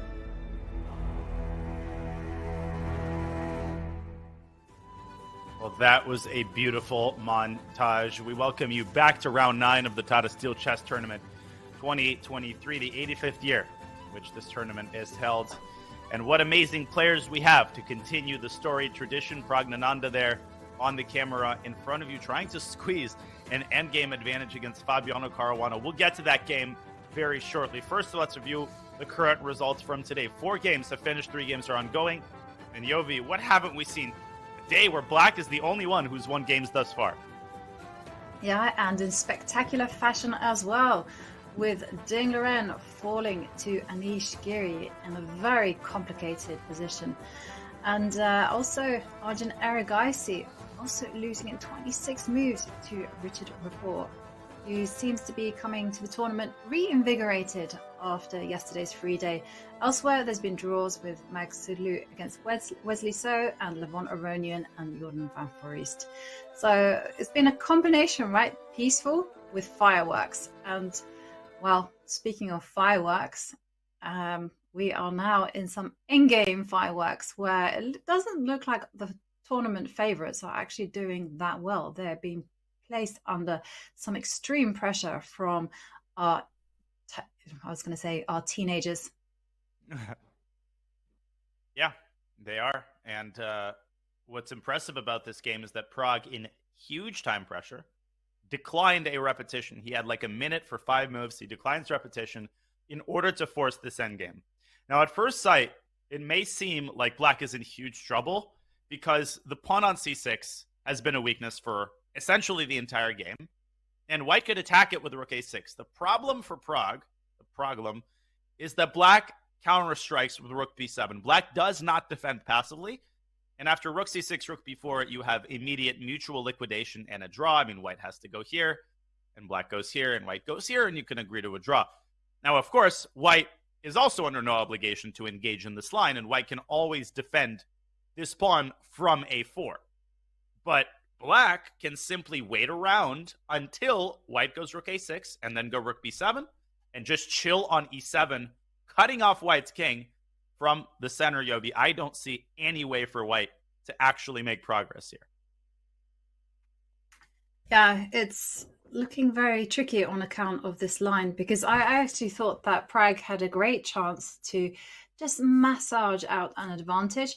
I was like, well, bringing the king into the center, but your line It's very accurate. I mean, is there any chance, I have an idea, that the rook can move to a5 and the battle can start in that way? So you're, if left unchecked, you'll be going b5, but I can just see that rook b7 occurs. I'm leaving you checked. Yeah, and then you cut the king off again. And it should be pointed out that if you do not cut the king off, what is the significance of the move rook e7? If you just dilly-dally, if you bring your own king up, I actually think this gives white serious winning chances. Because the point is white brings the king over to c3, obviously, and protects the b4 pawn. And then rook a6 and b5 become a problem. So I actually think Fabiano's entire defensive construction hinges on his ability to keep white's king away from the center. And the last thing I'll indicate is that here rook to e1 is just a drawn pawn ending, provided that black does not fall asleep and plays the move a6 to prevent all potential pawn breakthroughs with b5. And of course, then black's king reaches the center in a very efficient manner. This is a draw. Yeah. And I have another question. Is it, because there are a lot of us that don't like king and pawn endings, just on principle. We try to avoid them unless it's completely winning.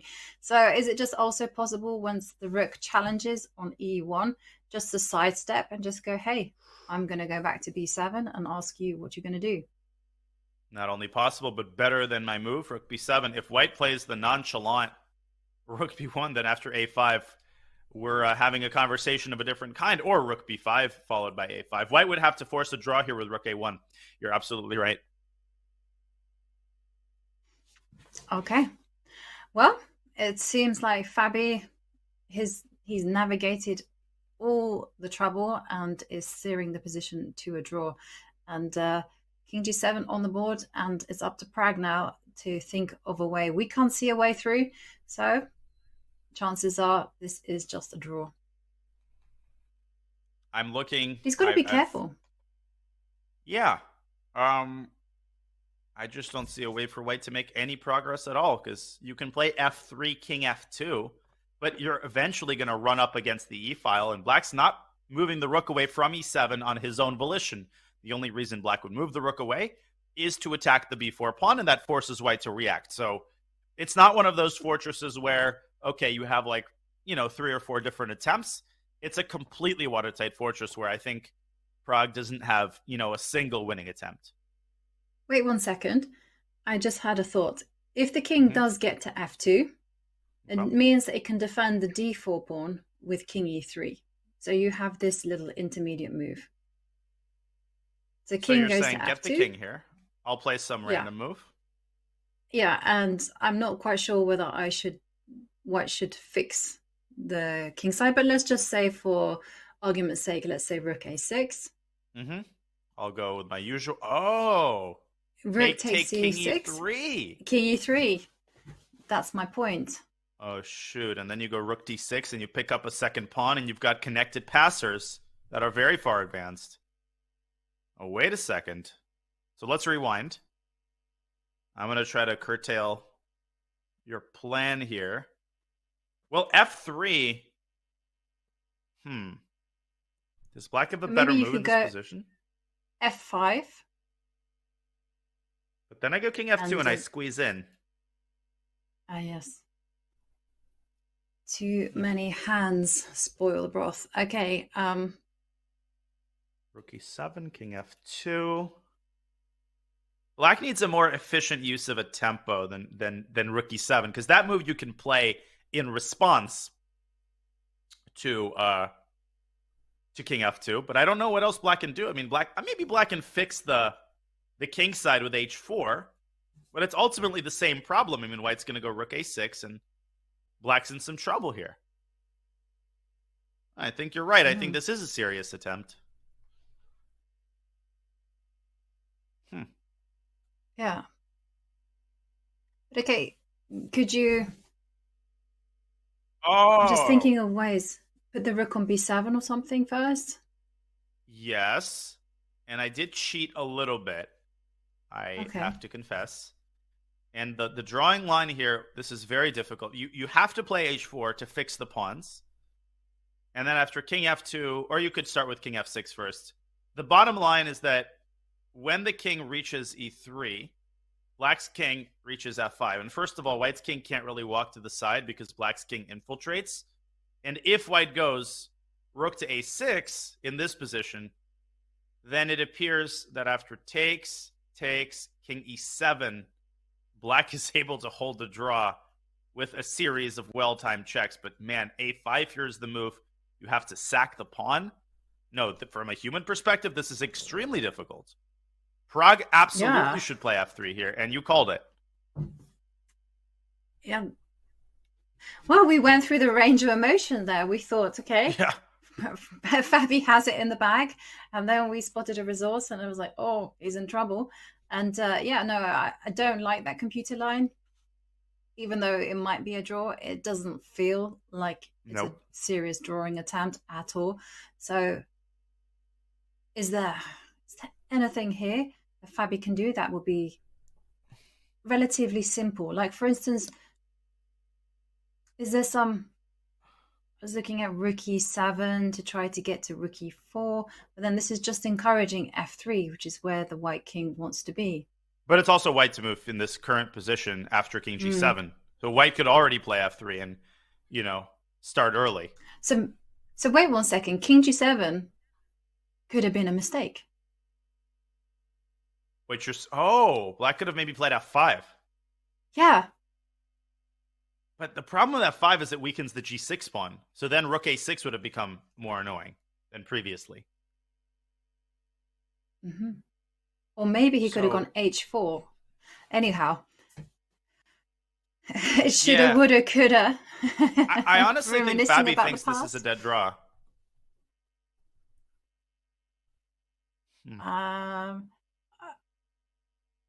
Yeah, it could be, because it's not necessarily entirely natural to put the pawn on f3 and then the king on f2.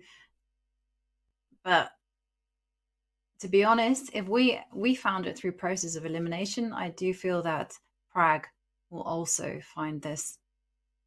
It's no risk. You can do it, and then something doesn't work out. Big deal. You just take the draw. But there's just not much else that White can try. You're right.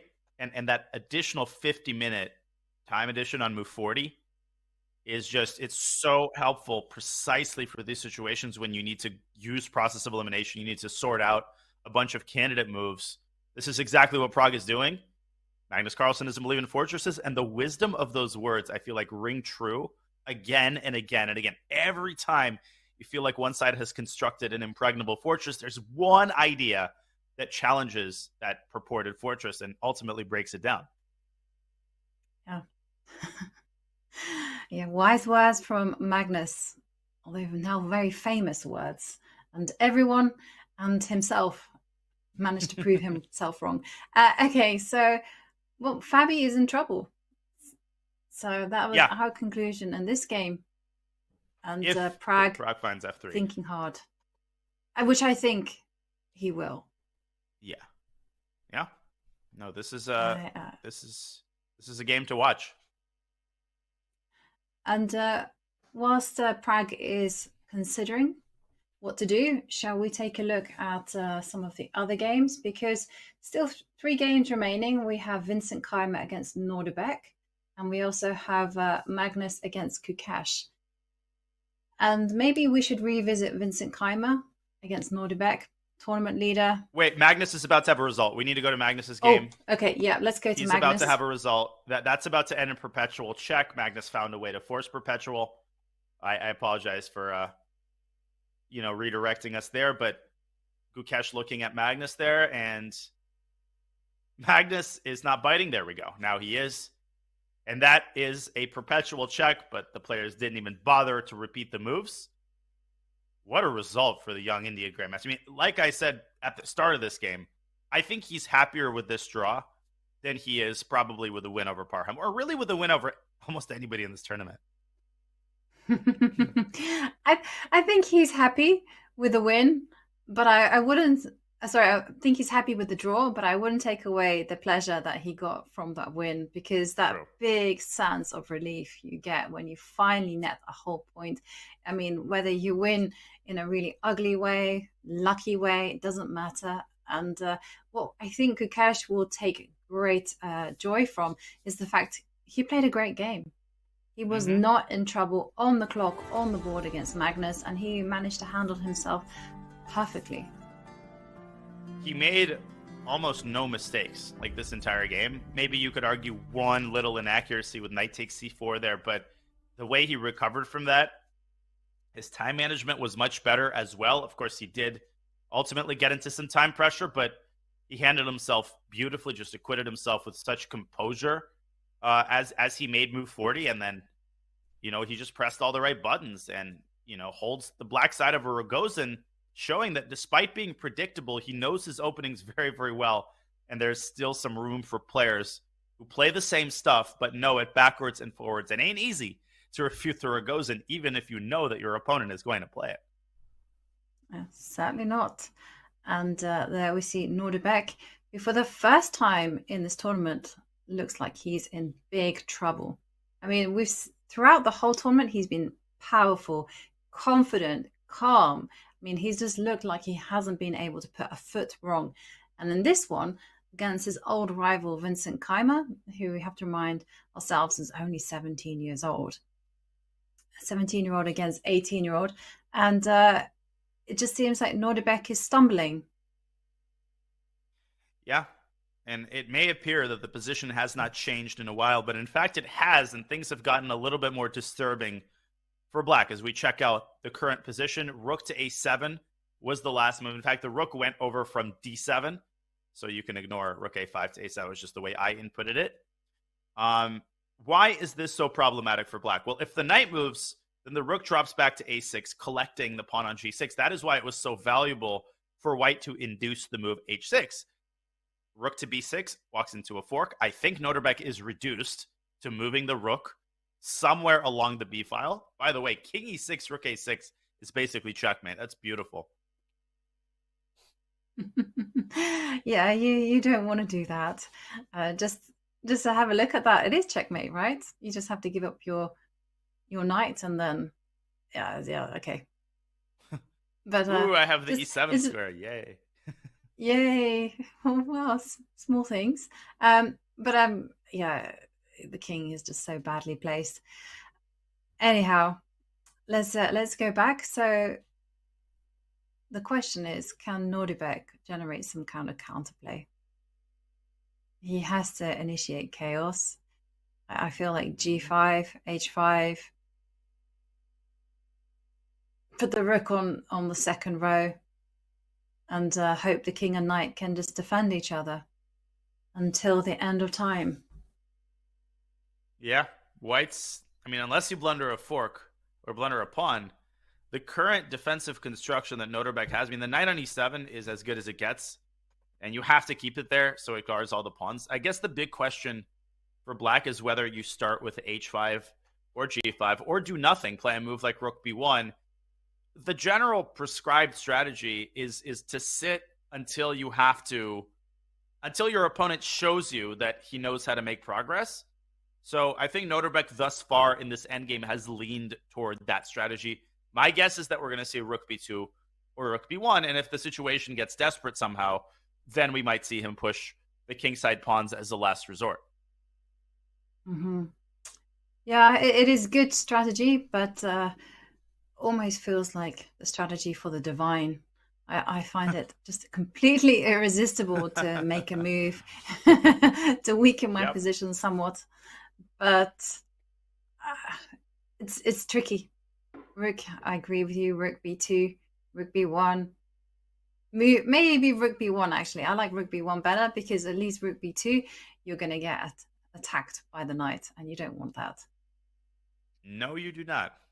No, this is I get the secondhand smoke from even looking at this position. You just have, no matter who you're rooting for, even if you're the most stalwart Vincent Keimer fan, you can't but sympathize with Nordebek Abdusattorov in the defensive task he has in front of him. Well, speaking of tasks, Jordan Van Forest had a pretty difficult task of holding Levon Aronian with the black pieces, and he did so very gracefully. Levon had absolutely no chances. And after his draw, the media caught up with him for a little lighthearted interview where we asked him all about his outfit choices today. Let's listen in. The Grandmaster Jordan. I'm late for my secondary job in the bank. No. I'm kidding. We were shopping yesterday with my second, and you need to buy some new shoes. And then we passed by this shop which were selling some ties. I was like, I always wanted to wear a tie, so I was like spending all morning learning how to tie a tie. So it took away from a bit of prep, but now I know how to do it, I guess. Yeah. My second and me were trying to figure it out. But finally, I managed quite comfortably, and I thought the glasses would be a nice additional, touch. Wow.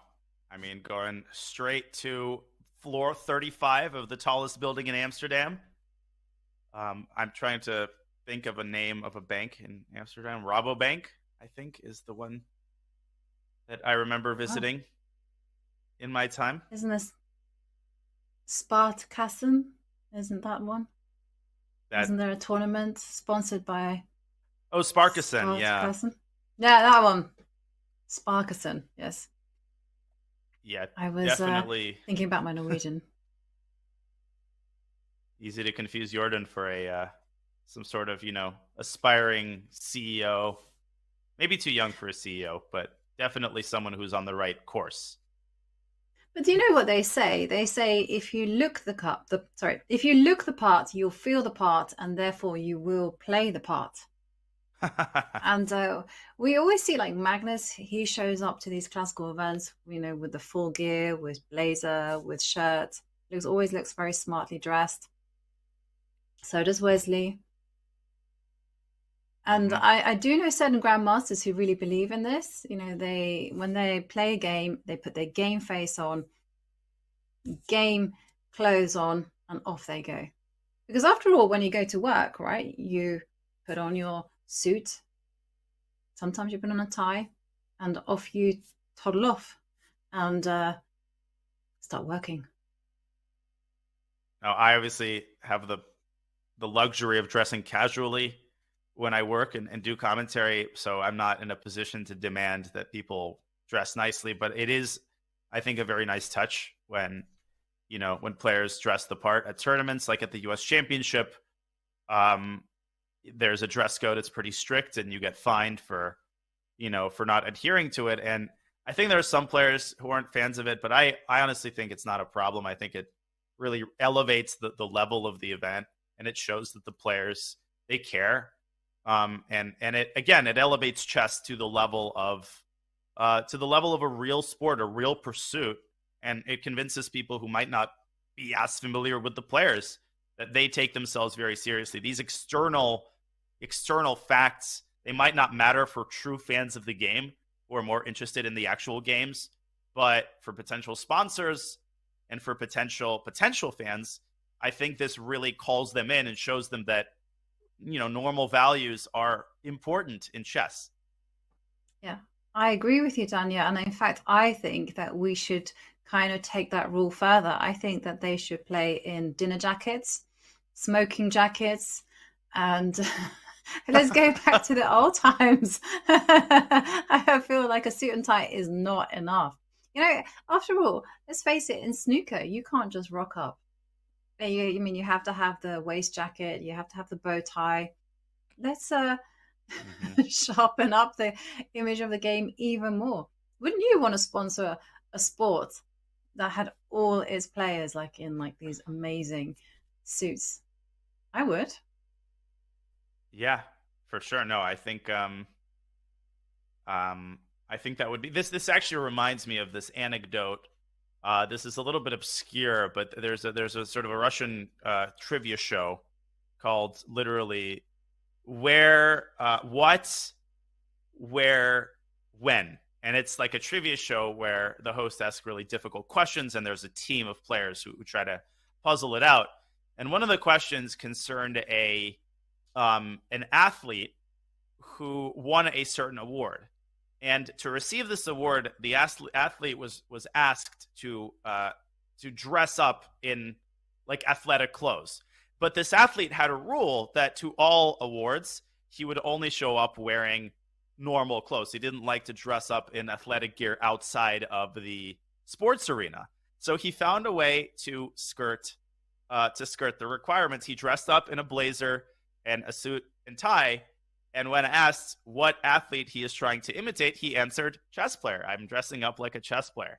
And I thought that was kind of cool. And it's an implication that he believes chess is a sport, which I think it is. So that's an added bonus to it. Yeah, no, I have to say, I agree with that. One of the things I really liked about the Queen's Gambit is how nicely they were all dressed. Although Benny the cowboy was a bit like, come on. But the rest of them, it wasn't quite doing it for me. But the rest of them, it was super nice. And, that whole visual of when she's playing in Moscow and they're all dressed beautifully. She's always in immaculate dress. It's fantastic. And I think when it comes to these type of tournaments, maybe even the World Championship, actually, when I was a kid, and I was watching the Kasparov Karpov, I remember they used to always play in a bow tie. And so the person who was playing white would play with a white outfit. The person playing black. Isn't that snazzy? That's very elegant. Yeah, exactly. And, I think you have to embrace the whole mind sports, the intelligence of it, and the dignity of playing chess. And I think if you just rock up in some scruffy thing, it doesn't bode well. For sure. And it merely, accentuates certain completely false stereotypes of, who chess players are. And I think now, of course, the reputation of chess has undergone a sea change. And now chess players are cool. And I think we should merely embrace that, lean into that reputation, and do what we can to convince the outside world that this reputation is well earned. Yeah. So, and what do you think about the reputation that chess players are smart? Do you think that does more damage than good? I think it's a little bit too vague. Like, I think sometimes I get annoyed when people just sort of assume that there are everyday situations where I'm somehow supposed to be better equipped to predict the course of events than a non-chess player. Like knowing when the light is going to turn green, or like chess players are not prophetic. You're not able necessarily to predict people's actions in real life just because, but you can see 7 moves ahead. So what is Johnny going to do in this situation? I feel like some of these cliches can get annoying, but in terms of the general reputation of like chess and intelligence, and chess players are brainiacs, I mean, sure, I think that's probably a positive. And as we're just establishing, I think we should lean into that. Yeah. Even if it's not totally true. It doesn't matter. I kind of disagree, actually. I think that this whole thing that we're like mega minds, that is very flattering, but I think it's actually ultimately harmful for the game because it's not very inclusive. And I've spoken to a lot of people and they're like, no, can't play chess. I'm not smart enough for the game. And you're like, you literally are. Like, anyone can play the game. Anyone can understand the rules. You do not have to talk in a certain way. You don't have to look a certain way to play it. And I just think that to bridge that barrier, I think it's a harmful stereotype to have that, only mathematicians, and in the UK it'll be Oxbridge. No, only Oxford I'm so clever, who double majored in philosophy and organic chemistry with a distinction, summa cum laude, can play chess, are even allowed to learn the rules. Exactly. So, just too complicated. Yeah. Yes, but I kid you not, whenever a chess player... you wouldn't understand, This is beyond your comprehension. Very good accent. But I kid you not, when the newspapers kind of catch wind of a chess player that's done wrong, it's always, but they're so clever and they calculated all this moves ahead. They had it all planned. It was a stroke of genius. We caught them out. I'm like, come on. Yeah, it's annoying for sure. I meant it more in the sense that like I'm still on the suit jacket topic where we should lean into that aspect of it, maybe more the dignity of it than the fact that you have to be smart to play. What you just said there, I think is a fantastic point and totally true. And the whole point of the chess boom is that people who never thought that perhaps that they would get into chess, for whatever reason, are now obsessed with the game, and we should do everything in our power to keep promoting that aspect of it. But yeah, I definitely get irked and annoyed when people just sort of make these incredibly vague generalizations about what chess players are supposed to be, because they're not supposed to be anything. Chess players, as you're saying, are not one type of person. Quite the contrary. Yeah, I agree with that. And okay, there hasn't been any. It's talking about chess. There hasn't been any progress in Vincent Keimer against Abdusattorov. No he is still thinking. They are still in the tank, and it's a critical moment. So I can understand why Vincent is having a think. Shall we check out Pragnananda Fabiano, because there was a dangerous moment there. Wait, is F4 a mouse slip, or did he actually play? No, it's a mouse slip. I didn't mean to do that. Okay. He did not play F4. Okay, yeah, you almost gave me palpitations there. I almost gave myself palpitations. Okay. There have also been no moves here. Wait. So he's king on F1, so he hasn't found this F3 king F2 plan. I'm trying to see. His rook is on A4. Where's Fabi's rook? Oh, rook E7, rook A4. But somehow it's black to move. So the way I'm inputting it... Mm-hmm. They've kind of danced around a bit with their rook. So the king came to F1. I'm going to triangulate so that we get it for black to move. There we go. So it's this position as far as we know, with black to play. Yeah. He has not played F3 yet. Has not played F3 just yet. Oh, no, it is white to move. I apologize. I can't seem to get the right position. There we go. This position with white to move. Obviously, those moves weren't played. I'm just literally trying to get the end position with the right side to move. So just ignore what I just did there. This is what you need to look at. Yeah. And, okay, so they had a little dance, and Prague didn't make any inroads. And I'm just having a look at how Prague is sitting and his body language. Again, one shouldn't read too much into this because we're not FBI experts here. But it looks like he's accepting that it's a draw. Yeah. Oh, wait a second. I think I might have reached an epiphany. Mm-hmm. And Prague, he goes F3. And what I realize is that there might be the move rook to E3 here. This might be what the fuss was about and the reason he was delaying it. And after rook takes A7, I think rook to D3 wins the pawn back. And White's just unable to squeeze anything through on the queen side. But wait one second, you can grab the C6 pawn. And then Does I'll that make go a difference? To B3. Ah, then it's exactly the same. No, but then you make your idea, King E2. Yes, but but I can go to D3 instead, which is counterintuitive, I know, because it allows this very impressive pawn formation. But I think after rook B4, black is able to hold. Yeah, barely. Oof. Okay, let's run through that variation again, just to make sure that there are no... So now we have this rook E3 variation, which we didn't have before, incidentally, in the original position that we analyzed. So rook E3. Yep. Is the... I just wondered whether there were any funny stuff like B5... 5 CB. Looks like black is just in time to stop that C pawn at the end of each line.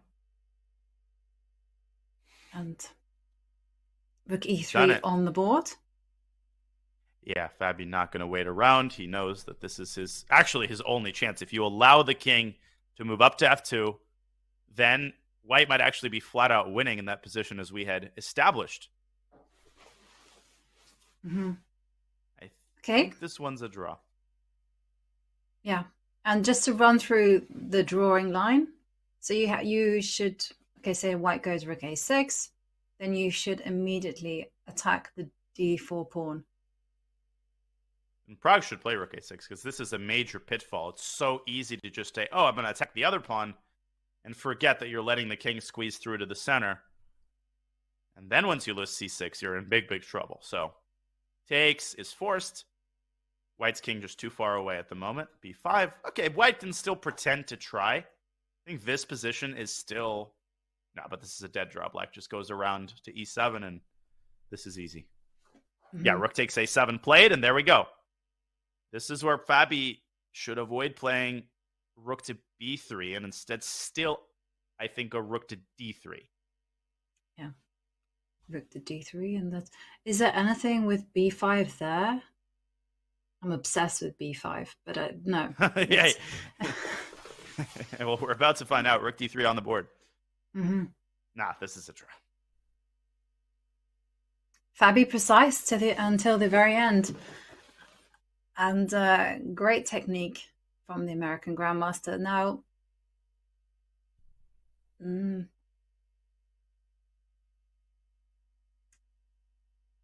I don't see any form of brilliant move. And I was looking for king e2. Mm-hmm. Doesn't work. No. a6 doesn't the black work. rook. The black rook can always stay on the fourth rank and anchor itself to the b4 pawn. The thing is, like, even if white manages to win c6 and d5 miraculously while keeping the c pawn intact, even that type of position is still a draw. So I think Prague is likely just going to offer a draw here. Yeah. But it looks that way. Yeah. Rook d3. But if we were to, I know we can't rewind, but if we were to rewind to a few moves ago, Prague did miss the opportunity of playing f3 very quickly, which did prevent the rook coming to e3. So that was the only point. Yeah, here. Mm-hmm.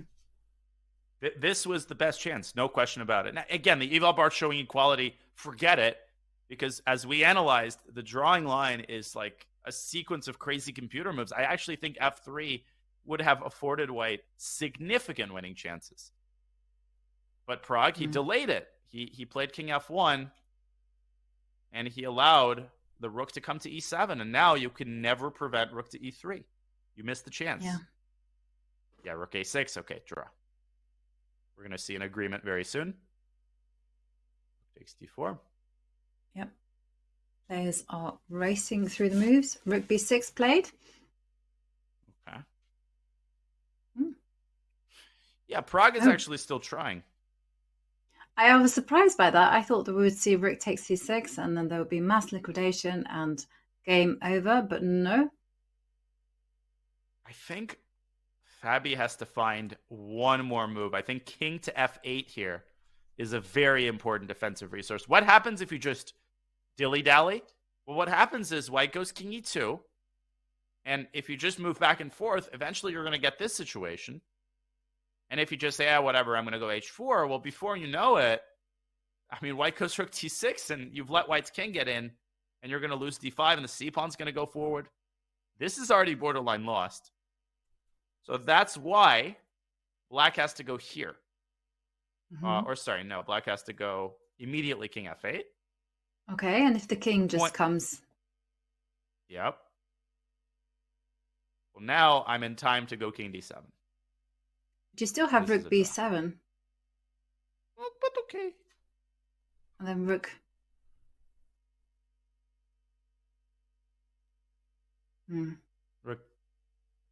Rook to rook.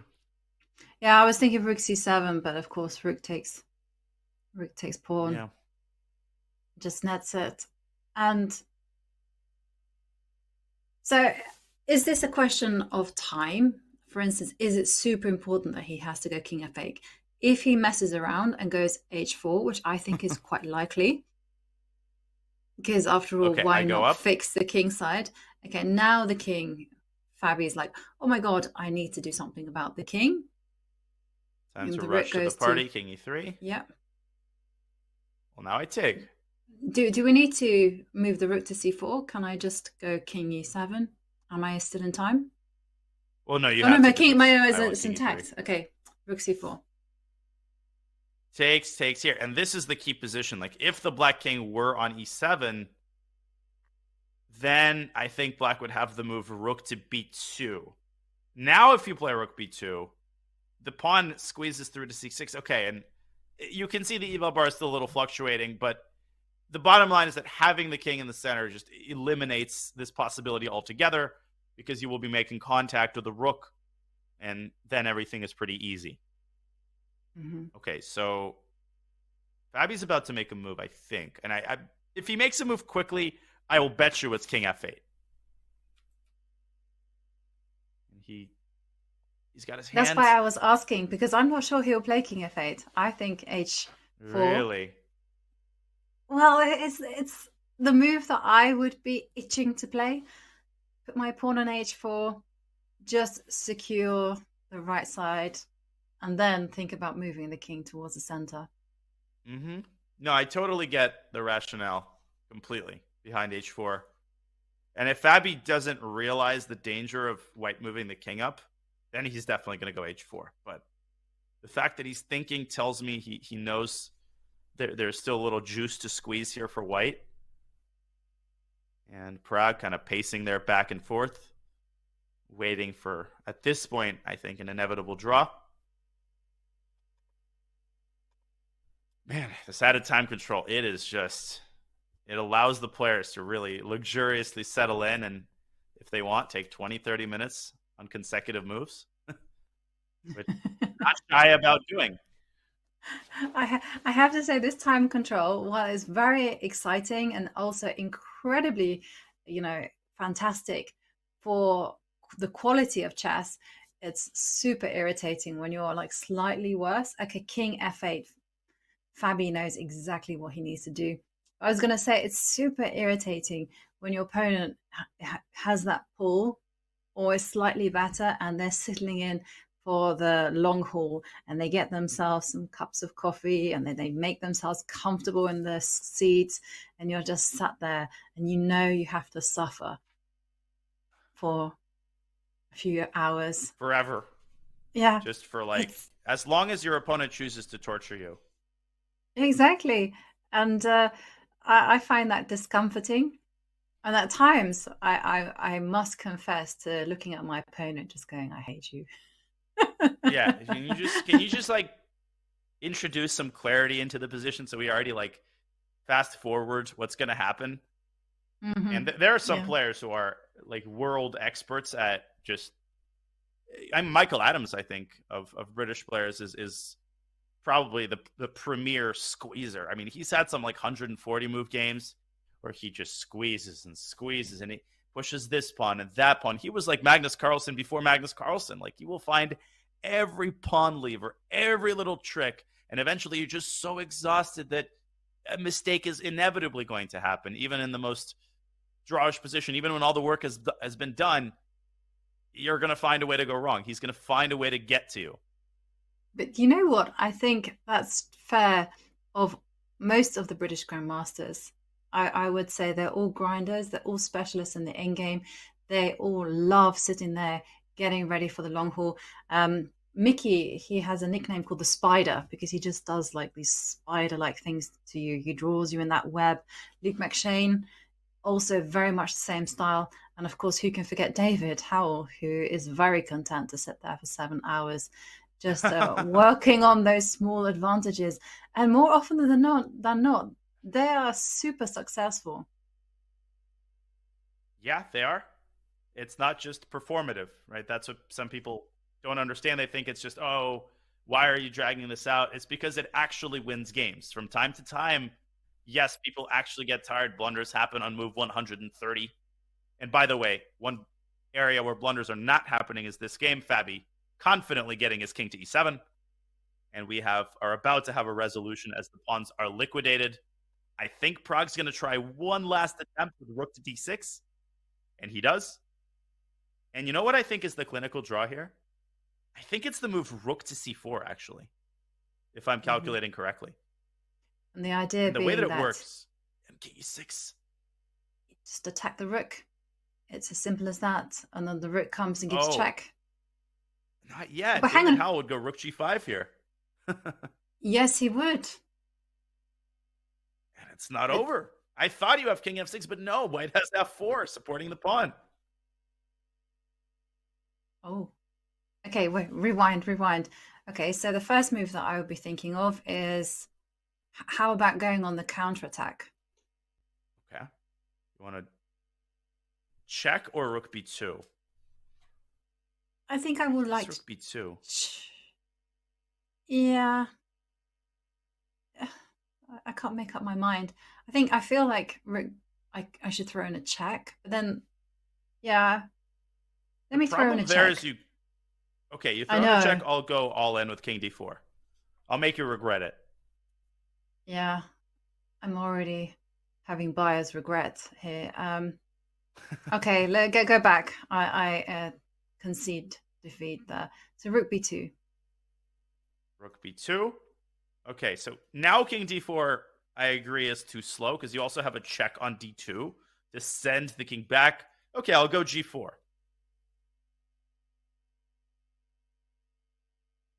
I'll go g4. Okay, now I can give a check. Yeah. Check. Okay, I think Okay. it is a draw. Also, I'm keeping an eye on the other game where we have finally like a substantive development. So I don't know if we should Yeah, let's go ahead. wait Let's for head Fabi over to there. move. I think this is obviously a draw. I just think the fact that Fabi has 37 minutes, I mean, he will figure out the drawing path here, even if it takes him 25 of those minutes. So I vote we take a gander at our other game and see how Vincent Keimer's last move has impacted his winning chances. Definitely. And well, we have movement, as you said, g6, g5. Excellent stuff from Nordebek. He's cracked. He's doing something. And probably Vincent is very happy to see this development. King to g3. He is. So we last saw the game when, so Nordebek waited with rook b2 as we expected. There's g4, so he breaks through on the king side. I mean, the idea of this move is very straightforward. If black would have taken, then white would have taken back with the knight. The king would have had to keep contact with his knight, and black would have lost h6. So Nordebek meets him at the top with g5, and Vincent sliding his king over to g3. Why? Well, maybe he's preparing some f4 shenanigans. I think largely it's a waiting move. He's just trying to force Nordebek to put his cards on the table. What do you think is white's next move going to be if black just waits with rook b3? What's going on here? Well, I thought that there was going to be a check happening. The rook was going to say, if you wait with rook b3, I'll give a check.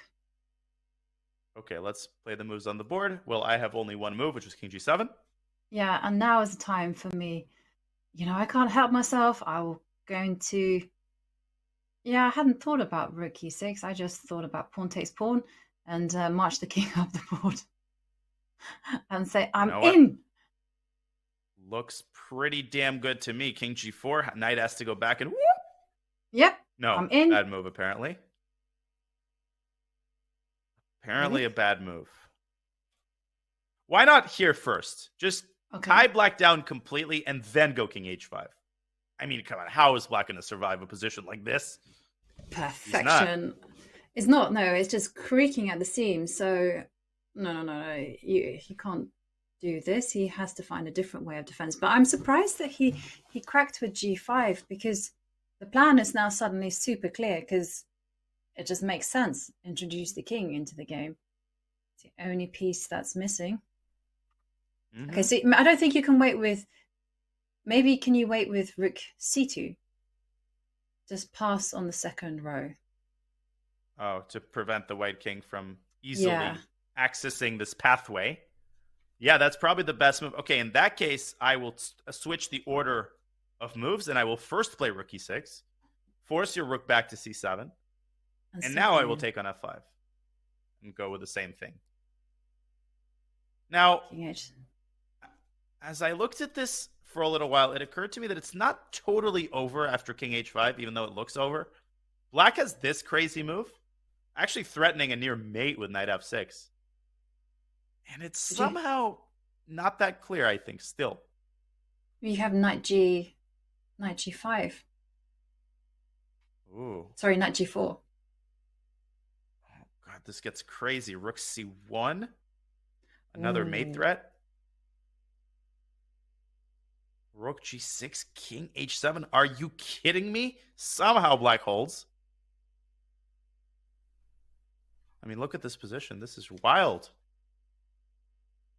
White has to trade knights, I think. And, okay, still winning chances there. And he can't come to e5 after saying, look at your knight. Ha, ha, ha. Bad piece. But maybe there's a rook h1 and the king has to run. King goes back. Oh, you no, but you can't escape like f5. So you have to run. Knight e7. Who's saying ha ha ha now? Nelson is. Sorry, I'm a big fan of. I was a big fan of The Simpsons. I have never seen an episode, unfortunately. He's the character. He's always like ha ha. Whoa! Hang on a second. Wait one sec. Look at this. Whoa! We have a huge move. F4 check. Oh, apparently that was the best move. This wasn't even on my radar. I mean, I saw this move. Oh, I think just EF. He wants, I guess, just GF. Huh. I think Vincent might have just forgotten about this move. Now, EF, GF, King F3. Okay, just so everybody sees, if king takes f4, black draws on the spot by taking back on f2. But how is black going to defend the f4 pawn in the long run? What's the move here that we're missing? No. Is it rook d2? Okay, Vincent is going to do this, of course. He's captured, and now king f3. Indisputable. Yep. I mean, obviously, Vincent is not going to take this pawn.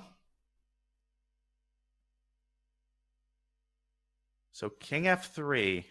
I think the only target is the d4 pawn. Yeah, just wait. Go rook d2. King f3, rook d2. Yeah. And asks, with every pawn that disappears, obviously black's defensive task eases up just a little bit. What if I give you our favorite check now? Step back. King g5 actually gets mated. And now I go with the typical move, rook e6. Do you go knight g8 again? Hang on. Is there any fancy moves? I was wondering whether there was any rook takes pawn, but there isn't. Yeah, because I take the knight and go rook e8. Yeah. So knight g8 is going to happen. And then knight. Find this position. I was just wondering, knight is going to go back to c6. It's not easy. Here, and once the knight reaches e4, or it feels like once black gets a 2-on-2, this has to be a draw. I mean, with every pawn that disappears from the board, black's drawing chances increase exponentially, and I ultimately think Vincent might have forgotten about that when he allowed the move f4 check. I forgot about it, but when Noterbeck played f4, I was like, wait a second, pawn trades are good for black. Creating weaknesses is good for black. Black creates a weakness of his own, but he's created a weakness in white's territory for the first time in this endgame, and now he's attacking it. And I think Noterbeck is closer to drawing this game than he has been in the last, ever since they got into this endgame, actually.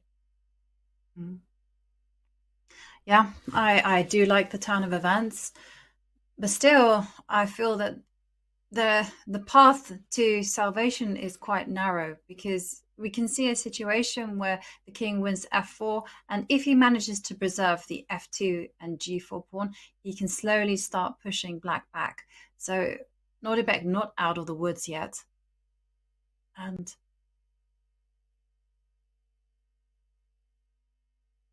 Yeah. I like...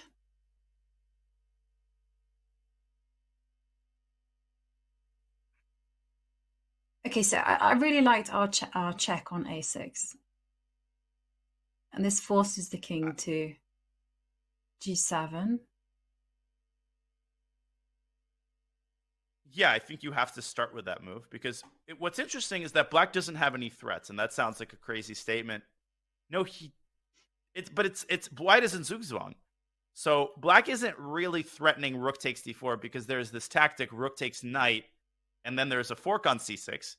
Now, you could extend this further and say, well, after rook takes d4, rook takes c7, black has the move rook to e4, and perhaps black wins the knight back, but it doesn't matter, because white has to make progress. Black isn't the one who has to do anything. Maybe Vincent could just wait with rook to b7 and try to put black in Zugzwang. But you can take on d4 and then go rook e4. Exactly. And the rook hangs, the knight hangs. Unless there's something funny happening right now, it's going to be a draw. I think it is. Rook h7 maybe is the best chance. Yeah, but you can then you play king. Can you go king takes knight? I'll take. It's still actually quite uncomfortable for black, I have to say. And now maybe just put your rook on e1, so you can get the rook behind the passed pawns. I'll check. And do you make a mad dash? No, I don't know. I don't know. I think backwards, and then now I think this is a draw. Happens. Yeah, the king is cut off along the e file. But that was a lot of moves. So rook b7, I think, in a weird way. And Noterbeck has to see that rook takes d4 is in fact possible, because it's very easy to rule that move out and say, oh, well, rook takes knight, that doesn't work, so I can't take the pawn. You have to keep calculating and find the move rook e4. But it just seems to be that Noterbeck, he's been so detail-oriented all tournament long. He hasn't missed a lot of these tactical details, whether he's been on the offensive against Carlsen, now he's on the defensive, and so far, I have to say he's defended this amazingly well. Yeah, I'm very impressed. Also, we have to, as well as looking at the aggressive tries, we also need to consider the moves that just maintain the balance. Like, for instance, white just passed. Can black pass as well? And what's white's method of progress? So definitely lots of things to consider. And shall we just quickly pop into the Pragnananda Fabiano game? Because I suspect that one's going to finish. Let's do that, soon. And then we'll go on another quick break. But most likely, you're right. Most likely that game will finish, and we will have the final game lasting for a while. Okay, let's see where that game is at. Maybe we can wait until the result before going on the break. And I think we will get a result here. At this point, any second, Caruana, of course, has navigated the underwater rocks and has established a fortress. The point, there are only 3 pawns left. The point is that if white goes king e4 at any point, white will receive a check on e3, and then black will take on f3. And notice how Fabi has positioned his king on the ideal square, so that c6 is never possible because he will lose the rook. Nah, this is a dead draw. King e4 is played. King is marching. Rook e3 check. Instant reply. Prague might just repeat Fabi. moves here. And he's going for it. And we are going to see the players agree a draw right in front of our very eyes. Yeah, rook d3. King e4. And a draw is agreed. Good call to go to this game exactly at this point. We've caught like all the results today, actually. Yeah, very good. No, we missed one. We missed the Richard Rapport game. Oh, yeah. Tisk. Yeah, but 1 out of 6, or 1 miss out of 7 is not that bad. Not at all. And the players there discussing the game, as we have seen the players do so often. The playing hall wearing very thin. We are over 5 hours into the round, and we've got one more game to observe. That game presumably is going to last for a while. And before we take one more break and steel ourselves for what will be an epic endgame battle featuring the tournament leader, we wanted to remind you that after a 2-year hiatus, the Pro Chess League is finally back. The 2023 season begins with a qualifier week starting February 1st, with 16 teams advancing into the main season.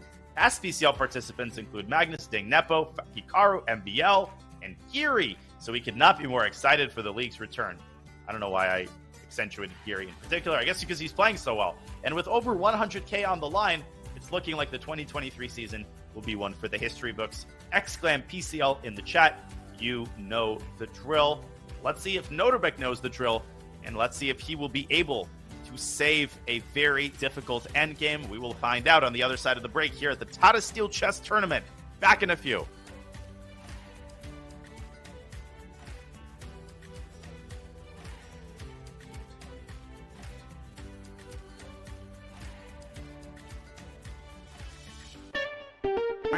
What is this? This is duck chess, you guys. This is a new variant. It's called duck chess. Chess, but with a duck.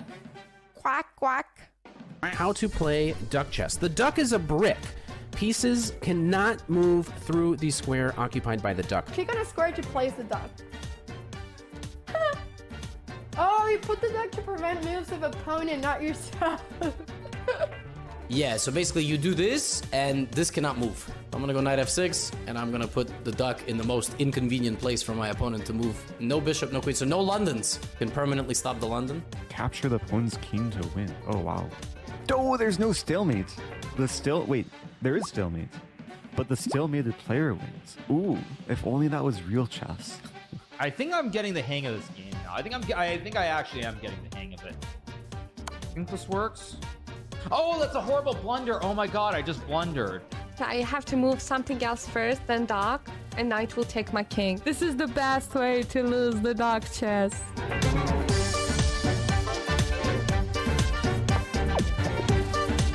Those some real bullet skills right there, boys. This is the first time winning duck chess. That's so exciting. Oh no! No! Mouse slip! No! I won!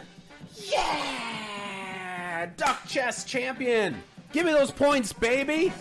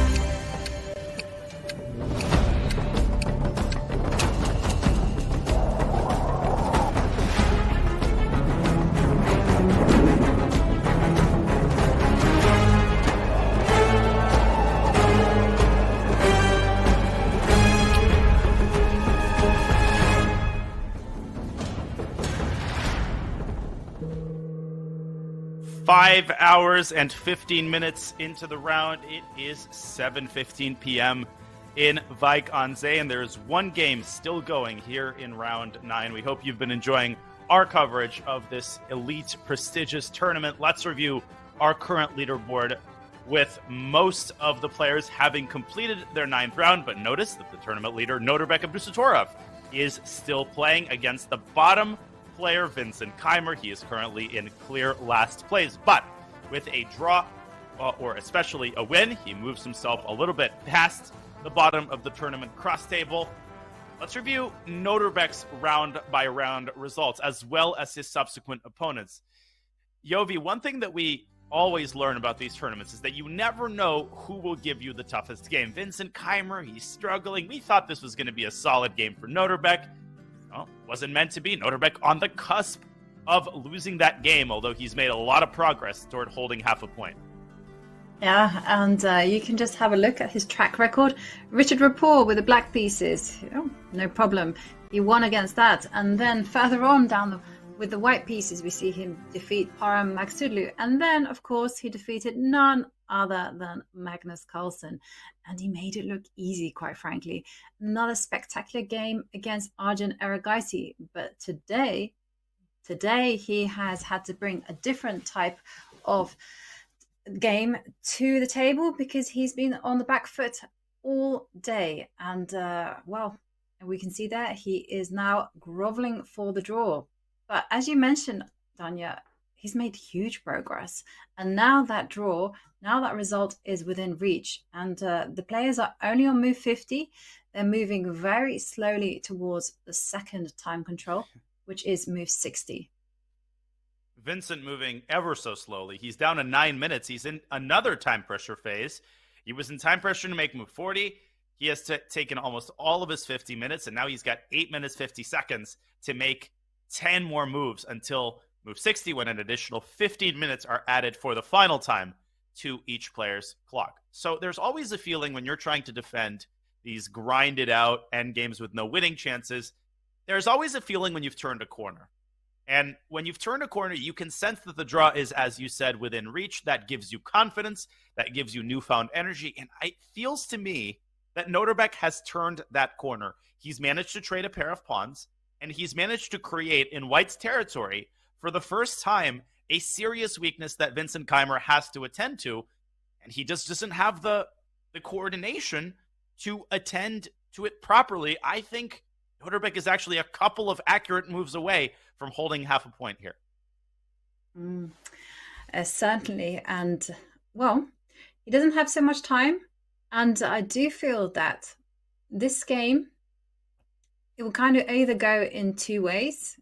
Either they get to move 60 and the position will just be completely drawn and the players will just agree, or Keimer will be winning. And I reckon that the situation will already be determined by move 60. So we won't have long to wait whilst the players just have a think, just check, double check, think about every single possibility that they have on the board. I mean, we've analyzed this and we've seen that the path to safety is still not without any danger for Norbek. Yeah, there's underwater rocks to avoid. You can easily bang your knees here. And the move that really puts these underwater rocks at the center of attention is, I think, rook to e6, because this gives black a choice of where to put the knight. The issue is that between the c8 square and the g8 square, it's quite clear that the best square is knight to g8, because you keep the knight in closer proximity to your king, and that way the knight isn't at risk of getting cut off and potentially trapped. But Keimer takes a different approach. He plays the rook to b6. And as we were discussing, rook takes d4 looks like it loses a piece. But in fact, not only is that move possible, it might be the only path to a draw. Otherwise, black is in Zugzwang. Maybe rook d1 is a way to wait, but I don't know. Rook d1, yeah, I mean, that's the thing. Now it's Norbek's turn to have a think, and he will be going through that exact thought process as well. Does he maintain the balance with rook d1 and just wait? I mean, but if you move the rook to d1, The big question is, has there been any consequence to you letting go of the protection of f2? And secondly, he is going to be thinking about capturing that pawn, as we've highlighted in some of our previous analysis. You can get away with it. It might seem like it's forbidden fruit, but it's possible. It is possible, and I want to reiterate why it's possible to start and then show why rook d1 might have a downside. In the event of rook takes d4, white pins the knight and wins the knight on e7, exploiting the fork on c6. But there's this incredibly zen move. A rook to e4 is just very simple. Now, of course, you're threatening to capture the rook. You're also threatening to capture the knight. The knight can't move away while protecting the rook. And there's knight c6, but that's just a drawn pawn ending. So the best that white can do is go after the h7 pawn and say, okay, I'm parting ways with the knight, but I'm taking on h6, and now I've got for myself a passed pawn, and black has a lot of trouble coordinating. Black can't play d4 because he simply loses the rook to rook h5. So as we determined, black has to part ways with the f4 pawn. You indicated, I think, the excellent move, rook e1, and quickly dash this d pawn down the board when it appears to give black enough counterplay for the drop. But what a narrow path indeed. And just the second point I wanted to make is that after rook d1, black no longer aims at the f2 pawn. The reason I think that's important is after rook e6, knight g8, white can take on f4 with impunity. Previously, black would have taken on f2. Now black has to satisfy himself with this capture. After king f5, white reaches kind of the ideal piece arrangement. And with f4 to follow, Yovi, this to me seems a lot more unappealing than that rook endgame. Yeah, this one looks actually, well, what can I say? Dangerous is no other word that I can think for it. No, I would not touch this with a barge pole. Instead, I would much prefer to capture the pawn with my rook. And I have to ask the question, do you think Nordebek has spotted that this is possible? Because it's just all about breaking those assumptions. We've seen that he's fantastic at calculation. He's spotted lots of tactical resources, but sometimes, you know, you can only play the chances that you spot. I think it's very easy to forget what the rook is doing on d2. And you say, well, I'm keeping it on the d file. The important thing is that I'm making contact with the d4 pawn. But actually, the important thing about the placement of the rook is also that it's making contact with white's second pawn and preventing white's king from grabbing this pawn without suffering the consequences. So largely, rook takes d4 is a move that I think can be arrived at by process of elimination, like the alternatives are extremely unappealing. And of course, whether or not Nordebek plays it is contingent on his ability to find rook e4. Also not a given, right? We have the eval bar. We are prone to sacrificing other people's pieces. Nordebek is going to have a much harder time parting ways with his knight, even if temporarily. Yeah, that's true. And never underestimate that. It's very easy for us at home, for us who's commentating, just to give up the players' pieces. We have no emotional attachment to them. But of course, for Nordebek, he will be feeling attached to it. And also, there's also this danger, and I've seen it time and time again. People feel that they have a fortress, they have something going for them. For instance, you know, they're attacking the pawn and they just think, I just need to maintain that. That's all I need to do. Don't disturb the balance. If it ain't broke, don't fix it. And that's how mistakes get made, because they don't adjust that change in tempo. It's a great explanation, and I think that's the genius of the move rook b6. It tempts black into assuming that nothing's broke. You can just keep moving the rook down the d file. But in fact, it sets a devious trap. Rook to d1, as we discussed, it does change the nature of the position. 20 minutes in the meantime, 20 minutes on the clock for Nordebek. I would say that he should leave himself with at least 15 minutes after this next move. I think he should make a decision in the next 5 minutes. The last thing he wants is a time scramble, because a time scramble as black in this type of endgame is just totally unfeasible. You'll lose 9 times out of 10. Yeah, and especially if you take the wrong path now, it's a critical moment. And as we can see from the camera, we see, of course, many people have finished their games. How do you feel when you're playing your game 5.5 hours in and you're one of the few remaining in the playing venue. Well, at that point, you're lightheaded. You know, to say that you're fatigued. You've passed a certain point of fatigue where, you know, inertia and adrenaline is guiding you forward, and so you might actually not feel as tired as you did like an hour ago. It's this weird effect that I think all chess players find familiar. 3.5, 4 hours in, you're often exhausted. Then suddenly a switch flips. By the way, he's taken on d4, and he didn't take long to make that decision.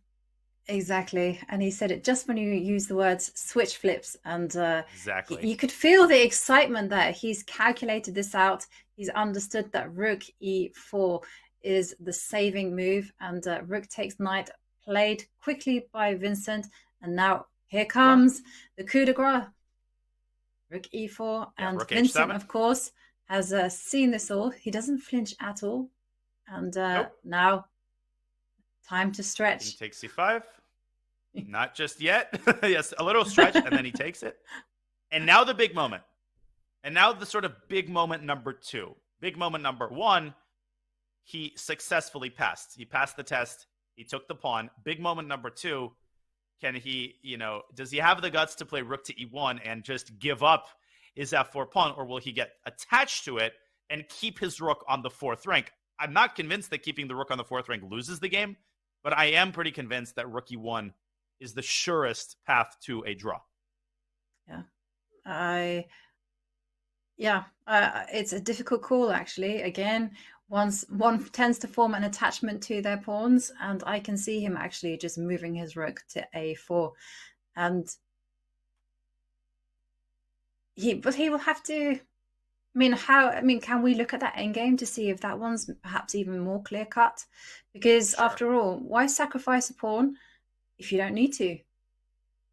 Keep it simple. Yeah, let's take a look at rook a4. And if we could bring up our view here with the live board and the analysis board, there we go. I'm afraid of playing rook a4 because of this check on h5. Okay. And if you just wait, move the king to d6, e6, and here. just... And, okay, you can go d4, but that's an inferior version because with the rook on e1, at least you're cutting off white's king. Here, the white king has access to these squares on the e-file. And that actually feels very, very smelly for black.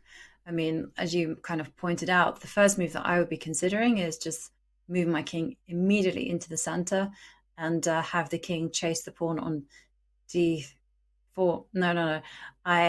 I agree. This is not to be touched at all. Nope. I would avoid this with a 10-foot pole. I would avoid the eval bar here with a 10-foot pole. The eval bar is always going to give meaningless evaluations, 0.5, 0.8. Forget it, right? Because we know it's a 50-50 game. Could be a draw, could be a win for white. And we know how difficult black's defensive task will remain until there are 2 kings on the board. So to say, oh, well, the eval bar is only giving a slight advantage, that must mean it's an easy draw. That's, BS. Pardon my French. Yeah, total BS. And so the rook should go to e1. And of course, let's have a kind of closer exploration at this 2 versus 1, because that one also doesn't look like it's the smoothest path to a draw at all. No. And the formula for winning those types of endgames is often to force your opponent. Well, your opponent will push their passed pawn. Then you will give your rook away for that passed pawn at the last possible second. And when you have connected passers, as we know, can overwhelm even a full rook. So that's the kind of prescribed formula. Would that narrative take place in the line we're talking about? Maybe. Well, we should take a look. Rook e1, rook h5 check. Now we settled on king e6. King takes f4, d4.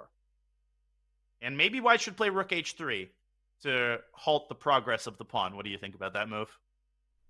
Yeah, I think it makes a lot of sense. And I'm guessing that the rook will step up to e2. Oh, that's a great move. Because if f3, then d3. And if rook f3, you can play here anyway.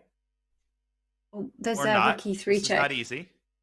There's rook e3 check. Oh, I moved my king. Oh, beautiful. That is a beautiful line. I moved my king. But I think white can take on d3. and then shift the king into g5, and this is a nasty position to defend. It's probably a draw, but who wants to defend this? I think this is a simple draw. King f7? Just on the basis, your king f7, and then you can live on the back row with your king and your rook, and there's no way the g-pawn will manage to do anything with its brethren. Oh, yeah. I forgot it's a g-pawn, to be honest. Sorry. With a g-pawn, you can actually just go all the way back, as you're saying. Yeah. Okay, anyways, that's not an option. So it looks like d3. I was a victim of the eval bar there, which shut up. But it's shooting up because it doesn't understand that it's a theoretical draw, right? It just sees, oh, white's up a pawn, so white's much better. But you should trust the table base here. At this point, there are already table bases once there are 7 pieces total or less, including the kings. Yeah, absolutely. And normally I've been using the Chess.com table bases, and it's just to watch the games live. And then as soon as they've entered a table base, you can click on the table base tab and you can follow along and see what moves win. But one thing I would do, and it was actually a trap that I fell into in the game between Caruana and Magsudlu, is that the table place will give you the clear path. And therefore you tend to make an assumption that, oh, it's winning, everything is winning. But of course, you have to remember that these are two very real players.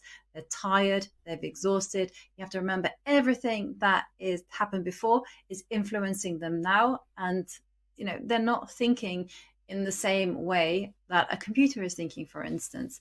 And mistakes happen, as we saw in that grueling 7-hour game. Yeah.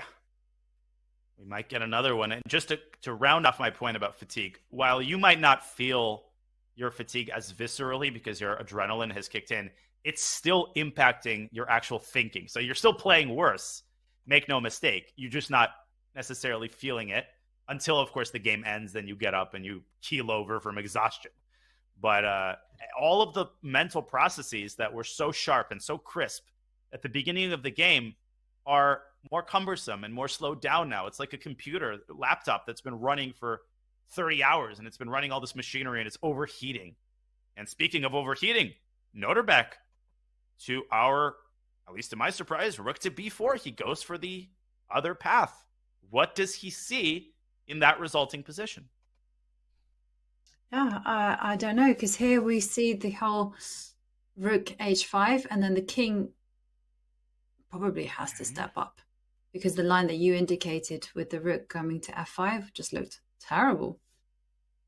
Yeah, I think he might be putting all his eggs in the king d4 and then king to c3 and d4 basket, or he hasn't decided yet, and he might be deciding now where to go with his king. I don't understand why it's only 0.6 if you go back to e6 with your king. It just feels lost to me there. Yeah, I think Noterbeck might be slipping from the ledge. Yeah, but we can't blame him. They've played such an intense game so far. I mean, every move has come with a lot of thought, a lot of consideration, and that definitely has to start taking its toll. And I'm going to try to input this into the database. That's why you could hear some clicking going on, and see what the table database tells us. I'm going to guess draw. I'm also going to guess draw. And I'm kind of curious to find out whether all rook on games are drawn. We know that. Hang on, how many pieces are there on the board? 1, 2, 3, 4, 5, 6, 7, 8. We need a set No, but if of, white takes on f4, there are 7, right? Yep. And then we're in business.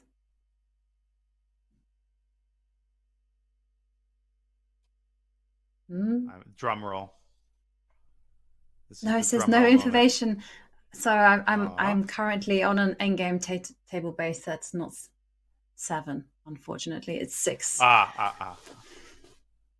Unacceptable. Where is your 7-piece table? I must know the evaluation now. I will not live without this information. Well, we'll have to use our mind palaces a la Sherlock Holmes. I am game for that. And first of all, we need to find out where Noterbeck is going to put his king. He's put it on d4. He's played king d4. Yeah, and that is pretty much de rigueur, because king e6, the king would have been cut off. Even if that's a draw, it's a miserable existence. Mm-hmm. Okay, 7 minutes for Keimer and 4 more moves until 15 minutes are added. By the way, this is not easy for White to play because White has his share of choices as well. There's rook to f5. There's g5, which is probably bad because the king can return. And there's, of course, the main move, I would say, which is king takes pawn. But if I had to make a move, I would play rook f5 here. I would try to give Black as much rope to hang himself as possible in a situation like this. Okay. It's good to know the technique, because here, if I were playing with the black pieces, the move that I would be terrified is actually of king takes pawn. And not for the reason that the king is actually going to dash back and try to defend the black pawn, but more for these endings that result where it's 2 passed pawns versus the rook. You don't really want the king to be far away from the action. And there we see Vincent move his rook to the edge of the board. And he's getting ready to advance his g-pawn. He's not interested in that pawn on f4. Not yet. But that right there is a devilishly tricky move. If we may bring up our analysis board one more time, it may seem like this simply allows the king to come back to e5, but I think Vincent has cooked up the check on e8. And if the king drops back to f6, it looks like Black is knocking on the door of success. But no, check on f8. Check on f5. First of all, this is mate. And at this point, if you go the other way, it's the same problem. You can't go forward to d4 because White takes and trades rooks with a winning pawn endgame. So you have to go back, and you basically have gotten actually an even inferior version of the position we thought Noterbeck wouldn't go for initially, right? Because he went king to d4. So if you don't go there, then the question is, well, where do you go? Do you go forward to c3? How on earth do you calculate that line? Yeah, you go to c3 and you go rook d8, but that's okay. It's the he's quality. Gone king e5. Oh, he's gone backwards. Oh, careful. I think he missed rook e8 check. I think he's expecting Vincent to repeat the position with rook h5. Let's see Noterbeck's facial reaction when Vincent gives this check on e8. And I say when, because I'm positive Vincent saw this idea. Okay. Not if, when. And just to update on the time control, I mean, players have just made their 57th move and, of course, got plenty of time. Vincent has 6 minutes and 40 seconds on the clock. And did you see the speed that he played rook e8? And Noterbeck, he does not flinch. He just retreats his king to f6 and says, I figured it all out.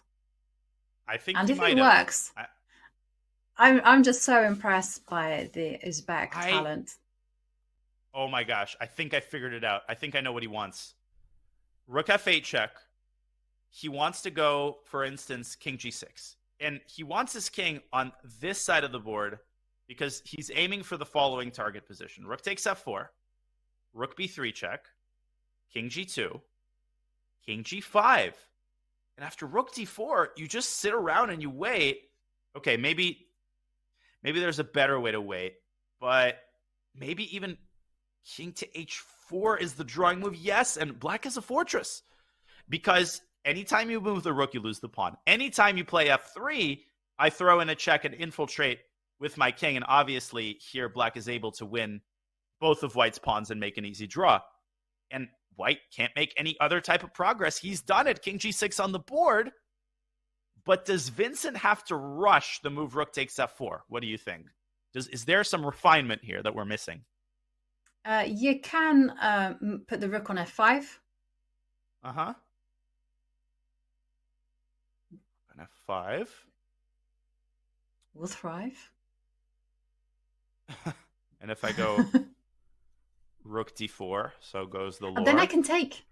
Then I can take on f4, and when you come to check me, I can put my king on e2. Take and shake and bake back to e2 with tempo, and then you cut off my king on the 6th rank, which represents tremendous progress. Ho ho ho! How about them apples? Yeah, exactly. Whatever whatever Vincent does, he should not take this pawn, because I think that check on b3 is an insta-draw. Mm-hmm. Let's see what he comes up with here.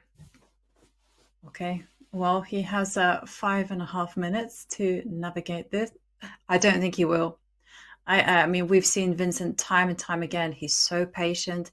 He's going to put, yes, of course, rook f5 on the board. Nice call. Great call. And Vincent has struggled in endgames this tournament. If you think about most of his losses, they have come.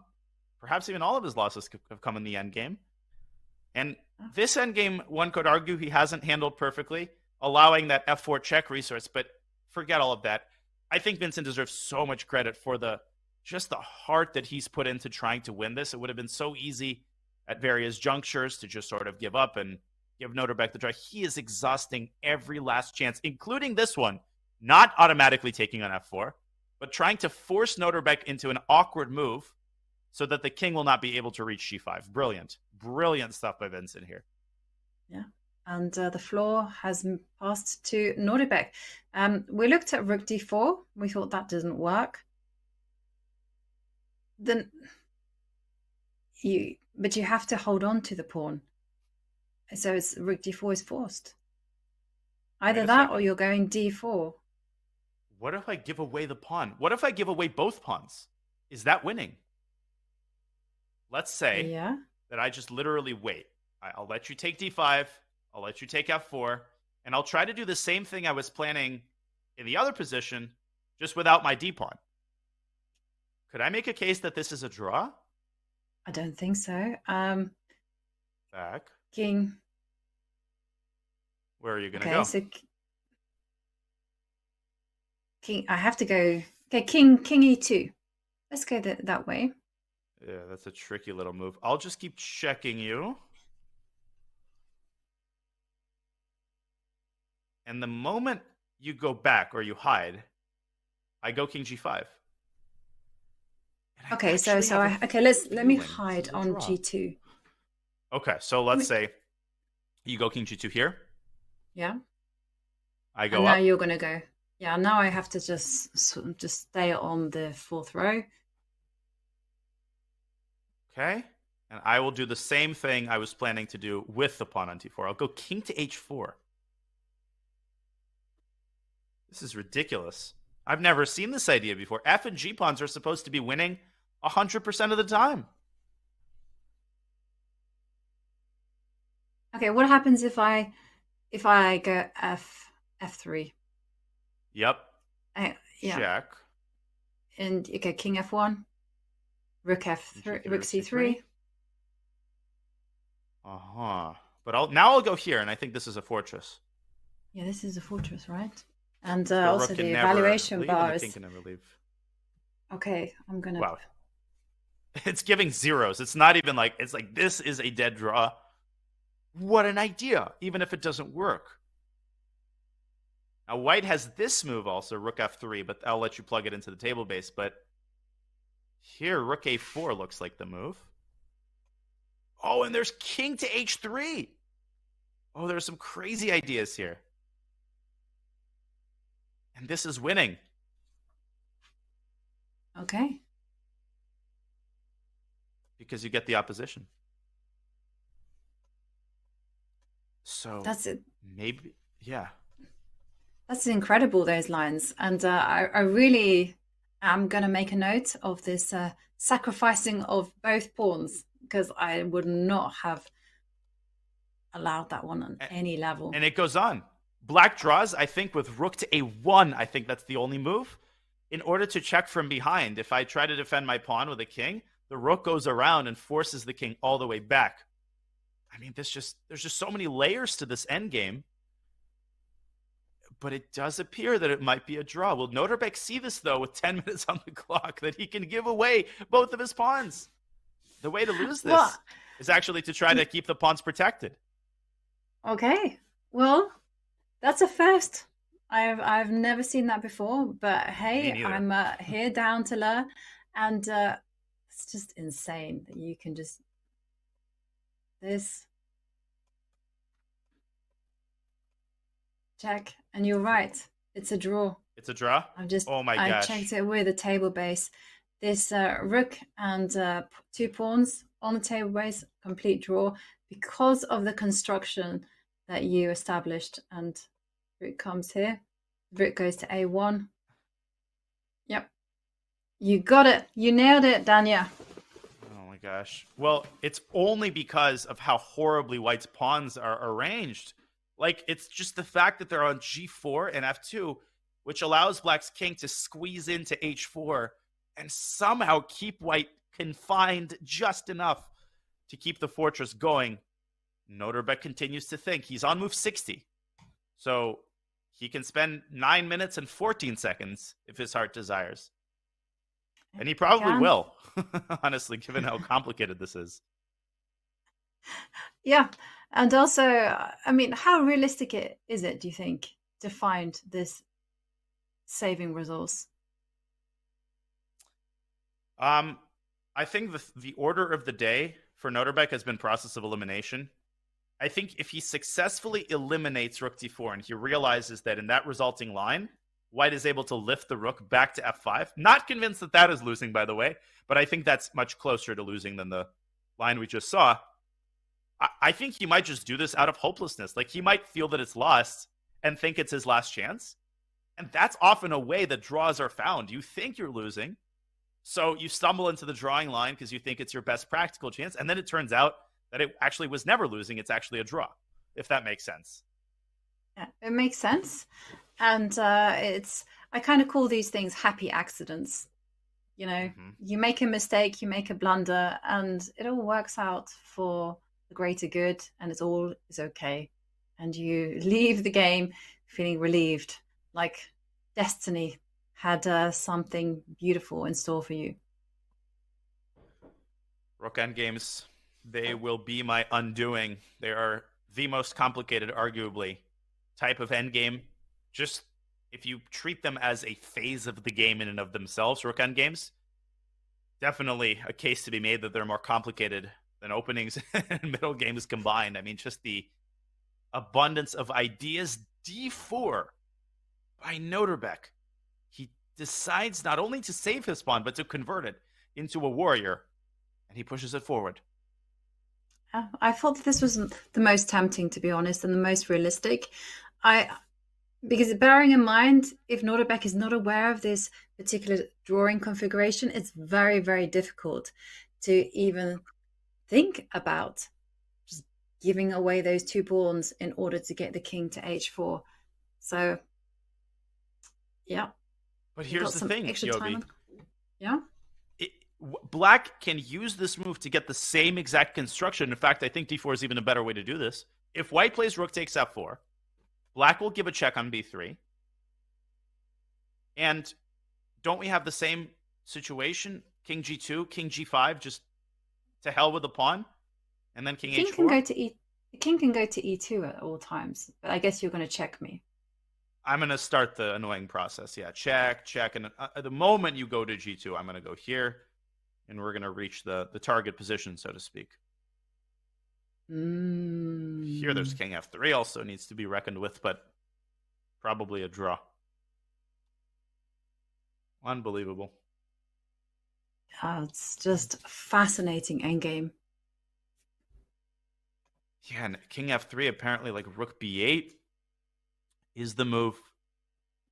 So we saw a situation where we check the king from behind. Now we check the king from in front. Like, whatever White tries, Black has like a conceptually different defensive idea that he responds with. Just mind-blowing, honestly. No, I'm just mind-blowing. I totally am completely speechless, actually, that this is going to be a draw. You 2 pawns down. I just assumed you kind of do the technique of the caterpillar. You know, those 2 pawns protect each other. They inch their way up. I knew that there were certain positions that it was a draw, but that was, you know, with the black king far away. Sorry, the white king far away and the black king, you know, sniffing around those 2 pawns. But like this, wow. So it's a new one to me, and I'm going to get my in-game manual and I'm going to make sure that I put it in. Can actually yeah? do that. It's crazy how we think of the same thing. I'm going to grab Dvoretsky's Endgame Manual, which is like the only book I have that has even a chance of covering a position of this complexity, and I'm going to check to see if there's anything comparable in this Endgame Bible. It probably is. Okay. Probably the endgame experts are like, how can you not know? And you're like, okay, well, chess is just almost full of infinite possibilities. You can't memorize absolutely everything. There is a rook and 2 pawns versus rook, and there's some similar positions. There's F and H, but I don't see exactly this scenario, which makes it even more impressive that this idea exists. Honestly, yeah, no, he doesn't dedicate too much space to rook and 2 pawns versus rook. Although there are some crazy other examples. Oh my gosh. Amazing. Endgames are ridiculous, man. Okay, we've had some moves. And Vincent is trying to get this in a better version. He's gone. I think he sees it too. He doesn't take the pawn. He goes rook d5. He says, I'm going to try to squeeze a better version out of this. Okay. Yeah, because he is, after all, threatening his g5, something to consider. G5, and then no, because the king just slides over to e6, attacking the rook. Uh-huh. You know how you lose the game with white? You go king e4, and you say, oh, I'm defending the rook, and I'm attacking the pawn. D3 check, goodbye. We've seen stuff like this happen before, but this is more in blitz games. Yes, that's true. At which point you start singing Gloria Gaynor. She says, go on now, go. Walk out the door. Just turn around now. I I got all my love to give. Yeah, I got all my life to live. I used to. But I like the lyrics. When I was like. Yeah? So, go ahead. No, go ahead. When I was like 4 or 5, I used to play that song on a loop and just like walk around the room in circles because I was so attracted to the melody. So I would just play it on like an infinite loop. Yes, I was already weird at age 4. It started early, my chess playing tendencies. It's all good. There's room for everybody, and I have to say that is a great song. And it's definitely a song to memorize all the lyrics to, because it has so many levels. You've got your scorned person, you've got the go on now, go, the empowerment there, walk out the door, just turn around now. I think I'm one of the only few people in chess that actually sometimes think of lyrics when they're playing. I just can't help it. I'm sat there. I like it. Trying to concentrate, and my brain is playing some tune, some lyrics switch on, and I'm just like, brain, behave. And my brain goes, yeah, but I'm having a party here. And so I relate to that. I have that constantly. Really? Am I alone? Yeah. So I'm not alone here. You're not alone. I thought I was the only one having like a musical party in their brains instead of playing chess. Yeah. Do you actually have any advice? As to what to do when you have music or just an infinitely irritating song going on in your head, and you're meant to be playing some complicated position? Yeah. Vincent has made move 6. Everybody in the chat, just so we're all on the same page. No, he's not losing on time. 15 minutes are about to be added to his clock. Both players have moved move 50. This is the final time edition. Just wanted to make sure nobody freaks out that Vincent is losing on time. He's not. And there we see 15 minutes added. This became so much of a problem for me like 2 or 3 years ago that I started looking it up. I'm like, is this the medical condition? Like, I feel like I always have a song stuck in my head. And I realized part of the problem is that I do tend to listen to songs on repeat, just like again and again and again. And that makes it a lot worse. So I tried to stop doing that, but because of my personality, I get really into songs, and I can just listen to a song, just like 40 times in a row, if I'm really into it. So I'm afraid I'm all blank on the subject of advice. I'm just making it worse. Okay. I've never met someone else who listens to as many songs on repeat. So snap, Daniel. I thought I was alone. And now I know I have company. Yes, there is safety in numbers. For a long time, I thought I was very normal. But then I kind of realized that it was because I surrounded myself with people who were different. And so I just thought, this is the way forward. But this is what's great about the chess world, how accepting it is and how everyone can play. There's space for everyone, regardless of what you think, you feel. I love that about the game. It's inclusive. It's a great unifier. And no matter our surface level differences, everybody respects the rules of the game. And that's what gives it its magic. Well, there's a lot of magic still to be had in this end game. But we are 6 hours into the commentary. We are going to take one more break. We promise we'll be quick. But before we do, make sure to mark your calendars because Bullet Brawl Arenas are coming back to your screen starting January 28th, just 4 days from now. Title players will compete in a 2-hour arena starting with $2,500 on the line. That's $2,500 in prizes. Watch as your favorite streamers battle it out in monthly Bullet Brawl Arenas starting Saturday, January 28th. This coming Saturday, folks. Jeez.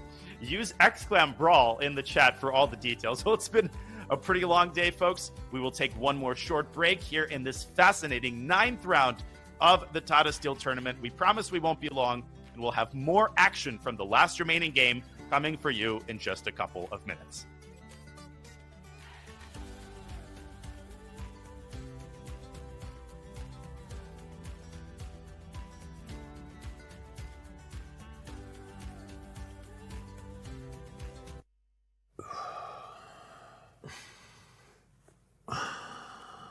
Dude, it's impossible to not hear you just breathing super loudly. Okay, fine. I will hold my breath for 3 minutes. All right, let's go. Okay, let's go sure. right now. Got the Ready? chess clock app right here. Almost there. And you did it.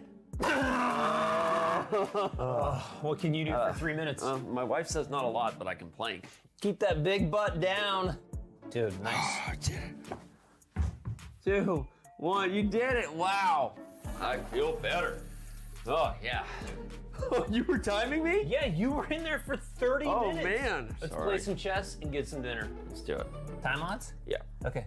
You bring your clock? Oh, I left my clock at home. Dude, you idiot. I told you to bring it. Let's just go get something to eat. Okay. Oh. Download the new Chess.com clock app so you can time yourself playing chess or whatever other dumb stuff you and your friends do.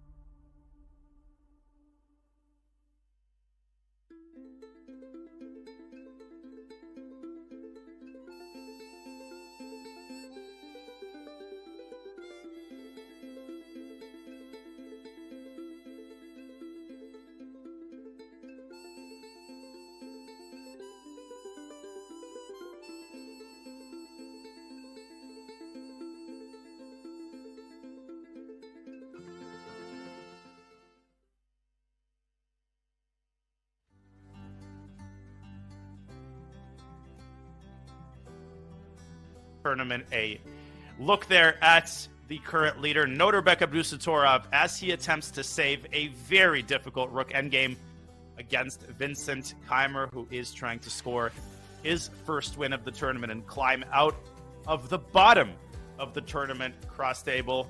GM Daniel Naroditsky, I am Ivanka Huska, bringing you commentary of today's very important round. Here are the results so far. One game still remaining, Yovi, and 2 decisive games thus far. Both of them black victories. Yeah, and both of them very spectacular. And Arjun Erigaisi losing to Richard Rapport in what seemed like a miniature, just a bad day at the office for the young Indian. And Anish Giri just turning the tables round to just beat a very forlorn Ding Liren. So it's not good news for the world number 2 there.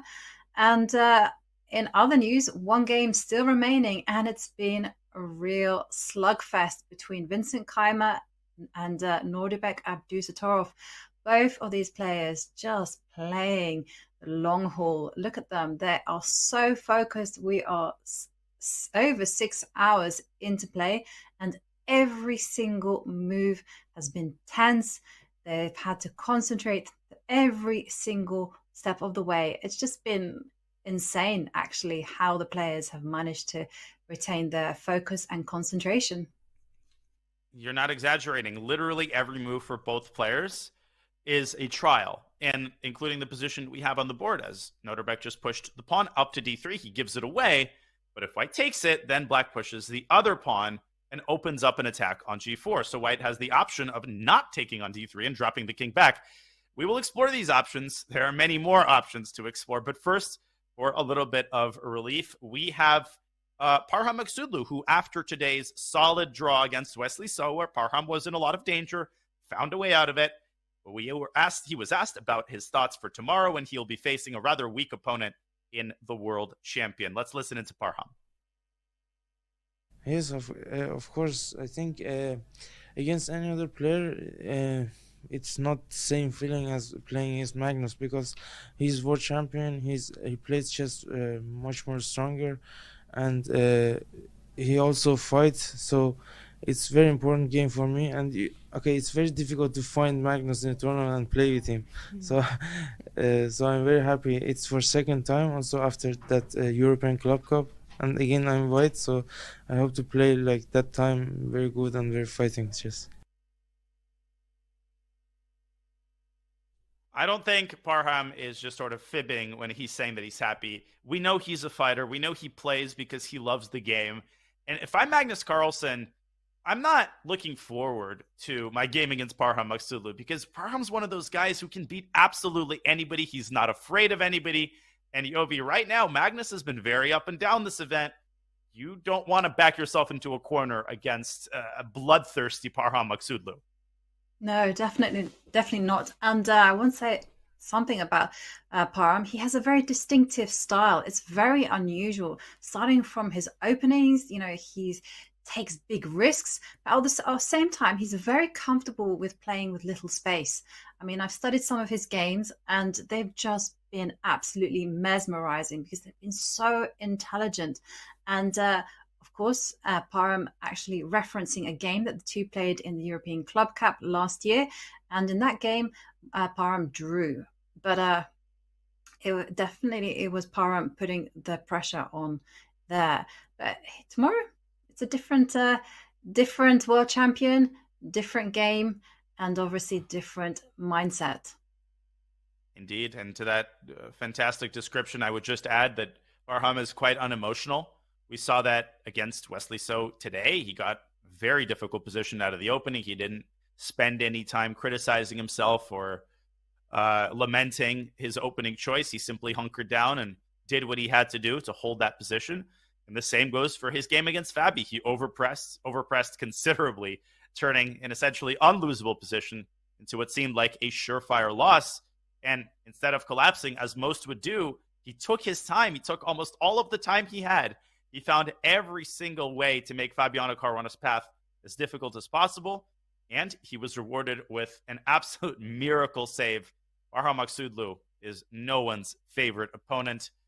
Okay, So let's go back to our current game. Norbek Abdusattorov, the tournament leader, sits on 6 points out of 8. He is currently joined by Anish Giri only. So if Norbek loses and fails to hold this endgame, then he will be in a tie for first with Anish. If he draws, then he will be in clear first still, but only by half a point. Let's not talk about what happens if he wins. I think that's a possibility we can ignore. Unless Vincent plays rook d4 here. Yeah. Yeah, he's not going to win this one. That would take a miracle of all miracles. But definitely he has good drawing chances here. But just a note on the clock times. Vincent is now burning down the clock. 6 minutes and 40 seconds. And there is now no added time. There's no bonus time. The players still get their 30-second increment, but that will be it. And this does mean that Vincent will need to be precise here. And he has a dilemma. King takes pawn or king back to f3. The benefit of bringing the king back, it may seem irrational, but it's to make sure that your pawn majority is protected by the king. I would go king f3. That would be at least my intuitive inclination, because king takes d3, black has the move f3, and then if you intercept with your rook, that pawn endgame is actually a draw. Black can come around and win the g4 pawn, and then even if he gives up f3, it doesn't matter. Mm-hmm. Yeah, I agree. And I think king f3 is definitely the trickiest move. And again, now the ball is in Norbek's court. Very much so. Now he's going to lose one of these two pawns on the next move. And the bad news for him is that I don't see a good way for him to force the target position that we were freaking out about, where he forces the king to g2 and then gets his own king to h4. I think that's too much to ask given where they sit right now. For example, if he gives up the pawn like this, if he plays d2 and says, go take it, Vincent will say, okay, I'll take it. And if you go king g5, white tosses the king away with rook d5 check. Can't go to h4 because you get mated. And this, I think, is already, wait a second, no, this is the target position. He can still get it, rook a4. And again, he gives that check on a3 and goes king g5. So black makes it happen just in time here. Yeah, he does. Norbek? And no, he's gone for a different approach. Now, instead, he's clinging on to the f-pawn for dear life.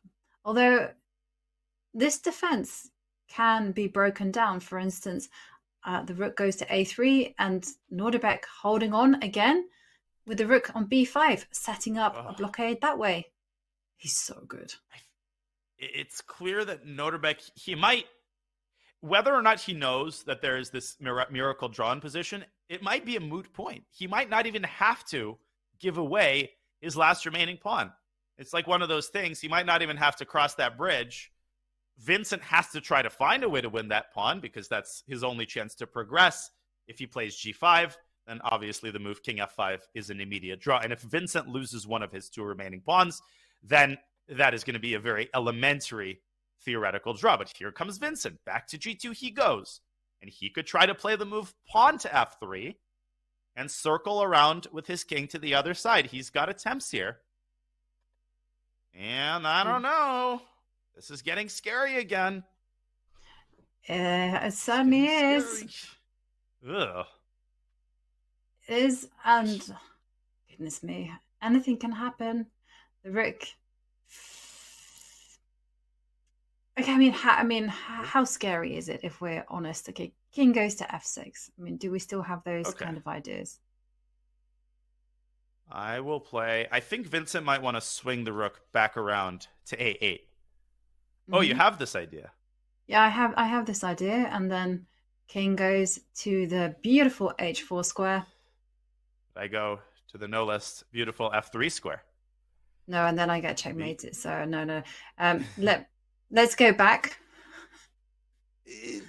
Maybe rook b4 actually holds on here, but okay, I'll accede. Actually, I do think this holds on. Maybe. But then the rook will go to h8. And then h5.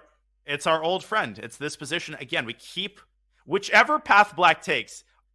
Ultimately, he will have to realize that this position is drawn because of the check and king g5.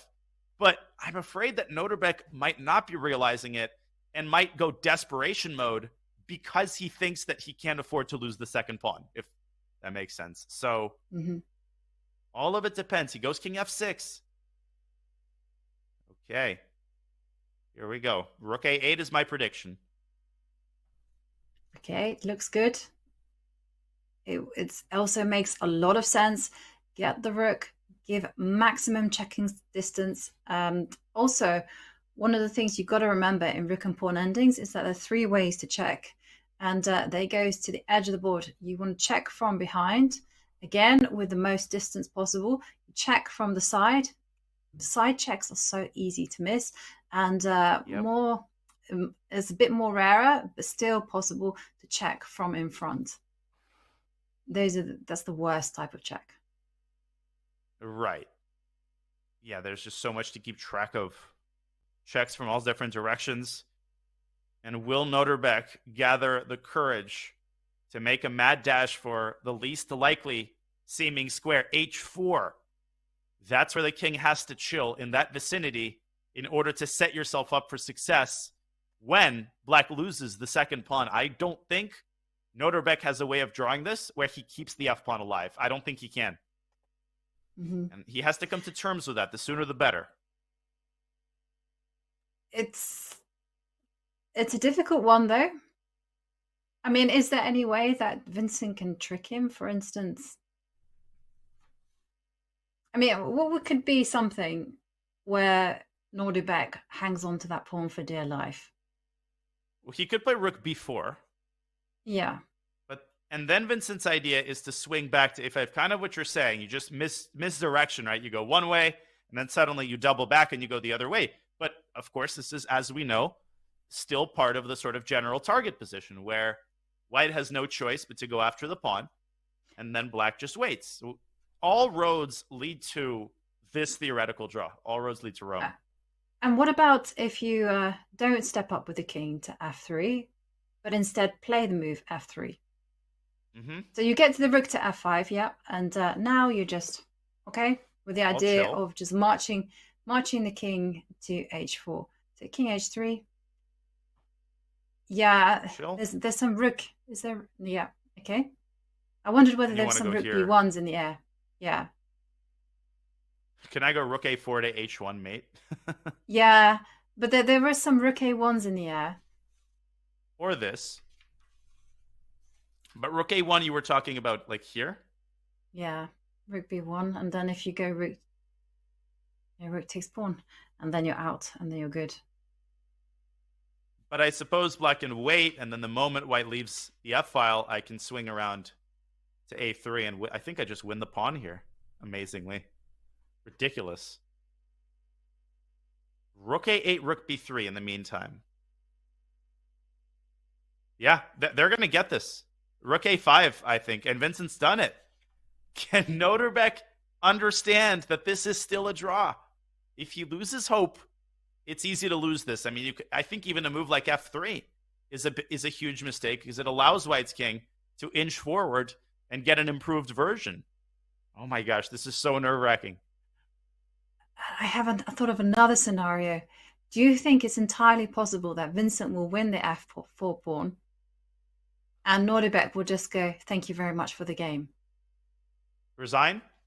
Yeah.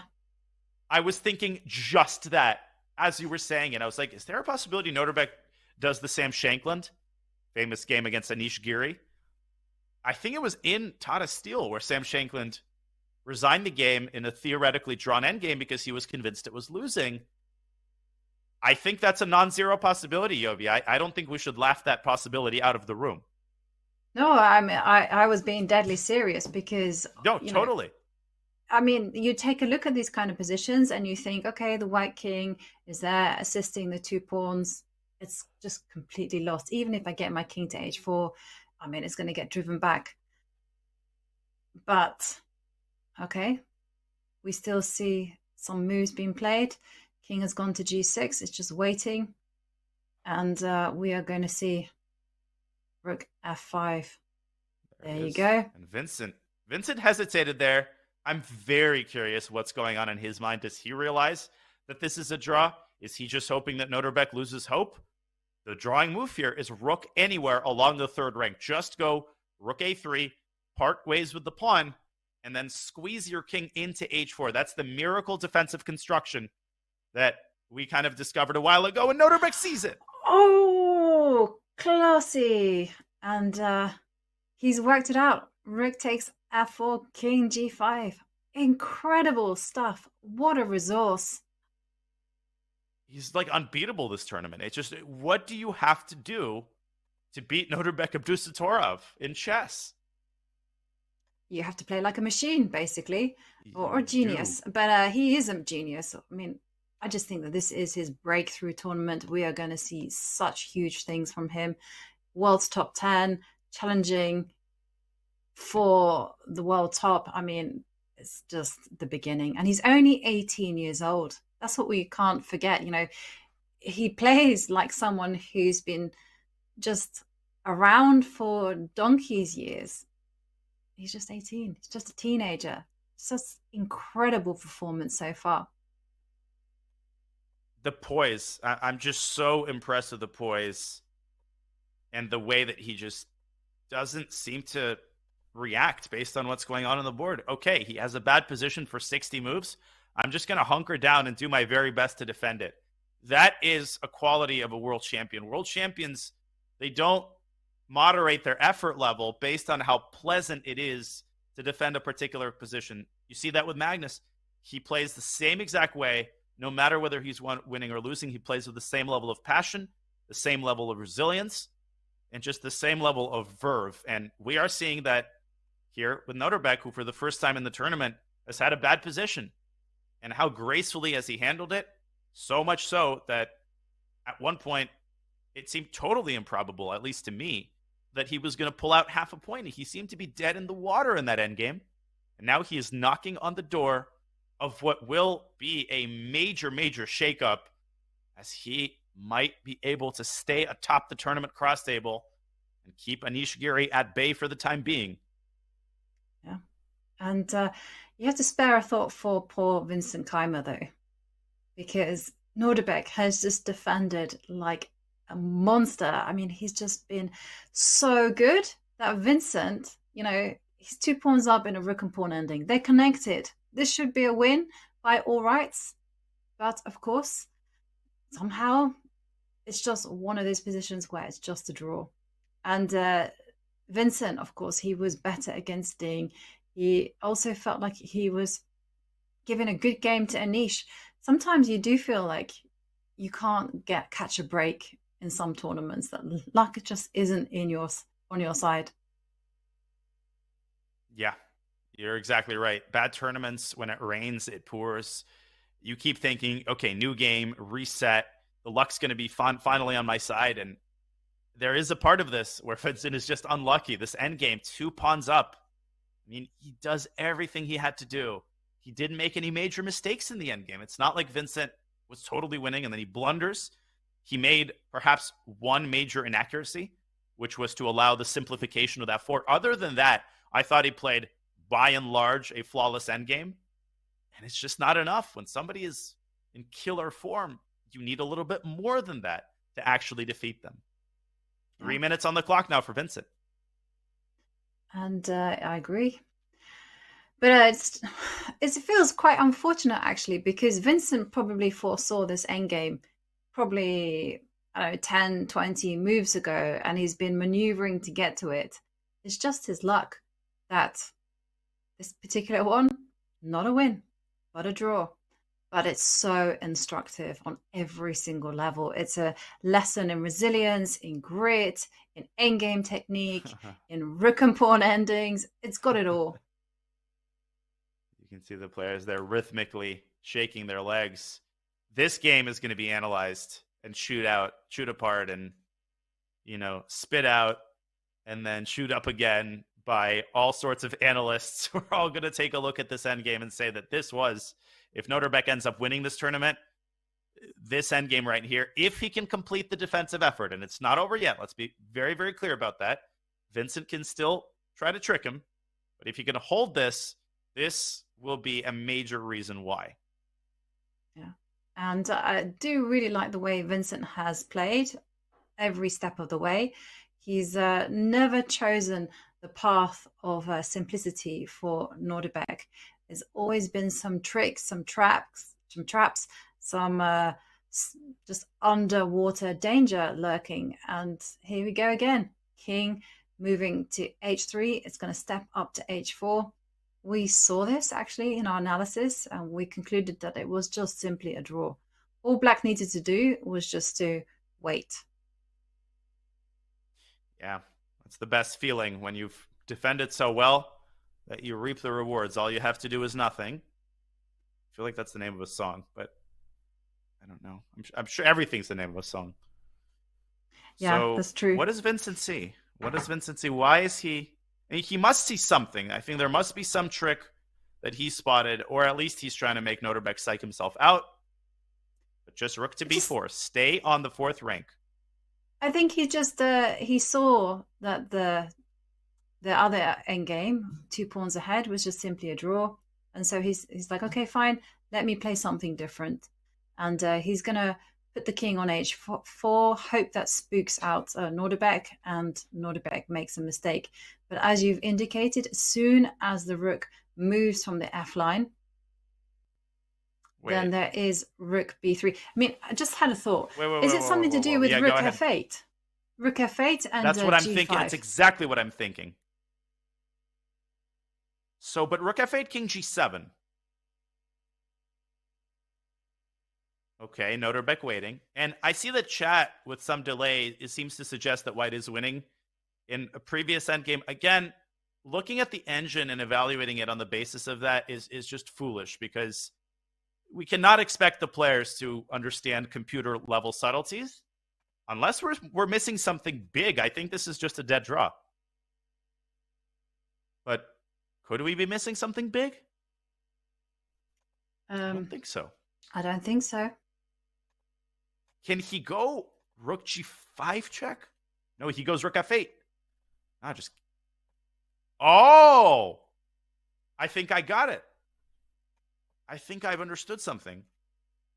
Okay. If black goes king g7, then rook b8, rook a3, and what if you tried to play like this? Rook takes pawn? Anything? Check? No. No, I guess you don't. King goes to the edge, and you're going to have to go king. And you're still some way away. This is a very nice move because you're paving the way for the pawn. Now, this is a dead draw. And I think we were in the minority opinion seeing what chat is saying, but we might be proven right here. I think Vincent is officially at a dead end. Yeah. I think it's one of those things where the computer just doesn't see the horizon. It just assumes that this pawn is going to obviously fall on f4, that white is able to coordinate the pieces, and that's really not the case. And there we see rook g5, king moves to h7, and you can see Nordebek playing so quickly, so confidently. Yeah. It's like he's worked it all out. Well, it's just one of those things, you know, where he has worked it all out. He sees the idea of rook to a3.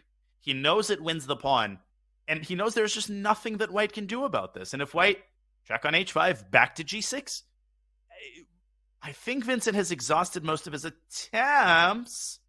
But what if he goes g5? G5. Whoa. That's an idea we didn't see before. Wait a second. G5? Okay. But the king can go to gosh. f5. So g5. He's played it.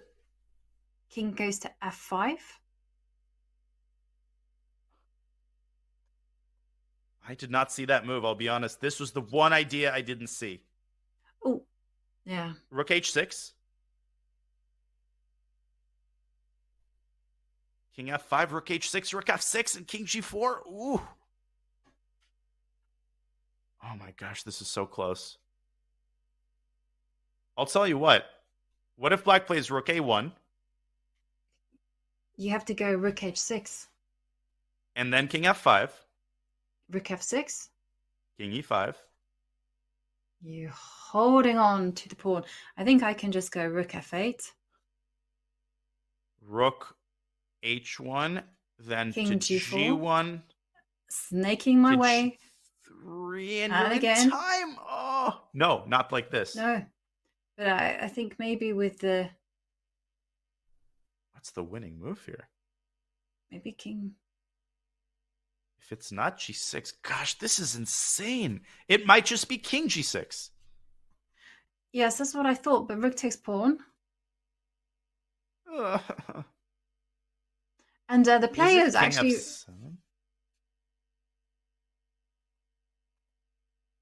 They're doing it. Actually They're going following through this, yep. Oh, it might be rook f5. I mean, anyways, let's just go all the way back to the live board, and there we go. We're going to simply have what we just looked at appear on the board. And it's still a total 50-50 position. What an idea by Vincent to put the rook on the corner file and then push g5. And that was the only way in which he could actually substantively push black's king out of its defensive zone. Oh my gosh.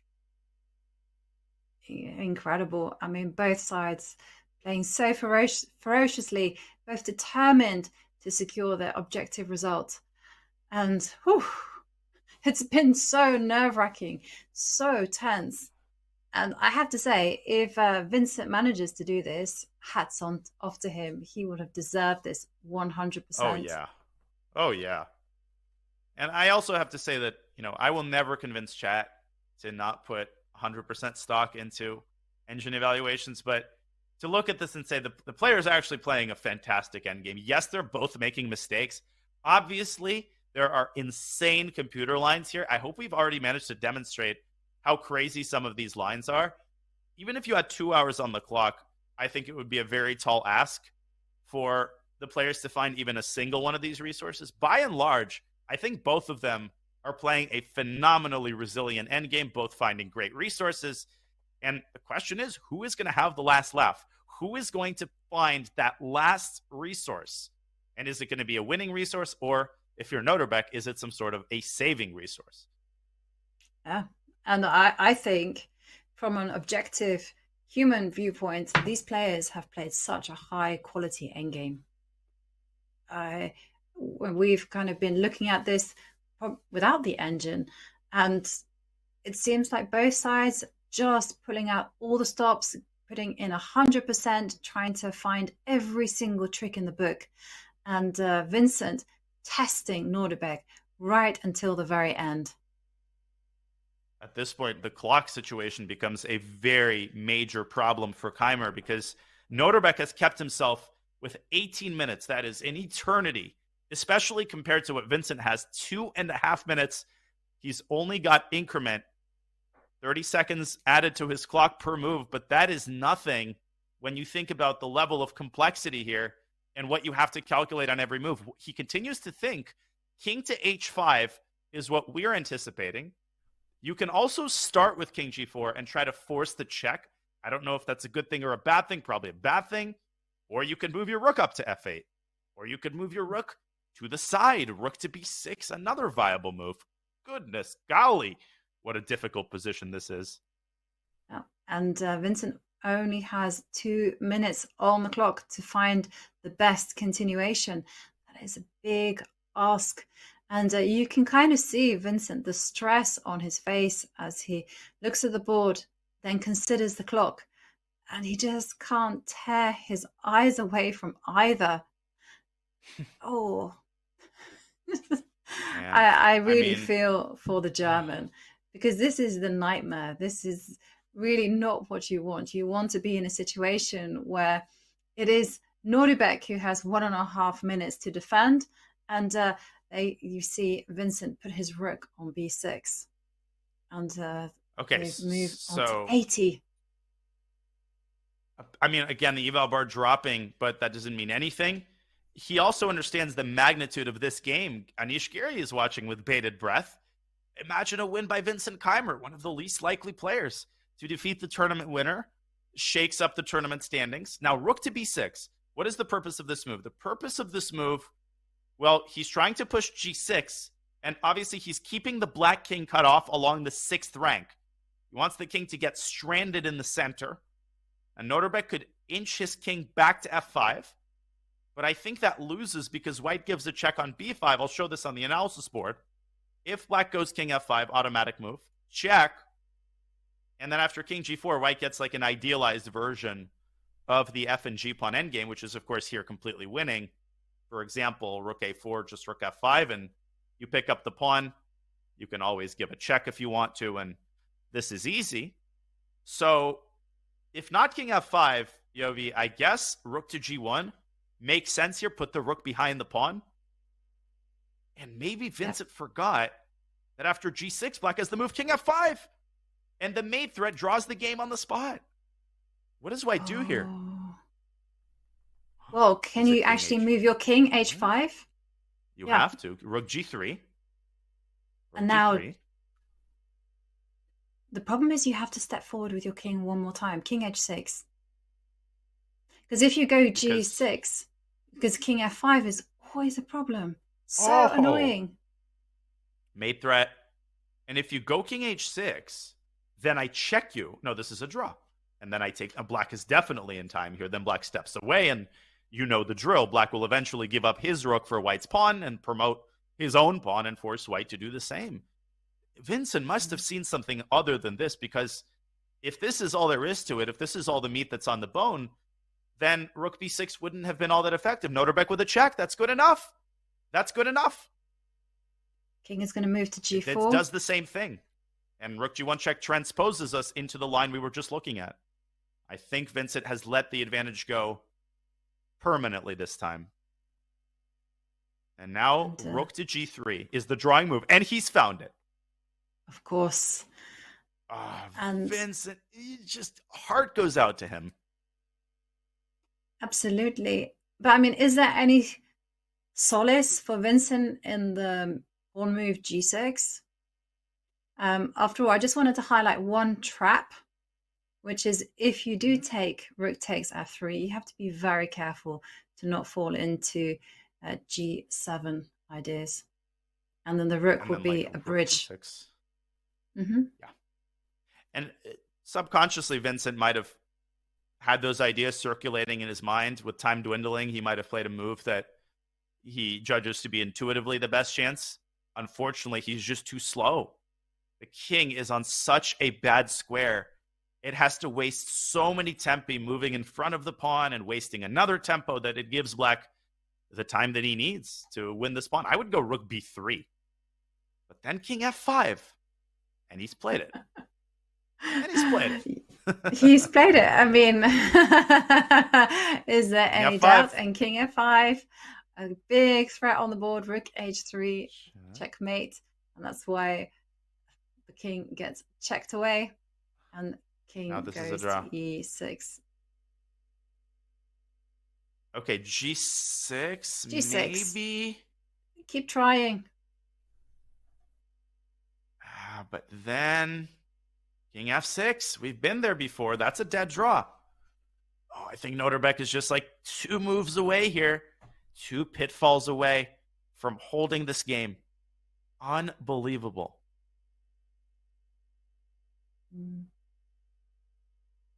Yeah. Now, I love that. Make a suggestion. King g6, g6. If I may pat us on the back, Yovi, the chat, which of course we're on a little bit of a delay, is excoriating us for not claiming that this is an easy win for white, because, you know, we don't use engines, so we actually have a real understanding of how it is for humans. And I feel like in human terms, this endgame was always very close to a draw. I would call it a 50-50 endgame, where one mistake by either side essentially shifts the evaluation. And yes, the evaluation shifted many times. Obviously, the players made mistakes because this was an endgame of ridiculous complexity. But I don't think black was always that far away from a draw, practically speaking. He's still not far away from a draw, but the game is not over. White could still win this. Is there anything left to discuss after king f6, or is it officially just a draw? Well, there's one trap that you probably shouldn't fall into, and that's don't capture the pawn on f3. King f6 looks to me very, very good. Just play that move. Oh, he takes the pawn. I think that that's was fine. the one move. Okay. I think that's fine. Because if you go g7, and I just go back to g3, or even to h3, wow, even that line's a draw. Definitely. Boom, boom, boom. And yes, the rook is used as a bridge. It looks like white wins, but no, my king is just close enough. Here, white actually loses. Now black's pawn promotes. So you want to actually take on f4 here. And you have to accept the inevitable. Yeah. Yeah. I've seen people lose like that. You just, I got to go with my king. Yeah. Okay. It's not good to be stubborn. Yeah. And we see played. g7. That's it. It is. What a hard fought draw. And there you see the nod from Nordebæk. He knows it's in the bank. It's a draw. He has managed to survive now for so many hours. King is going to go back to f7. The rook can go to g3. It does not matter. I would even go king f7 here. And if I just may show one more line, rook b7 check, you go to g8, king g6 check. And this is a well-known idea. King to h7. And black sandwiches his king right amongst the trees, and that's it. Now black is suddenly the one push. I mean, like white has to force the draw because rook to g6 check is going to disattach the king from the pawn. But Nordebæk takes the alternate approach and goes rook to g3. Also perfectly sufficient. And of course, he's going to give away his rook for the pawn at the right moment, or continue checking the king as much as he wants to. This is draw. I think Vincent, he's been such a fighter. He's going to continue one last attempt by just pushing the king up to h6. Yeah. Although that might come with some risk. Definitely should. You start getting into that territory. Listen, you've got a minute on the clock. Anything can happen. He moves the king up to h6 and now f3. I think it's important for Nordebæk just to push while he still has a chance. He's got 17 minutes to figure that out. Mm-hmm. Still, there has to be slightly careful. You can be careless. Like, for instance, if you play f3, and if white were to play rook b3, thinking, woo-hoo-hoo, it's all good, then it doesn't really matter because f2 doesn't really work because of rook takes rook. And as usual, just no matter how many times they're repeated, unfortunately, it doesn't matter because when the engine says something, people stop looking at the position and stop looking at the practical difficulty of finding things. Rook endgames are notorious for this, notorious for convincing spectators that grandmasters are terrible at chess and should not receive an invite to these events.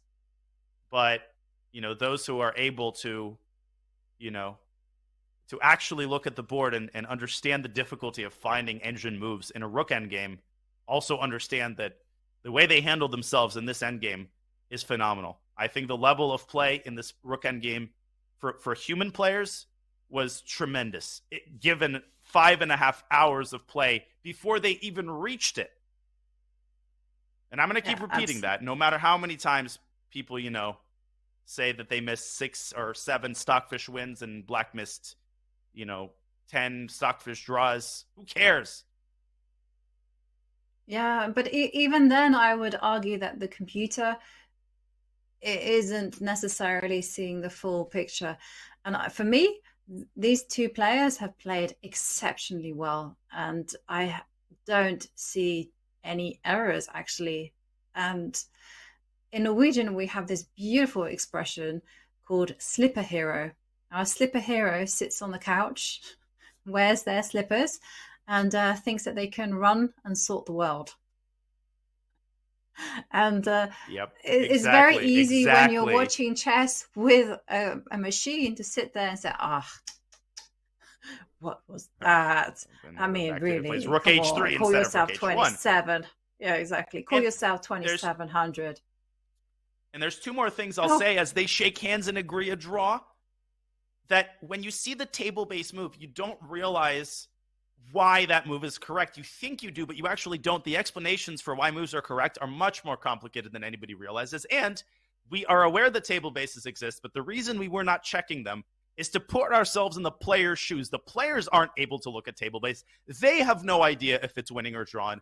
And obviously that changes the way that they play. What a defensive effort. Just a monstrous defensive task pulled off by the tournament leader, who keeps his half-point lead in this event, much to the chagrin of Anish Giri, whose dinner was briefly interrupted here. He ain't going to be happy for a little while, because he's going to have to continue winning to stop the Uzbek juggernaut from carrying this tournament all the way to the end. Oh, what an incredible day of chess. And there we can see the leaderboard. Nordibek Abdusattorov, he remains at the top with 6.5 points out of 9, and he's been chased down by Anish Giri on 6 points. But neither of them can actually rest on their laurels, because Wesley So don't write him off 5.5 points out of 9. And who is in 4th place? None other than Magnus Carlsen, who will be, well, he's will be looking to make a huge comeback because he spots the gold. And yeah, it's just been so exciting, super thrilling, and what an instructive day of chess. We've had everything. We started the day with nobody playing 1e4. I was a little bit disappointed, but oh boy, have we been compensated handsomely. There were a lot of players playing d4. We had a fascinating game between Ding and Anish Giri, just a devastating loss. Ding Liren showcasing some phenomenal opening ideas, only to lose right when he was knocking on the door of a much-needed victory, sending Anish Giri to clear second place with 6 out of 9. And the other decisive game, Richard Report demolishes a struggling Arjun Erigaisi, who now finds himself tied for last place with his compatriot Gukesh, who did have one of his highlights of the event, a brilliant draw against Magnus Carlsen. And Yobi, brilliant is not an overstatement. This is why I love these tournaments. Even a player who is in last place has the capacity to change the layout of the tournament and the outlook of the other players. That's what makes these tournaments so magical. Anybody in this field is capable of anything.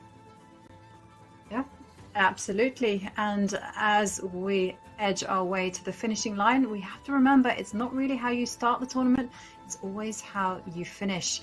Anything can happen, and there we can see tomorrow's big matchups and some exciting pairings. Wesley So will face off against Anish Giri. That is a tremendously important game. And then we have tournament leader Nordibek. He will face off against Ding Liren, who had a tough showing today. And if we go down, we can see at the bottom that Magsudlu will be facing off against Magnus Carlsen with the black pieces. Oh, it's going to be so exciting. It will be a scintillating day of action. Round 10 of 13 as we enter the home stretch. Fatigue comes into play. These players are exhausted, particularly Nordibek. He will have to come right back and play another critical game with the white pieces in order to try to extend his lead. This was a 6.5-hour round. What a fascinating round it was. And Yovi, as is our tradition, I will pass it back to you one final time for your last thoughts on what we saw today. Yeah, it was such a brilliant day of action. Couldn't have wished for a better commentating partner. And of course, I'd like to thank everyone at home for watching the show and everyone who's tweeting, sending us their thoughts. I mean, it's just incredible. And the day of chess, I still can't get over that rook and pawn ending. How instructive on a theoretical, practical, resilient level. Extreme. This day has had everything. It was so rich, and I would just advise chess fans to really try to experience what the players are experiencing. Yes, watching with the computer is fun. Yes, it's important to know the objective truth, but this is the best chess that's ever been played in chess history. The players now, the top 10 players, are as closer to engine play than they ever have been. And I just think taking a moment to appreciate what the players put on the line each and every day and the level of chess that we have the privilege of watching each and every day is something that we've never had the opportunity to do throughout chess history. These are beasts we are talking about. This is a new generation that is redefining what excellence means. And on that note, folks, tomorrow is round 10. It comes to you at the same time, 5 a.m. Pacific, 8 a.m. Eastern, and 2 p.m. Central European time. And on that note, we'd like to thank the over 50,000 of you watching all across the platforms. Yovi, it has been a pleasure working with you throughout these rounds. You'll be commentating tomorrow with Robert Hess. And thank you to our producer, Hala, for another amazing broadcast. On that note, folks, we'll see you tomorrow for round 10. This was Grandmaster Daniel Naroditsky and International Master Jovanka Huska bringing you Tata Steel coverage in round 9. Tomorrow is round 10. And for now, have a great rest of your Tuesday. So long.